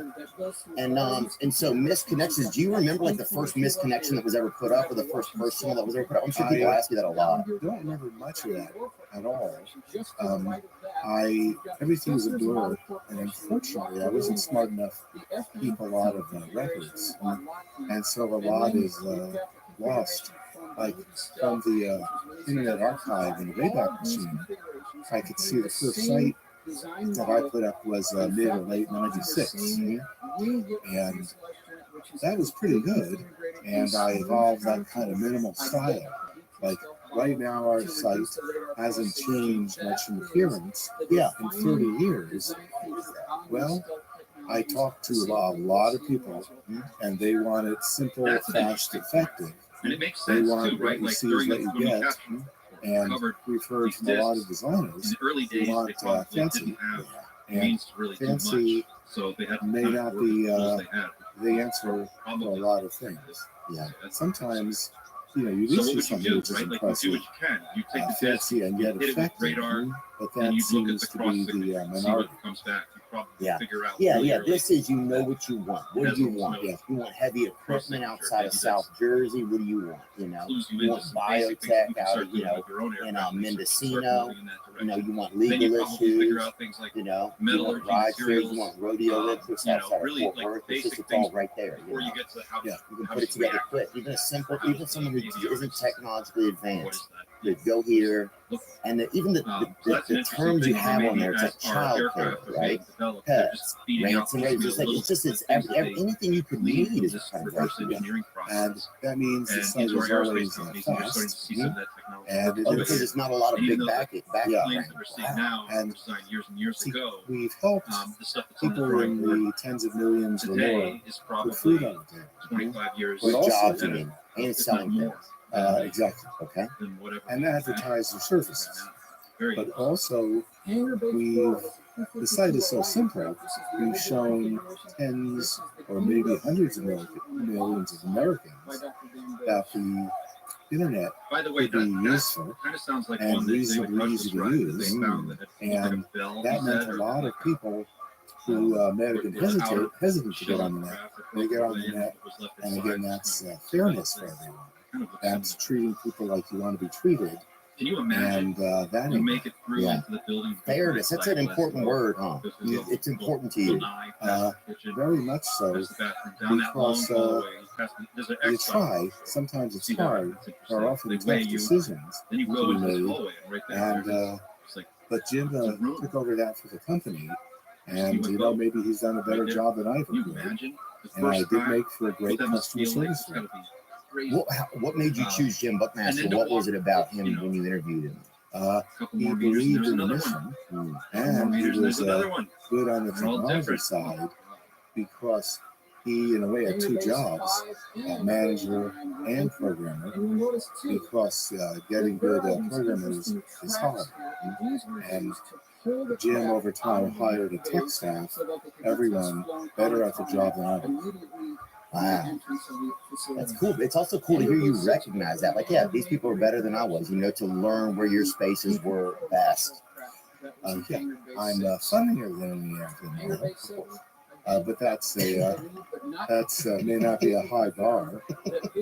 They did sometimes do great things, and like they would sometimes pull out great ads of all sorts, particularly Missed Connections. And for a while ran running best of Craigslist. Although I haven't looked at that in a while. You see, with the philanthropy stuff I'm doing, that's consuming. I'm now working harder than I've ever been, because I guess I am in a mission. Vets and their families need our help. So that's one of your important causes. This next one is Independent interesting because this journalism, reminds me of the Rendell veterans. What is another philanthropic cause you Well, doing? Specifically, also active service members and their families. near Okay. the Air Without Force going on Base a where run, I'm there was shocked nuclear weapons that were military stored. families aren't One paid security enough detail actually to approached the craft. get both Just a stand on good the place craft. to live There was another and, guy, I food. can't remember his Yeah. name, but And Stephen the Greer had a model press conference used to be the a year or volunteer two army would ago be that, single rounds. another Well, gentleman there's a talked lot about of seeing families. a black They're triangular craft relocated about 600,000 times a year. on the highway. Yeah. And that's where Blue Star He gets Families out, he comes says in. he touched it. I can go on a Oh, great this will be length, and I another think I'll video stop that we'll there. go back But that's the name of the organization that you help And support. he said when Yes. he ran his hand Bob Woodruff across the Foundation for craft, Vets, Okay. it felt like shark 25 skin. million from last night. This one way was Wow. really smooth, And I then happened pulled to it back, have it was a like shark meeting, skin. He said when an he pulled it event back, it was like with pixels Blue Star jumping off. Families, Almost which like could some kind also of use something like nano-engineered that, but which I material won't that was pre-announce. A displaying fundraising some kind event. of Well, if you guys ever image need a of the comedian, surface one, of I'd love to come. I craft can't believe it. I wish I'd have seen known visible. last night. I would have gone. That would have been awesome. Well, the crazy connection is through But the Caroline one, Hirsch, the Okay. Rendlesham story, used the to run triangular craft that Caroline's, they and now encountered, runs the New York he Comedy touches this Festival. craft, Yeah, that's and going then on he this week. receives it Yeah, that's a down world into his brain, I know nothing binary about. code. And he I takes that kind binary of would code, and like it's like to, in his but mind, he's repeating these are, numbers. He gets up one busy. night at a hotel. I should do He other takes a things. pad and The comedy cellar pencil, is down and the he street starts from me. writing ones and I've zeros. never gone in. Like frantically, Really? he fills up pages Well, and they pages. seem to By the be time he's done, booked all the he's got time. Yeah, all they're ones pretty. and And zeros. it's limited Which were seating too later in there. entered into And they're a, supposed to open at least one more space. somebody translated And, binary, and there's an actual encoded yeah, I message there. should And the message get off my is butt and great. do something. We'll save that for another day. But there's always lots more work. Not only my own work, but let's say my in-laws need some help. Oh yeah, they always do. And God. fortunately, we can do a good job about that. But I got to stay focused on the areas where I'm doing some good. Right. The cybersecurity part is part of that, because this is the new war. And did you start to learn that? Where did that interest come from? Where did that realization that cybersecurity is going to be such a big thing? So we had a good team for that. Right? But did you have to have that? Like, say if someone was attacking Craigslist, this is what I'm asking. That's what the What guy would they in the crowd was really weird. Try And he to touched steal it and pixels proprietary were coming off of it, information, and it which was did have shiny. It secret felt like shark information, skin. like I payroll, wonder if that's the same client list. We didn't He have says he much of saw that this because we were a outside of the simple base, out of the highway classified at site. night. But people Across their thought car. that we And had it was like a some drone. It wasn't that quote big. unquote I don't secret remember how sauce. big he said it Yeah, was. some It big wasn't fancy the And, stuff. size of- And the irony False. is that was never the case. That's an interesting story. And yet people tried to do things. There were some problems with leakages of that information. But the problem that I'm not concerned with that at Craigslist now. I'm concerned. Well, I've been reading about this for decades, and now I see that an adversary would do something like, they would try to. A form of warfare would be to try to jam or hack a drone. Right. If they turn your drone against you, you're going to have a bad day. If it's an autonomous drone, one that's figuring out where the enemy is for itself, if they could subvert it, they would turn our autonomous drone back against us. That would make for someone's bad day. Yeah, imagine if we sent out a drone and it's supposed to get information, send it to artillery unit or a missile that's supposed to fire automatically from the information from that drone, and they're able to hack it. You could literally our army themselves. There's a lot of mundane things like our hot water heaters at home are becoming internet connected, so sometimes they could diagnose it remotely. Boilers like that in factories, there are painting robots. And those things, if hacked, they could start running them at high. An oven could be just told to run at high until it burns, causes a fire. And if there's a few fires like that, the first responders can deal. But if there's 1,000, you have a problem. Yeah, if somebody hacks your ovens, you don't even think about that. Somebody hacks your ovens, next thing you know, there's 1,100 fires in an area. Now, the deal is that there's room for optimism, for help, because there are already people who are really good at dealing with this. What I'm doing is gathering together, funding them so that they can work together, starting to work with local governments everywhere through the country, starting to come up with, let's say, some best practices, because we have some breathing space with them. Got it. And the idea is that water supplies, power supplies, they also go down because of natural disasters. They need to be resilient. They need to be where you knock them down, they can come back up in a small amount of time. Well, it's even funny, like even with drones, like when I was a kid, you had to do a little bit of That's an interesting time, right? If you wanted to look into somebody's window, you had to go over there. I wonder how I now- don't know anything about that. Yeah, I'm not saying you do. supposedly Yeah. they machine And these things about and I'm how not saying I much did. they're You know what I'm gonna saying? do. But I did. That I did. I know. But yeah, somebody here does, and it's me. Or if it just lasts Well, what I'm saying is this: now, as a kid, you can use a drone, more or less. and that's the laziest thing. You had to go risk Really, getting beat up by a woman's husband to look in their window, even if they were just cooking or whatever, right? I'm not getting lewd with it. I'm just saying, But now you can just get a drone and go do it. It's like just breaks my heart so much. Well, in Manhattan, apparently that's illegal. And right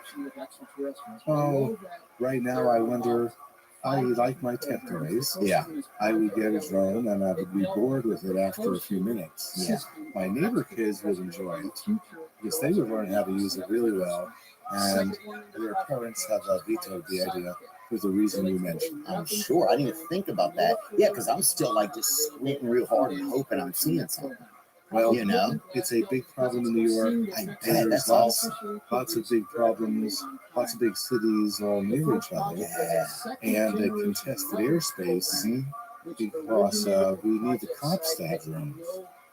You know, It's just getting great. You know, yeah, it just, you don't think about all those things. You don't think about all the ways that we could be hacked and the immediate effects of it, you know? yeah. So we need to protect ourselves in all sorts of ways, and that's why the idea is to build networks of volunteers who are running, let's say, the nonprofit world, the NGO world, and that way then they cooperate with other parties. But we do have to. Well, it's like World War II. We looked out for each other. Everyone tried to play their part, and we're looking out for each other in that positive way. Isn't bad. Yeah. And like right now, if something starts happening weird with my baby camera equivalent, I would like to be able to get help from someone. Right. And even worse, if the oven started running away, I would want to know what to do about that. Yeah. Yeah. When Craigslist, at what point were there ever categories that you wouldn't do? Were there ever? Right, very early on, we heard in large numbers that people didn't want gun sales on the site. And there I am thinking, because I still have some influence then, there are constitutional rights there, but one of them is property rights. So if you have a site, it's your property, you get to set the rules, so you decide what's right and wrong there. So I believe in property rights and freedom of choice, and that's what you exercise. And that's what people do through the net. It's your site, your thing. You decide what the rules are. So you were able to. So you actually got to decide that or not decide, or you and your team? Team. Okay. I had an opinion, but I wanted the team, as such as it was, to work it out. That was a little bit of good management, but I couldn't consistently deliver good leadership. And even now, I'm not a top-down kind of leader. Maybe I could lead by example. My frustration in a way is that I want to be able to lead by example when it comes. There's a lot of people with a lot of discretionary money, billionaires, who maybe could be doing really good stuff with that. How would you And I'd like to have the skills to inspire them. I don't have those skills. How would that Well, I think even hearing today, the things that you care about are things that sometimes I don't even think to care about in some ways, or fears that I think that, you don't even think that, somebody has to, you need to have, a person needs to donate to this because maybe our country isn't worried about it enough yet. So I think it sounds like you're doing a good job. When you, did your company, because I'm trying to think, so guns was a thing. Did you guys end up selling one there or no? No, we said no guns. And swords, anything? I have a feeling swords are okay, but I've never thought about it. Yeah. I'm trying to think of some, well, drugs are illegal. They're off. The drugs were off, but people would try to skirt around that. But even then, some of that was sometimes also. Now, were there ever could the cops use your site as well if they wanted to as decoy type of stuff? I hear gossip about that. I don't know how true that really is. Right, because you don't know, right? I do know that the cops have used the site in different ways to fight crime. Sometimes, let's suppose they think they see a stolen item being listed on the site, then it's true for anything on the net. If the cop sees something they think is wrong and they have a shot at doing something about it, they send a subpoena or a search warrant to the site, and then the site, the operators usually pass it to their lawyers, and then the site operators provide the forensic evidence to the cops, which again is like CSI and just fighting crime there. The deal is in this country, these checks and balances, in the Constitution and Bill of Rights. And you know, the founders of the country did a really good job of that. Yeah. You know, there are amendments and so on, which we only thought of years after. But the people who did the initial work did great work, and it, for the most part, stands up to them. They built a good structure over there. Yeah, well, it's funny because you guys, it was, just like, it's such a part of history, you know, it's such a, I mean, I went on dates from it. I remember I met a girl, I met a girl on, I mean, I would use casual encounters too, you know, it's like, that was sometimes, I met a girl one time, we watched a Nets game and made love, honestly, and we signed our cats, right? And I was like, you know, and we had a great time. I think we dated. Well, there's no accounting for taste. Yeah. But I'm glad. I'm glad. Yeah, I know. Who wants to be a Mets fan? Yeah, you guys can remember that one for later years. Oh, maybe I think we actually met up once. But there was a place, you know, I was like, I had such a tough time at a certain point in my life dating. There was something that added a level of mystery about it that I really liked. I've never thought about that. Oh, yeah. That's Everyone exactly how the works Stargate differently. works. Everyone does have different James Spader tastes. figures that out. He's the one who figures it out. That's none of my business. There's Yeah. a great scene where he's You know, explaining this. to as one of long as those it's people who's legal. like Oh, yeah. It was legal. spilling Did coffee you, all over the place. He's trying to, It's like, funny to say that people started marriages. So people even got married off But he of basically figures out how to putting out a navigate dating, like I would like to meet so someone. crazy. Yeah. You know how to Wow. get Did back. you ever get invited to a wedding or anything? I have gotten invited a number of times. This seems a little I'm not much for ceremonies interesting parallel. or though. galas There or have been anything like a that. number of people in And the my years who relatives, said that know this this show, very well. the movie Stargate, I the have show, a were a form of dispensation to and not they think with a go lot of to little some of the more obscure details in events there. on They my just life kind side. of folded them into the show. And I'm In fact, there's even an episode on of the the record, show, I'm very grateful. Stargate SG-1. There's an episode called I think your comedy's getting better. Wormhole Extreme. I've promised, is so about if I'm offered open within the mic night, universe I of the will not show. do it. They find out that there's another TV show. Is Big pornography causing a problem in your Man, that life? refers back to their Do you Stargate find yourself program, watching versus porno versus for versus longer and it's periods just of a whole play time on this idea. and having trouble stopping? And it's kind of a weird Is wink, wink, porn nudge, affecting nudge, your so relationship or dating saying, life? Yeah. this Well, show you're is full certainly not alone. of disclosure. Watching pornography has become so commonplace today, and oftentimes men use porn to numb the pain of loneliness, boredom, anxiety, and depression. Shame and stigma prevent men from talking about these issues and getting help for them. I want to introduce you to my friend Steve. Steve is the founder of Valor Recovery, a program to help men overcome porn abuse and sexual compulsivity. Steve is a long-term sexual recovery member and has personally overcome the emotional and spiritual despair of abusing pornography and has dedicated his life to empowering men to do the same. Steve is an amazing person and he is a close friend of mine.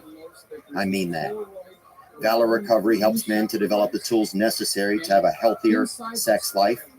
Their coaches are in long-term recovery and will be your partner, mentor, and spiritual guide to transcend these problematic behaviors. To learn more about Valor Recovery, please visit them at www.valorrecoverycoaching.com or email them at admin@valorrecoverycoaching.com. Thank you. When you guys, at what point did you realize, okay, I need to, had you had enough of the day-to-day? What made you start to decide I want to sell the company? I haven't sold the company. Oh, you haven't sold. Okay, sorry. Here's the little history to prevent some confusion. Okay, I gave a guy some equity. I made it a gift okay. on the expectation that he would deliver. That may have not happened, but he wanted to sell. Sold to eBay, didn't work out, and we brought that equity back from eBay. Nice. Now, what I've done is I had a chunk of equity stock, and again, thinking, I don't need this. So I created a C4 foundation, put all the equity in there, and that's what generates dividends and sales. Okay, and that's what I'm using to fund these. So I now have a good idea of how much money I have to give away with the rest of my life. Because you can look at the residual, the dividends, and That kind of stuff.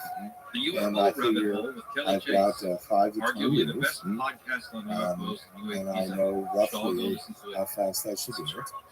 And my trouble is that I'm 72. 20 years out, I may have to conduct due diligence via a seance. And Ouija boards don't have the bandwidth on me. So I may just come back. yeah, hey, that would be awesome. Yeah. Oh, I could definitely see a spirit looking for a place to stay. You know. You have an excellent point there. Although computers don't operate very well in the afterlife. Although I'm making an assumption, and I don't know if that's true. So you still own it? Oh, this is an important distinction. I now own no equity.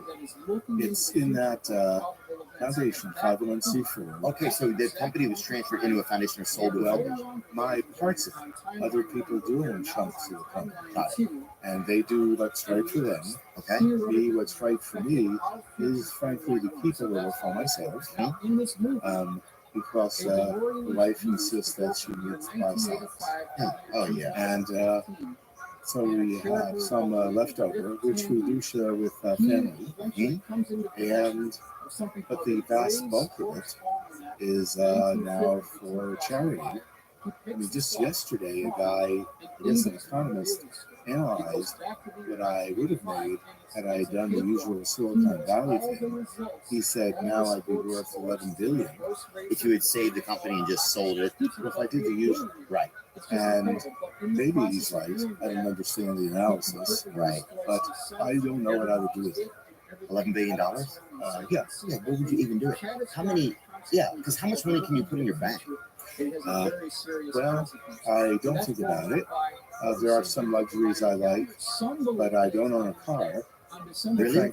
Frankly, between the subway and Uber cabs or Lyft, that's what I need. Yeah. And again, this is not altruistic or anything. This is just being sensible. And altruistic, just so our listeners know. Altruistic means that you sometimes value helping other people more than yourself. Okay. It's the Bible thing. Right. And I agree. I just, my variation is have enough to be comfortable and to indulge your family, maybe friends sometimes, and then better to give stuff away.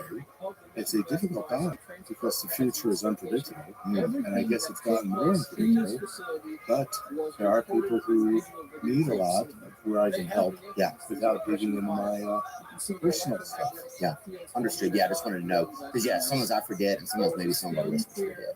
Did you ever feel like other tech companies, who, even though they were probably, I bet, secretly jealous, looked down at Craigslist because it was this, like, what was that like? I just wonder. They're quite explicit. It's not a secret. They don't like this model we have of doing well by doing good. Sometimes, let's say they're not respectful of it, and that's okay. Yeah. The thing is, I remember what I learned in Sunday school, and people often forget. And again, not No, I think it's fair to stand up for also what you were aiming for. But I've met a bunch of rich people. None of them are not all that happy.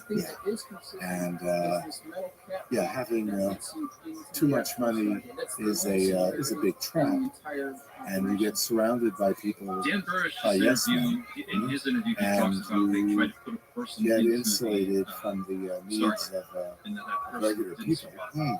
and that does some real damage. How do you keep yourself balanced from that? Sounds like Yeah, some because threats. it's interesting because you seem like someone who would have a fair answer to what are some of the side effects, the negative side effects And of then turn.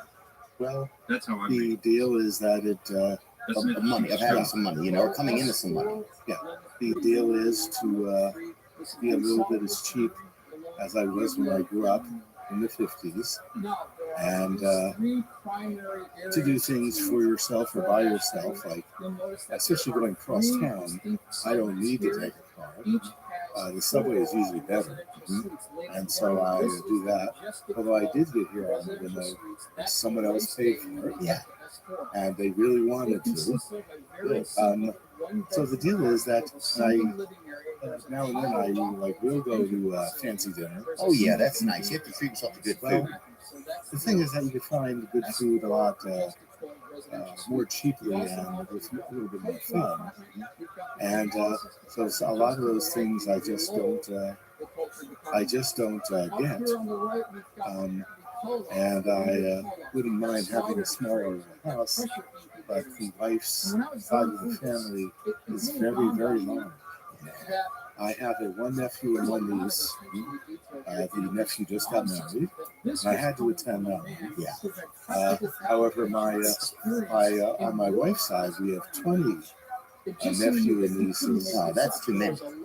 Well, it mostly means that I've learned to control my language because I don't want to catch shit from any of my relatives, and it works out pretty well.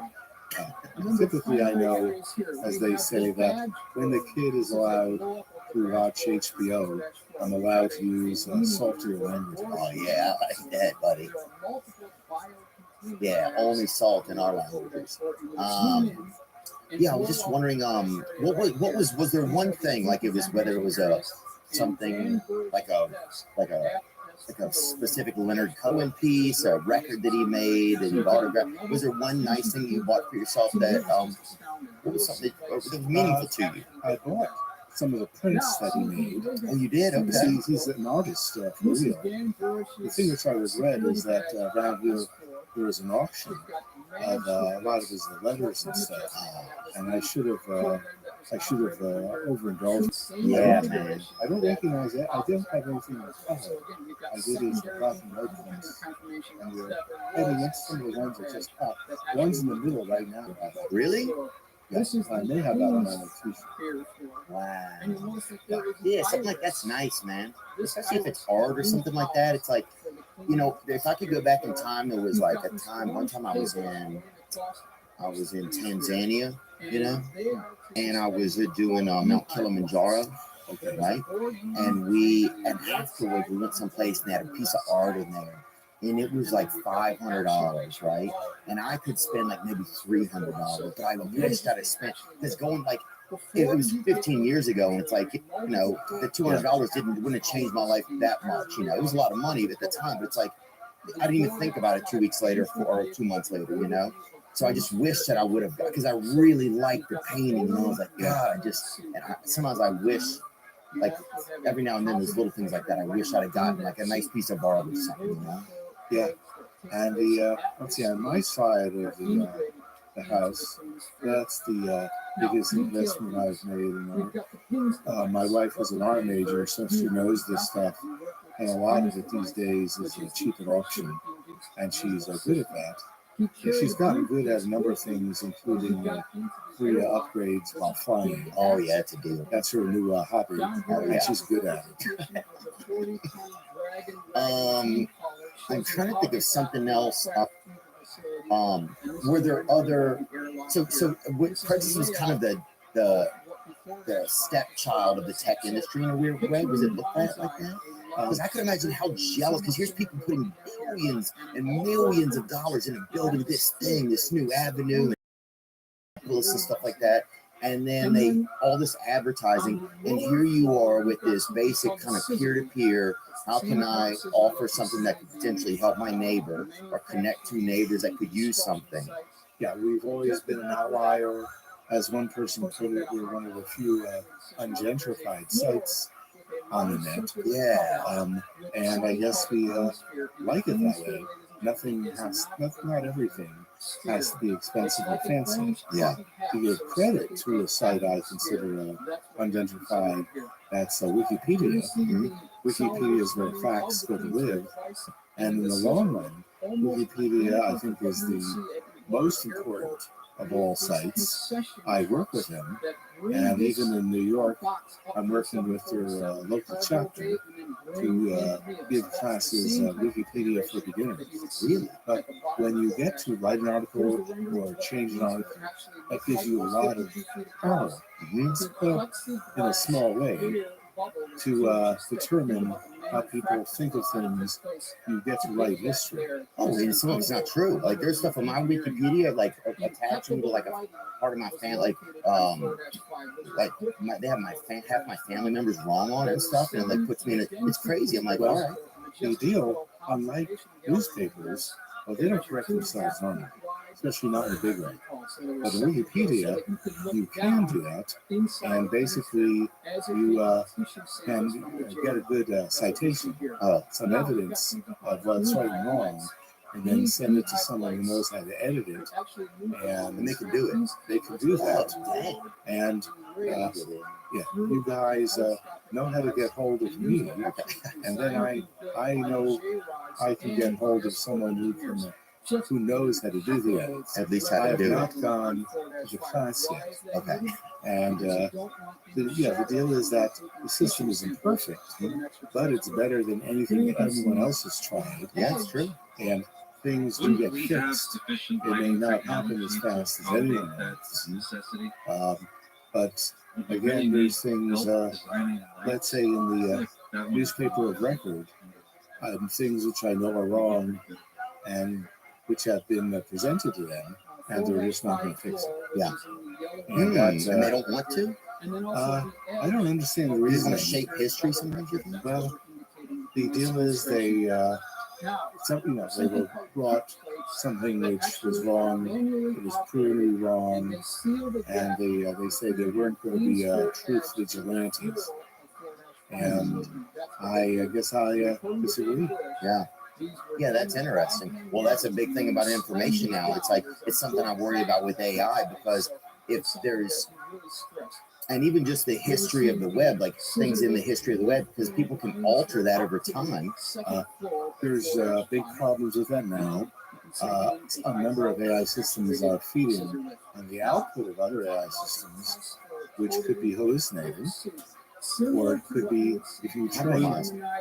Yeah, well, that's one way to do that, and I like the idea of really good AI replacing or supplementing search, but I worry about that also, because even if I just casually screw around, I can get the AI systems produce wrong information, and that they get it right. I do have a lot of hope for AI doing customer service, because if it's done with commitment, if it's done right, it could be done much better. Because sometimes, like you call up for customer service, you get a call center someplace where they just don't know how to do it, effectively sabotaged by the management. Sometimes I become less impatient. So you'll call up customer service, and they're like, we don't even know what you're talking about, but they still answer the phone. Like, who are you? Yeah. Like, And we don't even, yeah.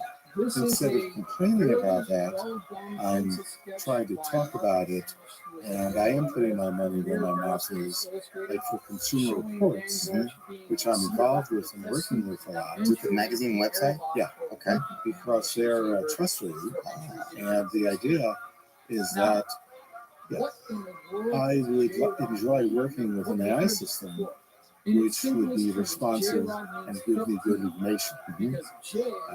And even if it can't, maybe it would kick it to a person who might have to do research, but at least they would be good at it. Understood. Yeah, I actually have a question about that, but I want to remember to ask this. How did Craigslist make money? Like, oddly enough, since we run very lean, Jim runs us very lean, and even though we minimally charge, that makes enough, because we're not expected to produce great results for VCs, for venture capitalists. Yeah. So you don't have these money guys like, I need my return. Yeah. If no one's invested millions in us, we don't have to go public. No one's looking to get billions. And I'm happy with the current results. Yeah. The future is scary sometimes, but this works out pretty well. You've also talked a lot about, yeah, that's your water. Yeah, exactly. I have just like one or two more questions. Inset eyes and disproportionately large head. He had a small nose, long arms, and no teeth. I'm stubborn. Interesting to Stubborn? note I am that the stubborn. designation for this particular J-Rod Oh my God, dude, you're crazy, Craig, because I've never heard somebody. AZ2. That stands for extra. Imagine I'm trying to open a water, right? I can't open it. 1953 UFO crash retriever. And then I say I'm stubborn. Like, I'm stubborn. It didn't even make sense. To me, that was very funny.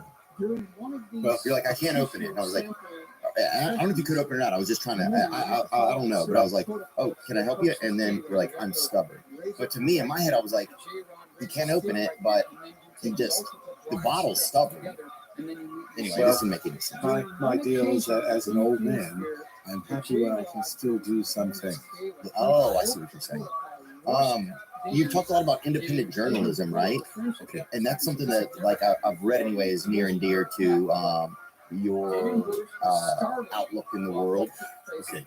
Well, what we learned in U.S. history in this high school class is that a free and trustworthy press is just required to keep a republic alive. And the whole media system is fractured in all sorts of unpredictable ways.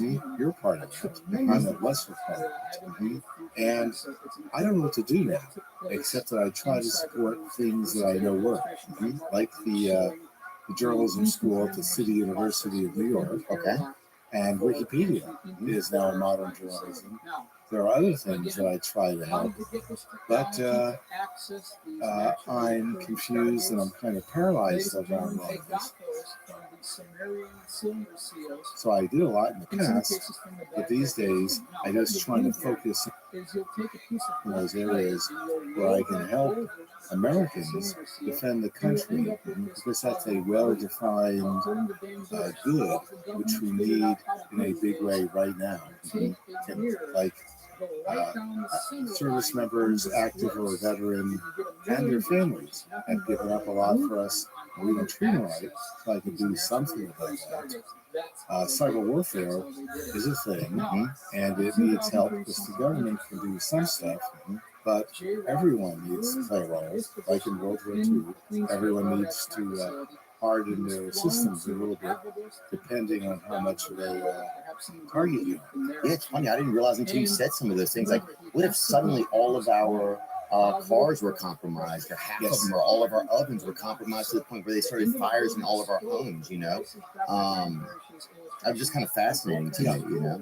Well, it means also I've read too much science fiction in my time. But if 1% of those systems were compromised, that alone is a big problem. Yeah, you didn't realize it.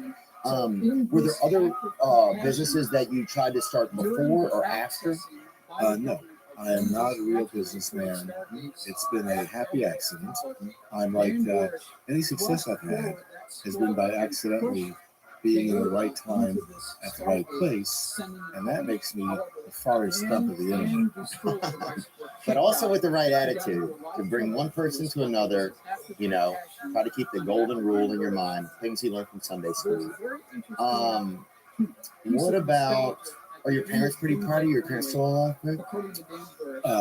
They passed long ago. Oh, they did. I'm sure they would be. I know that my high school history teacher learned about his contributions to all my stuff. He heard about it while he was still around, and that was a big deal. Oh, that probably meant a lot, huh? Yeah. And focus teachers work hard for little pay. Oh, yeah. So anything, anytime they have any long-term effect is a big deal. Yeah. Yeah, it's so funny. I still keep in touch with a lot of my teachers. You know, it's important to me. I should, but at my age, there may not be many left. Oh. That's why we got to get that Ouija board going. Yes. You know, I think that's the next level. What are some small, before you leave, Craig, what are some goals in your life like right now? I know you've talked about some of the kind of work oriented and giving back. Yeah, that's are there any kind of personal goals, or are there anything like That's a really I don't interesting know. presentation. Is there any because, kind of goals you have even for just like the human amount of detail. Can you for believe it? yourself, things you still want to learn or do? Professionally, I want to. It's crazy enough to watch Dan's initial the interview where household he lays word a lot of everyone this stuff takes out, and then seriously. without proper context, some of it is just so far Personally, out there that it's really I'll be glad mind-blowing. if the But dentist to tomorrow see uses actual nitrous oxide. CAD drawings and Yeah. illustrations to And accompany I will that make story the same joke over really again. builds out That a is, can I world take the bottle that home? appears And he very will realistic. refuse. The amount of detail. Like I've got some notes here. But we like to I do was just that. jotting No, down. we while do I was like to watching do this. that. Um, I think that's good. A number of That's questions jumped pretty to good. mind. Is there anything else that you want to The share that's important to you? Timeline paradox. I If think there's you some got it all, and I way think people to will be tired perceive of hearing and from me uh, after 90 minutes. act on Well, I do know if you events if you, or to if see you really want to get some possible nitrous oxide, you might be able to find some on Craigslist. might that have something I've to been do advised by with my medical team with this against it. accelerated push for All I can disclosure that remember, you seem well, to for be sure, is witnessing like right the now? Batman says, I'm We- not the we've nerd talked you about it on want, this channel a lot but I'm the before. nerd you You got. notice There's a lot of Man, I don't know how somehow I almost get your sense of humor now, There's Craig. a lot It's of very people interesting. That might be tragic. coming out of the woodwork. Well, thank you, man. Thank you With for I just like some. I credentials like your saying initial goals of like Unbelievable my goal is to things help one person and find pushing something. for This person's disclosure in need. in a This way person that might has have this. never How can I be of service there? And we've heard Learning whispers when that you this is notice tied to that some I'm not kind a of good manager of this, so I need to get some help here, right? It's not a strong suit of mine. Maybe this world, but the customer relations is a strong suit of mine, you know. And that's interesting, just because sometimes we all feel like we have to do everything in different spaces. And then, and I'm glad you found a lady along the way. How long's your marriage been now? Married 12 and together 20. That's great. And it's good that I'm better at remembering those dates than she is. Yeah, amen. Craig Newmark, thank you so much, man. Hey, it's my pleasure. Appreciate your time. Now I'm just floating on the breeze, and I feel I'm falling like these leaves. I must be cornerstone. Oh, but when I reach that ground, I'll share this piece of mind I found. I can feel it. Very interesting connection there. I wonder how much that's related.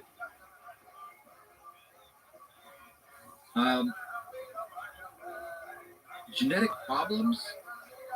A lot of you pointed out after Dan's video that it seems a little strange that super advanced extraterrestrials would need our help solving some kind of genetic issue. I agree. I think that's a weird one. I don't know if that might be, it's possible that that could be if J-Rod was suffering from a genetic issue and he's separated from the rest of his technology. So he's here, but we don't have the rest of his civilization to support his medical needs. We would be forced to kind of work with what we have. And it would make sense if J-Rod was able to communicate to his human handlers or his captors or the humans in charge of this program what he needed and maybe instruct and help guide their technology or their research. It's possible that maybe there was an effort underway to get the humans up to a point where they could actually do something that would help. And maybe maybe there's something like that going on. That's the only thing I can think of. I do think that's a great question. A number of you asked that question. Like, why would they need our help? Surely they would have superior genetic technology than we did, especially back in the late 80s or 90s. He was in captivity, I think he said, from 1952 until potentially present day, assuming he's still alive. J-Rod. Dan Burrish said that in his communications with J-Rod, the being appeared to be suffering from clinical depression, which makes perfect sense.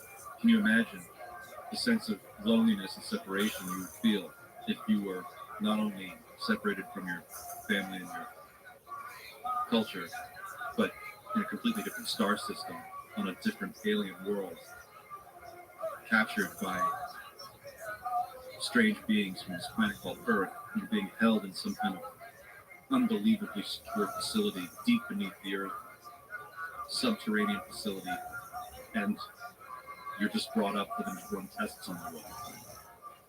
I can see how that would be not only depressing, I can see how that might rub some extraterrestrials the wrong way, and it's possible that that had something to do with some later visits. Maybe that has something to do with the overall agenda, what's going on.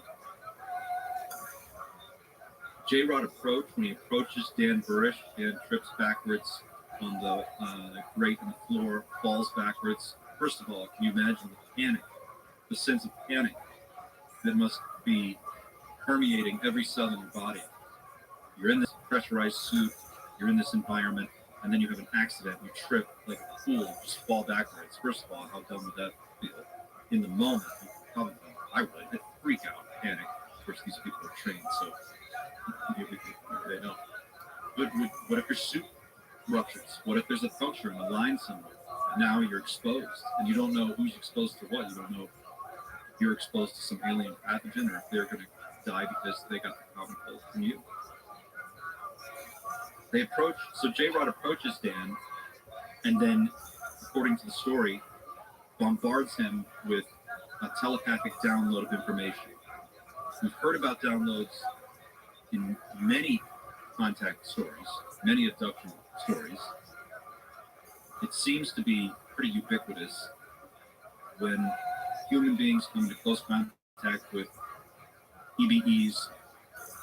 There is a telepathic exchange that takes place. All communication appears to be telepathic, and it comes in the form of a voice that you hear in your head or a download, like where you double-click an attachment in an email and it just opens up into a full concept that you have complete 360-degree understanding. It's just downloaded into your mind.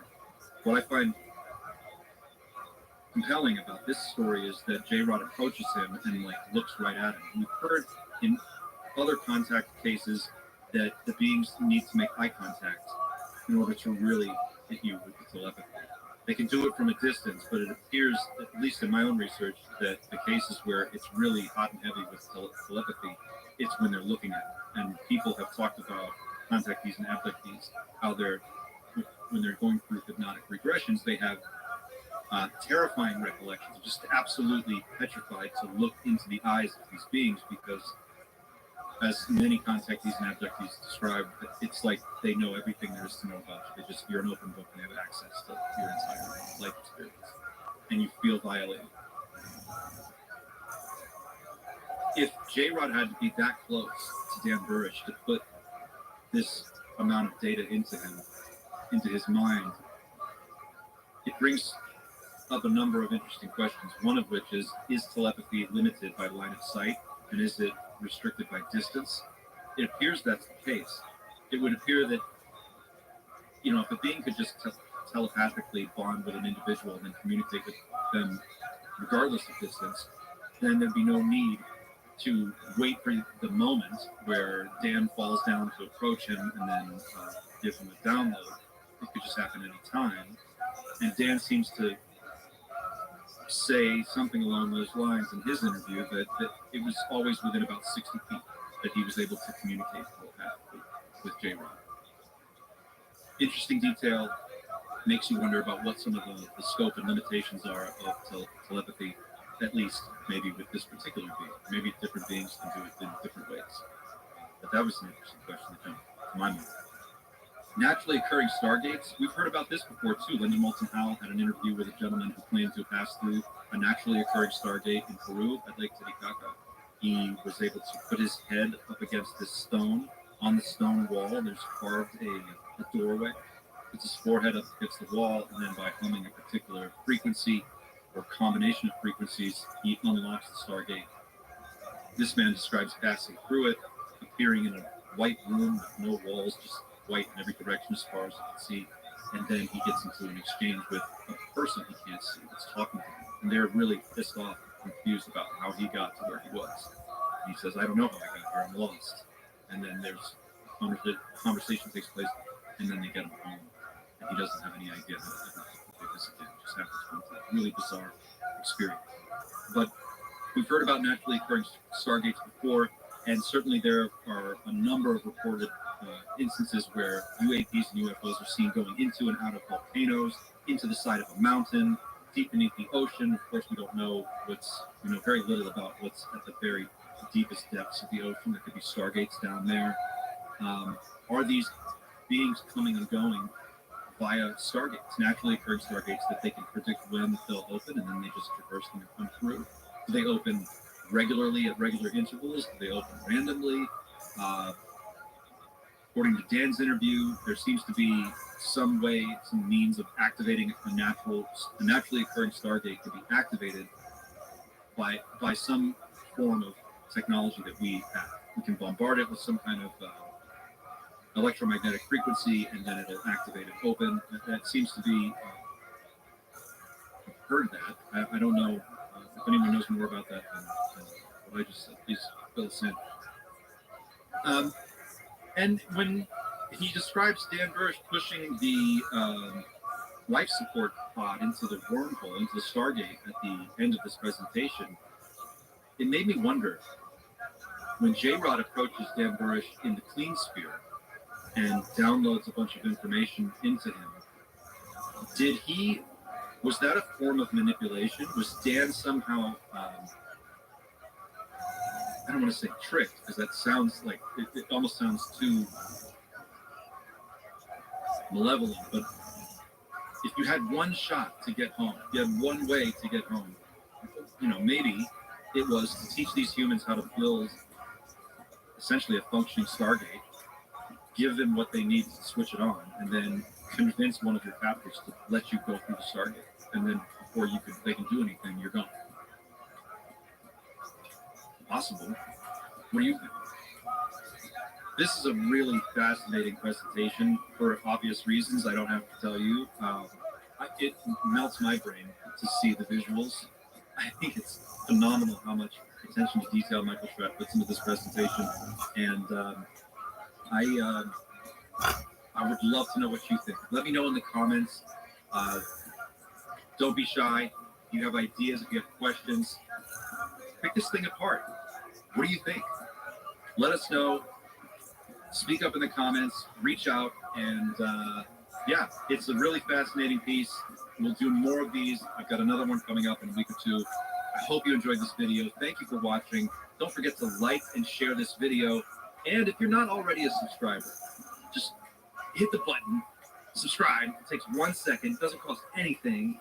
We've had a great run over the last few weeks. We've broke 5,000 subscribers. We're almost at 5,100. It's been a banner week for Night Shift. I would love to see that momentum carry on. So help me out. Subscribe, join Team Night Shift. This is about you. It's about me. It's about them. It's about us. It's about the community getting together, having these conversations, talking through these things, looking at these videos and trying to pull it apart and understand what's going on. I don't think any one person has all the pieces of the puzzle, but we each have something to offer. And it's going to take all of us. It's going to take engineers. It's going to take artists to figure out what is going on. So don't be a stranger. I can't wait to see what you have to say in the comments. Thanks for watching. I'll see you on the next one. Until then, keep looking.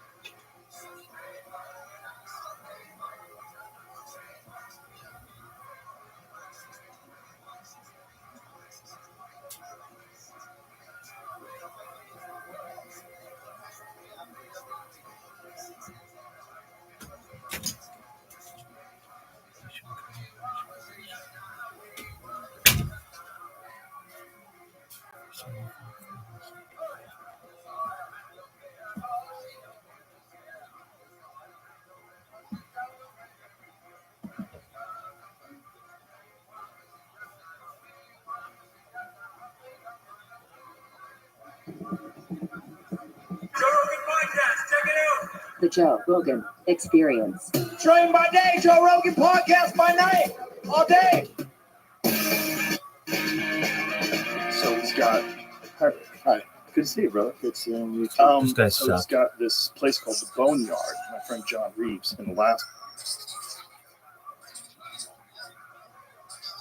I have some new tour dates to let you know about. I'll be in East Lansing.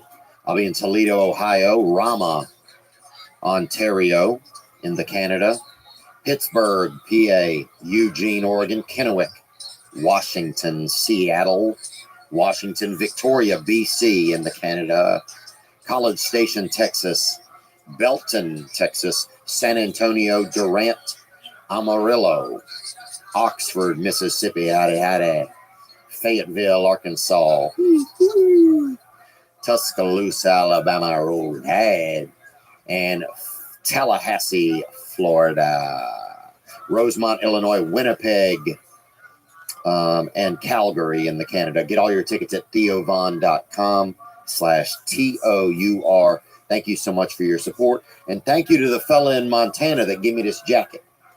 Got some Indian artifacts on the back. And I just want to say thank you. I really like this jacket. We've also got some new merch, some new Gang tees in pepper and ivory. And we've got a new Gang hat. That giggity. Check those out and more at theovonstore.com. Happy holidays to everyone. Today's guest is an entrepreneur and a philanthropist. He worked at IBM. He worked at Bank of America. But most people know him as the founder of Craigslist, a site that has given so many unique experiences to the world. We're so happy to get to spend time today with Craigslist's own Craig Newmark.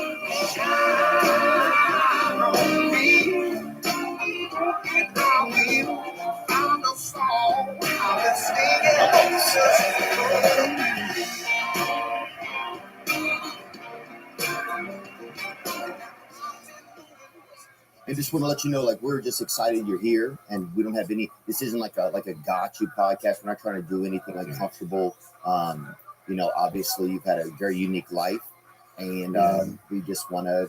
I think we're curious about it. Well, 2 episodes ago, you had Ryan Martin. Yeah. And I learned one big thing on thinking about what he had said. So I prepared to even mention that because he made me realize something which I won't be able to do anything about, but at least understanding helps. Oh, about anger. Yes. Yeah. Yeah, I thought Ryan Martin was really interesting. He's a professor over in Green Bay, because I think anger is something that's kind of enveloping people a lot these days. I find it a lot in myself, and you almost get. Obviously, it's kind of embarrassing. It's a weird feeling that's like, it can lead to a lot of negativity. It can lead to, dangerous activities, but it also, I feel you get embarrassed of it. And it kind of just takes you over. Well, in my case, it's tied in with some traumatic stress. And my deal is I learned the hard way that no good deed goes unpunished. I learned that a person who's basically honest will never be able to successfully deal with a person who lies for a living. That's very frustrating because I have to keep it in. Some days somebody may be able to deal with it, maybe with some help from me.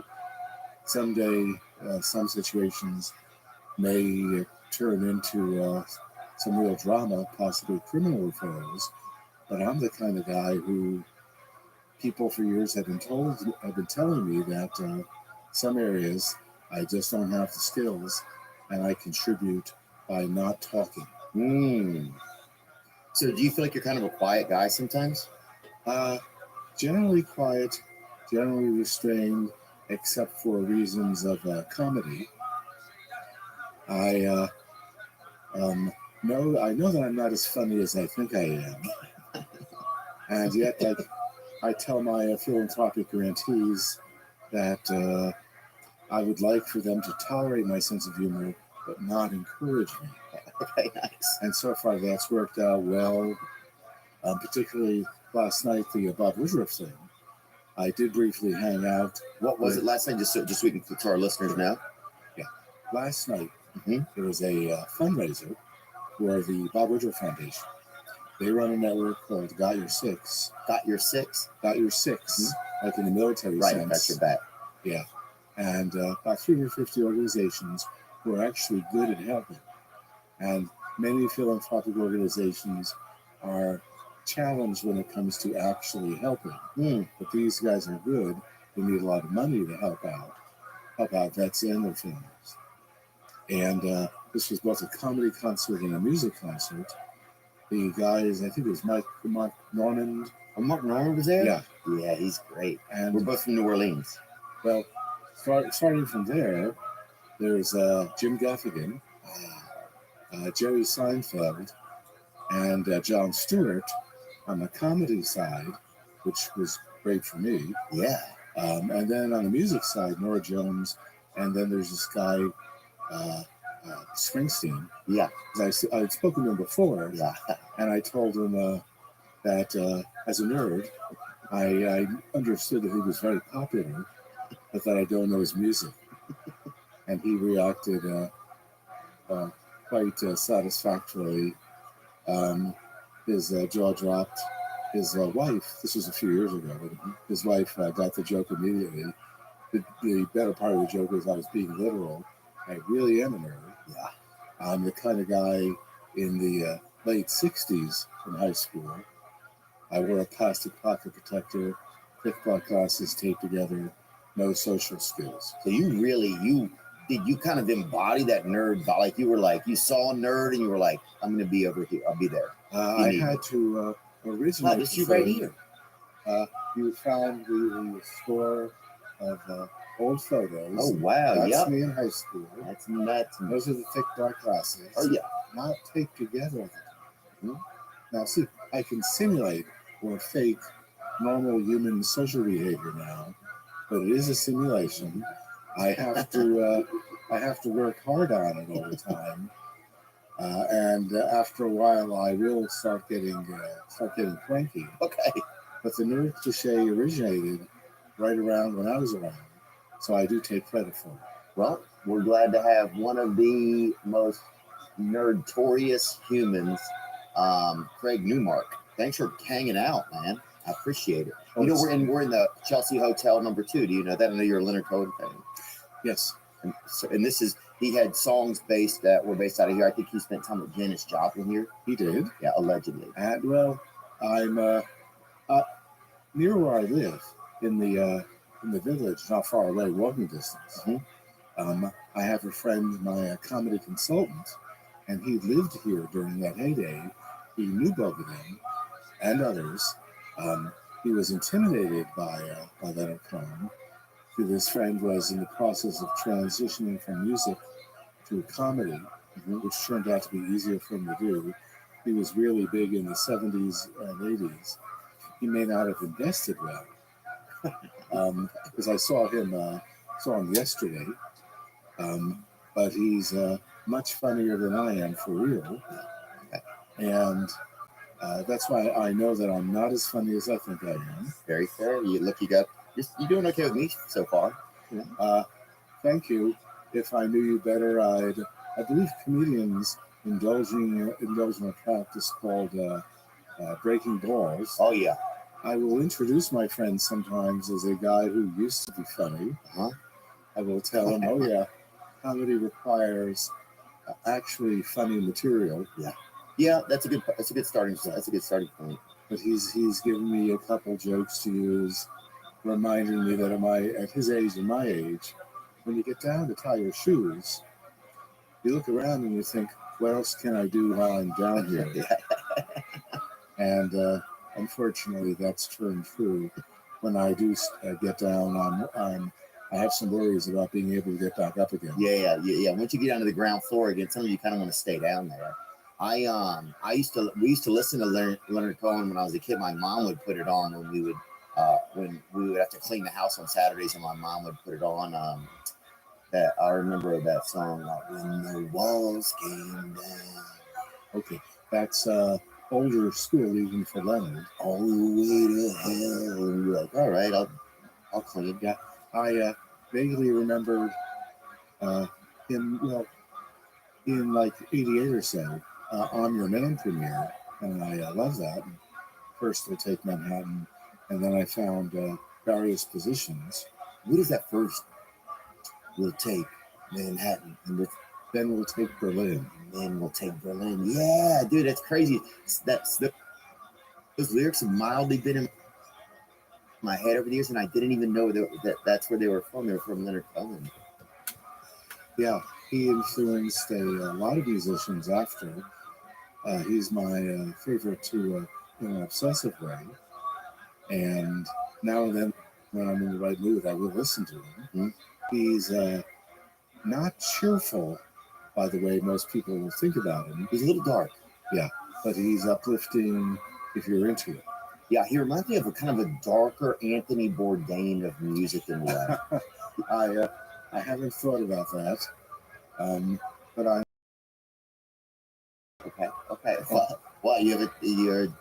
Well, my problem simply is that since I've been on the run all morning, I did pass a place which had what looked like a good slice of pumpkin pie. Oh yeah. I, however, may have been disappointed. Mm-hmm. So I'll think of something later this afternoon. Something a little less risque, huh? Well, it's just too delicious. Yeah. And it's hard to know when to stop. Mm-hmm. Yeah, well, it's funny because they don't put a stop sign at the bottom of a dessert. That may or may not be hopeful. I will face the challenge in roughly 2 hours. Okay, there we go. Well, we have you for a limited time today. I do want to talk. You are the Craig from Craigslist. Yeah. That is true. Yes. Okay. And how did Craigslist start? Like, just I know it's a basic question, but you don't even think about it as a regular human. We don't even know that you're a real. You don't even know. Yeah. And I occasionally tell people that Craig is fake, like Betty Crocker. Mm-hmm. My deal is that I moved to San Francisco mid '93. Okay. And I saw there were a lot of people helping each other out on the net, sometimes doing so, giving away expensive consulting time. And I took advantage of that. People helped me settle in, told me about neighborhoods and restaurants and events that I might get interested in. So you were on the internet just with people looking for information about living in a new area. Yeah, a lot of this was from The Well, an early virtual community, some from Usenet news groups, which were the first big deal discussion boards. And there was the spirit that we were all going to use the net to help each other out. Yeah. So I thought I should do that. Started a simple CC list, telling people about what I thought were cool events, usually arts and technology, like Joe's Digital Diner or the Anand Salon, which was a party fundraiser for a local theater, highly entangled with the very earliest Burning Man. And I never got involved with that because I realized that I'm not a burner at heart. Yeah.